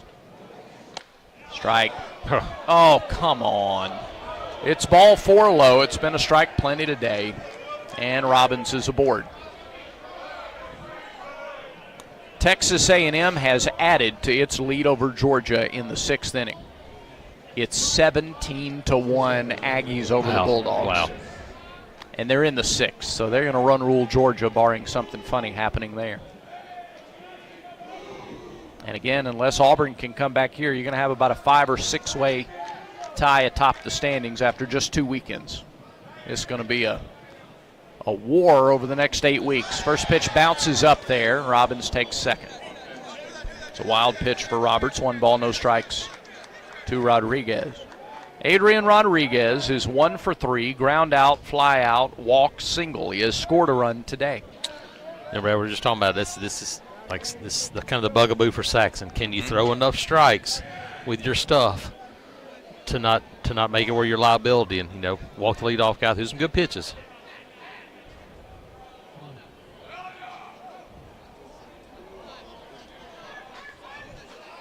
Rodriguez takes a little walk around. Pitch clock resets. Get in the box. Rodriguez with 11, now 10, steps in the box. He's very close to a violation. 1-0 pitch. Strike. There you go. 93. 1-1. They're going to stand out here and human rain delay again right here. 11. Now he steps. He's right on the line. You got to be in at 10. Yeah, it's deliberate. Yep, 1-1. Missed up and away. 2 balls and a strike. If I'm Saxon, I'm throwing the pitch with 10 seconds right here. Yep. I'm just going to throw it. When it gets to 10 seconds, I'm throwing the ball. Now, throw the pitch. Runner leads from second. That's Robbins. 2-1. Fouled away left side. 2 balls, 2 strikes.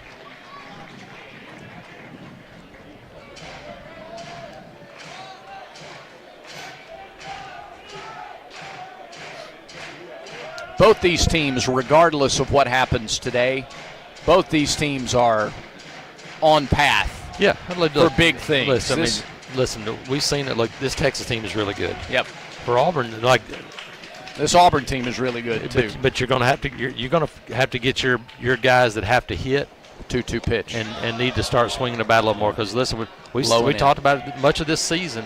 Auburn's done what they've been able to do, and you haven't gotten Todd Clay going. You haven't gotten Lucas Steele going. You haven't gotten Kay Ballou going. And this weekend, look, really nobody has lit it up against Texas this weekend. That's what you got to have to win a series like this. You got to have somebody go off, and they didn't have anybody like that. 3-2 pitch up high, ball 4. Back-to-back walks to start the inning. Nobody out, and Timu Becerra comes to the plate.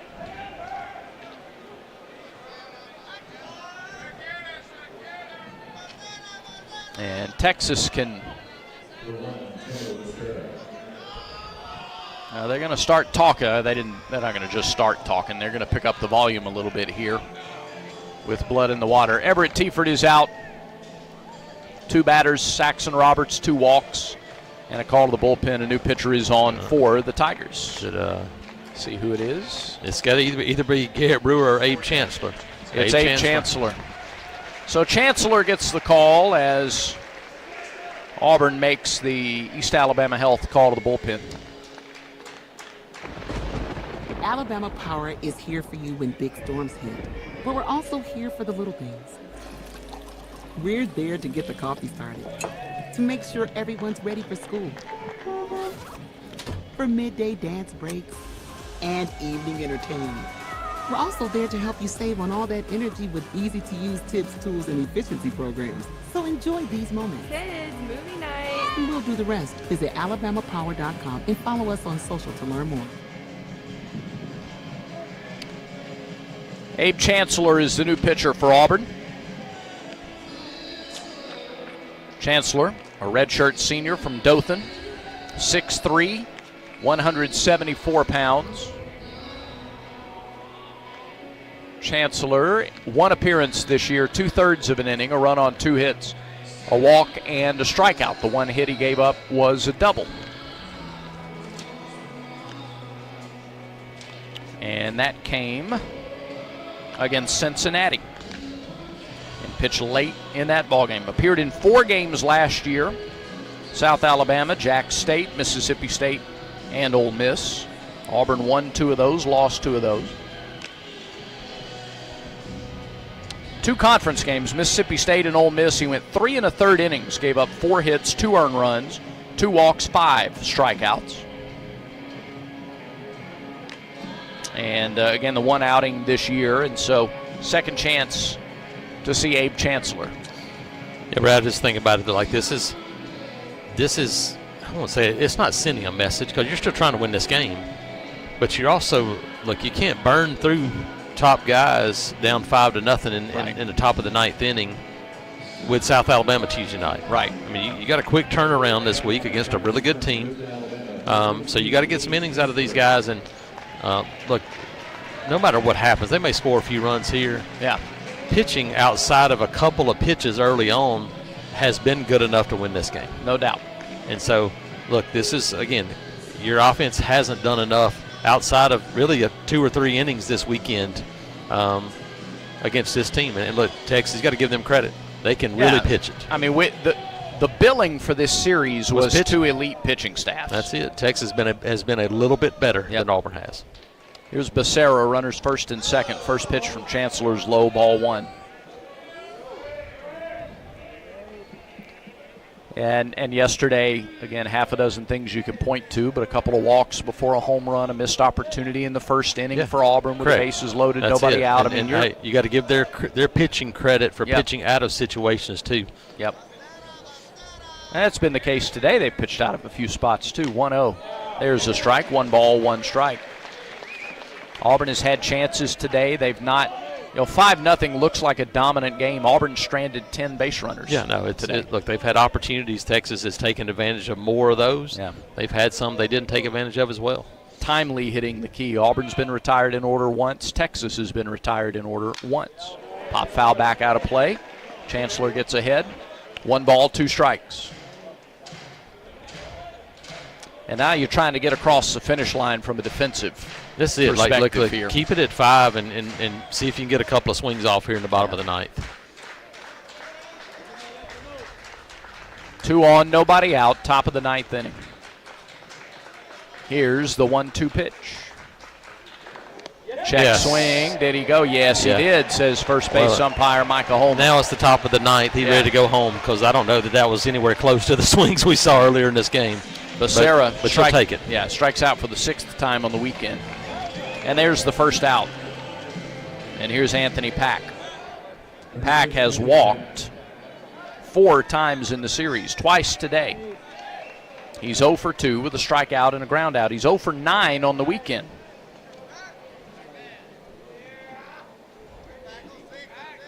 First and second, 1 down. Shift on against the left-handed hitter. First pitch is low, ball 1.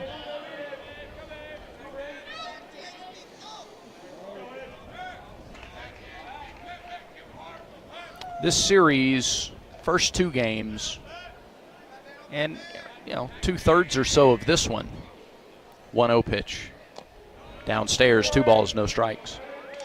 Felt like more was on the line than was actually on the line, if that makes sense. Yeah, because you're in the intensity of the moment. It does. And it felt like what a June series feels like. Yeah, and it's a reminder that, look, it's a long baseball season. Yeah. This is a marathon season. That's what we're just talking about. Like, if it's a super regional. Here's the 2-0. Fouled away to the left, 2-1. If it's a super regional, then Ryan Hetzler's back in the game. Yeah. Garrett Brewer's back in the game. But it's not. And so you have to separate yourself going, look, we got to try to protect guys for the longevity of the season. You're still trying to win because, you trust your guys. And, look, these guys wouldn't be on the team if you didn't think they'd get outs. Yeah. Here is the 2-1.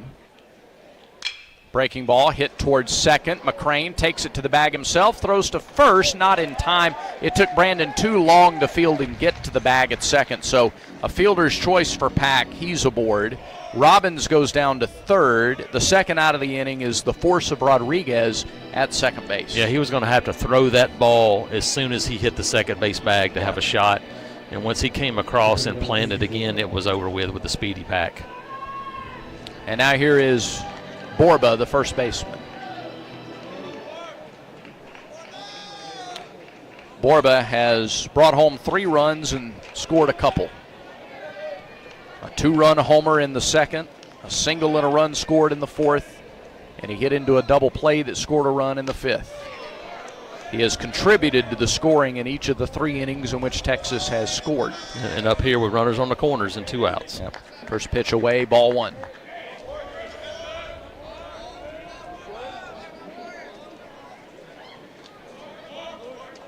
Runners get their leads. Robbins from third, Pack from first. Chancellor delivers and misses high, 2-0. Be really careful here. Oh, goodness. I hope that's not an arm for him, too. Anthony Sanderson is out to talk to Abe Chancellor. Everett Tiefert is out as well. I didn't see a reaction immediately, but Auburn's head athletic trainer is out to talk to Chancellor. We get a replay on our screen.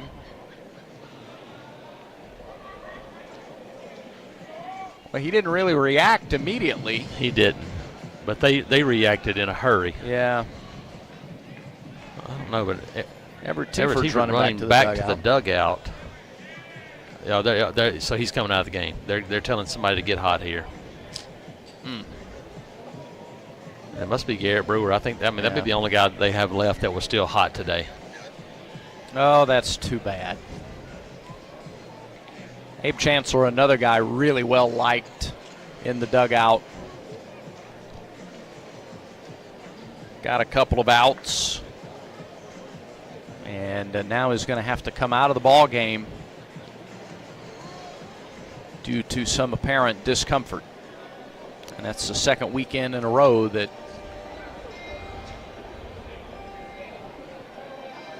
a reliever is having to deal with some discomfort. So we're gonna take a break.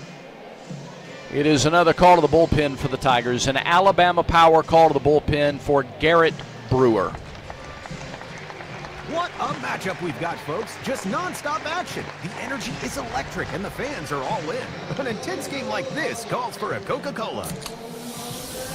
Crisp and refreshing. That's a game changer. Yeah, that taste scores every time. And just like that, they're back at it. Passionate fans and an ice-cold Coca-Cola. Now that's a winning combo. No matter the team, no matter the sport, everyone knows fan work is thirsty work. Enjoy a Coca-Cola. So Garrett Brewer is in for the first time this weekend. He pitched in the Friday game. Brewer, the transfer from Michigan State, 6'3", 174. Left-hander. 1-1 with 3 saves in 7 appearances. Earned run average of 3. He's given up 3 runs in 9 innings. 10 hits, 2 walks, 12 strikeouts. 4 doubles and a homer. Team's hitting .270. against Garrett Brewer. And Abe Chancellor just immediately back to the locker room. Yeah. Hope he's all right. Never a good feeling when a guy comes off. And it's really interesting because he didn't make a motion, but there was obviously something that they either pitch velocity. There was something there. That maybe they called fastball and it was 83 instead of 89, which was earlier. They went, okay, something's wrong, and it might have been as simple as that because he did not motion to the dugout. So I think it was probably more velocity than anything. There was nothing on the arm motion, the follow-through, no anything we could see in the actual delivery. So, boy, they watch. If nothing else, that shows you how closely they are watching those guys. They don't get caught up in game situations, or they're watching the pitchers. And nobody better in the game than Anthony Sanderson to help take care of them. So they'll get that diagnosed, and in the meantime, Brewer comes on. He's trying to get one more out here in the ninth. Yellowwood score update in the NIT. Okay. Illinois State goes on the road, hits a 3 with 1 second left to win at Wake Forest. Wow. So the Redbirds. Auburn taking on the Seattle University Red Hawks. Borba stands back in. Brewer inherits a 2-0 count, and he starts him with a strike, 0-1. Like a change up there, first pitch for a strike. Borba, when he looks toward the dugout, is in the sunlight. Shadows over the mound, sunlight back at the plate and first base. 2 outs, runner goes. Pitch is outside. Check the swing there. He went. I told you he's ready to go home. 2-2 the count to Borba. Auburn indifferent on Pack running to second. Yeah, get the strike out here. 2-2.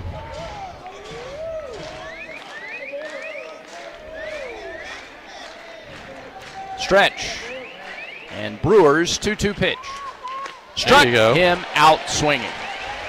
So Brewer comes in, gets the strikeout, and the inning is over. No runs, 2 walks, no hits, no errors, 2 left. To the bottom of the ninth, last chance for Auburn, trailing Texas 5-0. Auburn baseball continues in a moment. Yellowwood knows that a 5-star backyard is the place to make lasting memories. Like roasting marshmallows on a cool fall night. That's it. Turn it nice and slow. Get it toasted all... Oh, no, it's on fire. Oh, you want it on fire. Okay, that's a choice, I guess. Crunchy. For 5-star backyards and the most memorable experiences, Yellowwood brand pressure-treated pine. If it doesn't have that yellow tag, you don't want it. Strike out ants, termites, and other pests with a call to Cook's Pest Control. Cook's proven pest control methods and superior termite control system keep your home safe and are backed by a 110% satisfaction guarantee. As the weather gets warmer, your spring cleaning isn't done until you call the official pest control partner of the Auburn Tigers, Cook's Pest Control. Looky, looky, looky, here comes Cookie, Cook's Pest Control. This broadcast of Auburn baseball is brought to you in part by Cook's Pest Control. The best defense for your home is Cook's Pest Control. The South's most trusted name in pest control since 1928. And the official pest control partner of the Auburn Tigers. We move to the bottom of the ninth. Last chance for Auburn. 8, 9, and 1 hitters due up. And Auburn is going to start the ninth with a pinch hitter. Eddie Madrigal is first at bat at Auburn. A guy highly touted from the transfer portal, injured in the fall, and he has worked hard to recover and get back. And so an exciting moment as Madrigal makes his Auburn debut. Yeah, a guy that was a second-team All-American last year, 20 home runs, over 70 RBIs. And hey, this is a guy that Auburn can get him back into this lineup and get him going a little bit. Only 5 or 6 months off of an ACL surgery that happened in the fall, and just a freak accident. And now his first at bat here, and gets a chance to step into 96, 97. So I've been watching him. He's been swinging it well, and we watched him in BP last week at Missouri, and he took some good swings. They start in the shift against Madrigal. First pitch. Inside, ball 1. Busted him inside with a fastball, 95. He's been 95, 96. Crossland, the freshman right-hander. Here's the 1-0 pitch to Madrigal.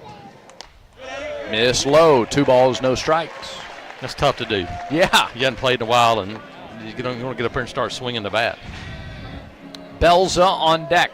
I love the recognition from the fans that have stayed as well. They know what a moment this is. Yes. And they responded accordingly. Here's the 2-0. There's a strike off speed. Yeah, it wasn't off speed. It was 93. 2-1 to count to Madrigal.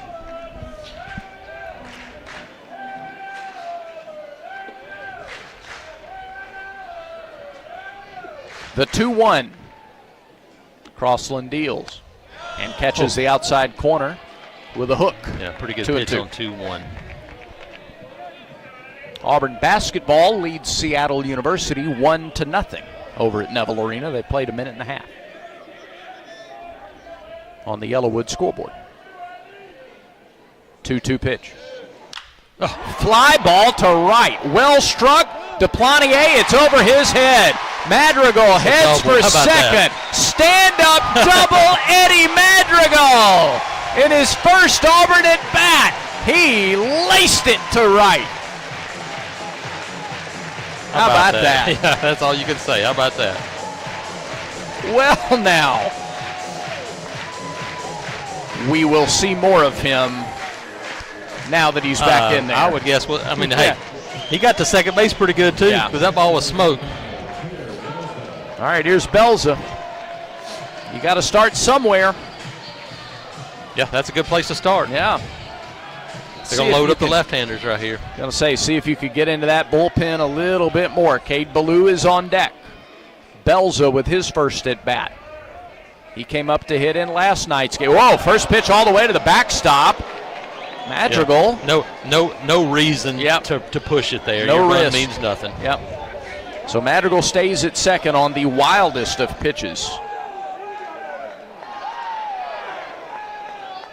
Got to start somewhere. Belza, 1 hit on the year. He is 1 for 6. Crossland looks to second briefly, comes home, pitches a strike on the outside corner. 1-1.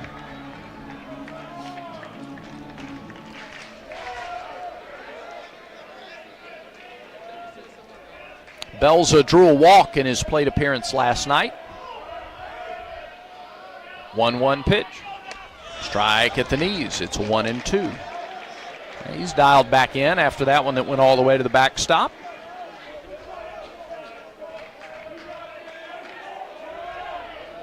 One for 6, 2 runs scored. The one hit, a home run. Just get on base right here. 1-2 pitch. Down low. Little low with a breaking ball. 2-2. I feel like he's got as good an evaluation of the strike zone as anybody on this team. 1 walk, 3 strikeouts for Belza. Left-handed hitting freshman out of Ohio. 2-2 pitch. Outside and a little high, and the count's full. Top spot in the order on deck. Ballou with a bat, the lefty. Crossland's been in there since 2 outs in the 7th. He's thrown 36 pitches. Payoff pitch to Belza with nobody out is way outside, nowhere close. Belza draws a walk. Wouldn't be a game if Auburn didn't come out swinging in the 9th. First and second. Nobody out. Cade Ballou.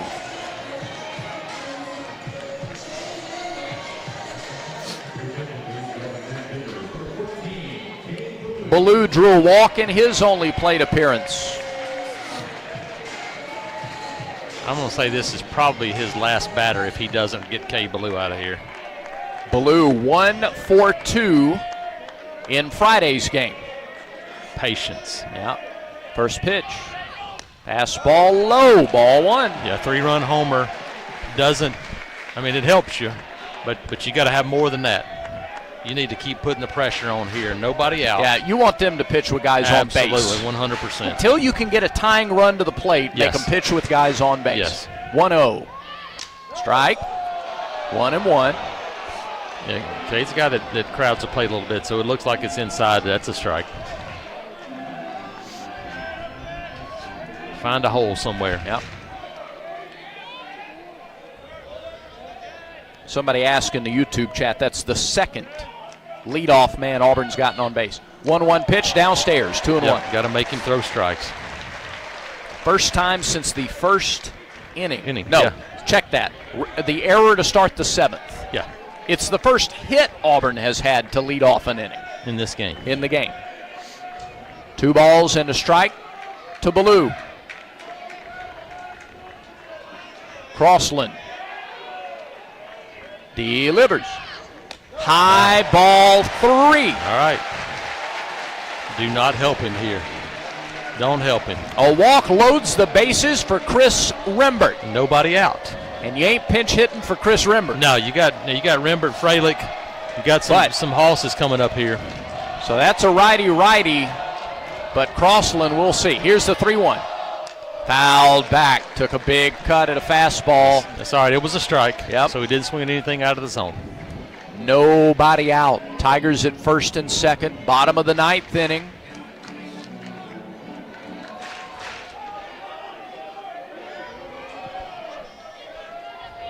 All right, Cade. Nothing, not too big of a swing here.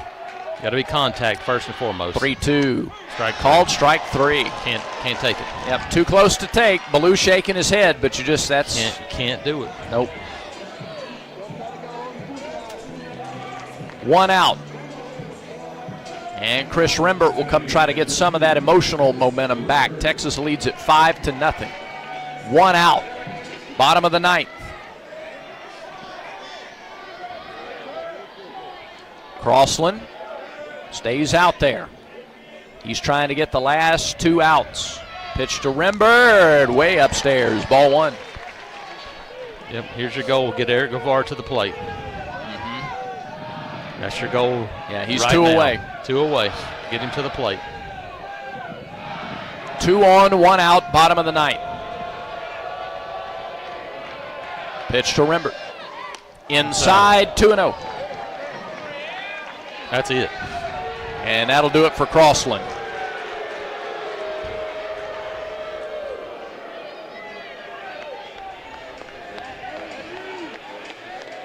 So a pepper tree pitching change for Texas. They rode that big horse as far as they could, but Jim Schlossnagle couldn't ride him anymore. 2 balls, no strikes to Rembert. A new pitcher is on for Texas on a pepper tree pitching change. Alabama Power is here for you when big storms hit, but we're also here for the little things. We're there to get the coffee started, to make sure everyone's ready for school, for midday dance breaks and evening entertainment. We're also there to help you save on all that energy with easy-to-use tips, tools, and efficiency programs. So enjoy these moments. Max Grubbs. And we'll do the rest. Visit alabamapower.com and follow us on social to learn more. Just burn every one of their guys. Max Grubbs is the new pitcher for Texas. Second time we've seen him. Grubbs, 6'1", 220, senior, a veteran out of Arlington. Grubbs 2-0, 9 appearances, a 4.41 earned run average, 16 in the 3rd innings, 14 hits, 8 runs, 9 walks, 16 strikeouts. He's given up 3 doubles and a homer, 2 wild pitches, 1 hit batter. Team's batting .241 against Max Grubbs. Auburn scored 3 runs on 2 hits and a walk against him in yesterday's game. In 1 inning of work. Yeah. He threw 24 pitches last night. You got 2-0 count with Rembert in the heart of your order coming to the plate.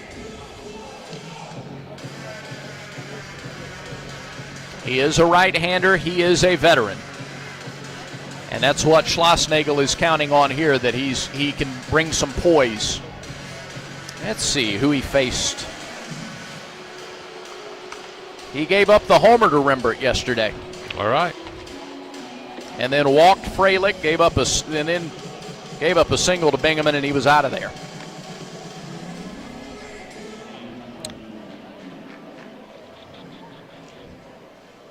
He faced Gregorio first, got him to bounce out. That was a righty-lefty matchup here. This is Rembert who homered against him. Yes, I mean, I don't. Yeah. Well, I know this is perfect for Auburn. Yeah, here. it is. I mean, now Gregorio was the first pitch, and then Rembert homered. I remember that. Well, again, you get a guy you want up in a situation, and it's still 5-0, but it's a 2-0 count. Yep. Grubbs looks towards second, comes home. Rembert shows bunt, and there's a strike just below the knees. It's 2-1. We're zeroing in on the 4-hour mark in this game, and Auburn's not going quietly. 5-0 Texas, 1 out, 2 on. The 2-1 pitch. Rembert swings and foul tips it into the mid. It's 2-2. Inner half at 91.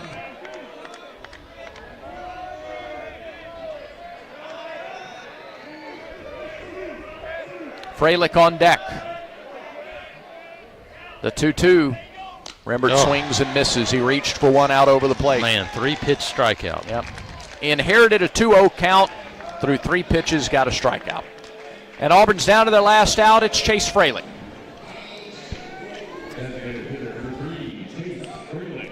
Freilich is 0 for 3. He drew a walk in the 7th. He's also struck out, popped out, struck out again. Not often Auburn strikes out more than the other team. And the first pitch is a strike. 9 strikeouts for Auburn pitching, 11 for Texas pitching here today. Pitch fouled back. And now Auburn is down to its last strike. After the game, Regions Bank postgame show, Jason Caldwell will be down on the field to talk to Butch Thompson and a player. 2 on, 2 out. And here comes the 0-2 pitch to Freilich. Grubbs deals and misses way outside. 1 ball, 2 strikes.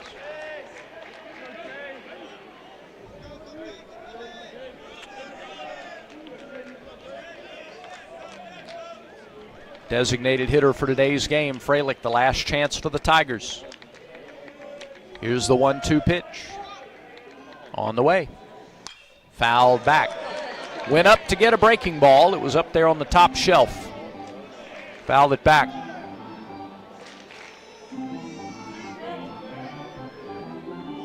Auburn on the verge of going 2-2 against top 5 teams this week, Georgia Tech and Texas. Here's the 1-2 delivery. Fly ball, right center field. That's well hit. Deplanier, though, is under it. Freilich got under it too much. And Deplanier makes the catch, and the inning is over, and the game is over. Auburn threatens but does not score in the 9th, and that was a familiar refrain today. Auburn strands 2 more base runners. Tigers left 12 on base today, and Texas wins game 3. Texas wins the series. Today's final score, 5-0 at Plainsman Park. Stay tuned. The Regions Bank postgame show is next. This is the Auburn Sports Network.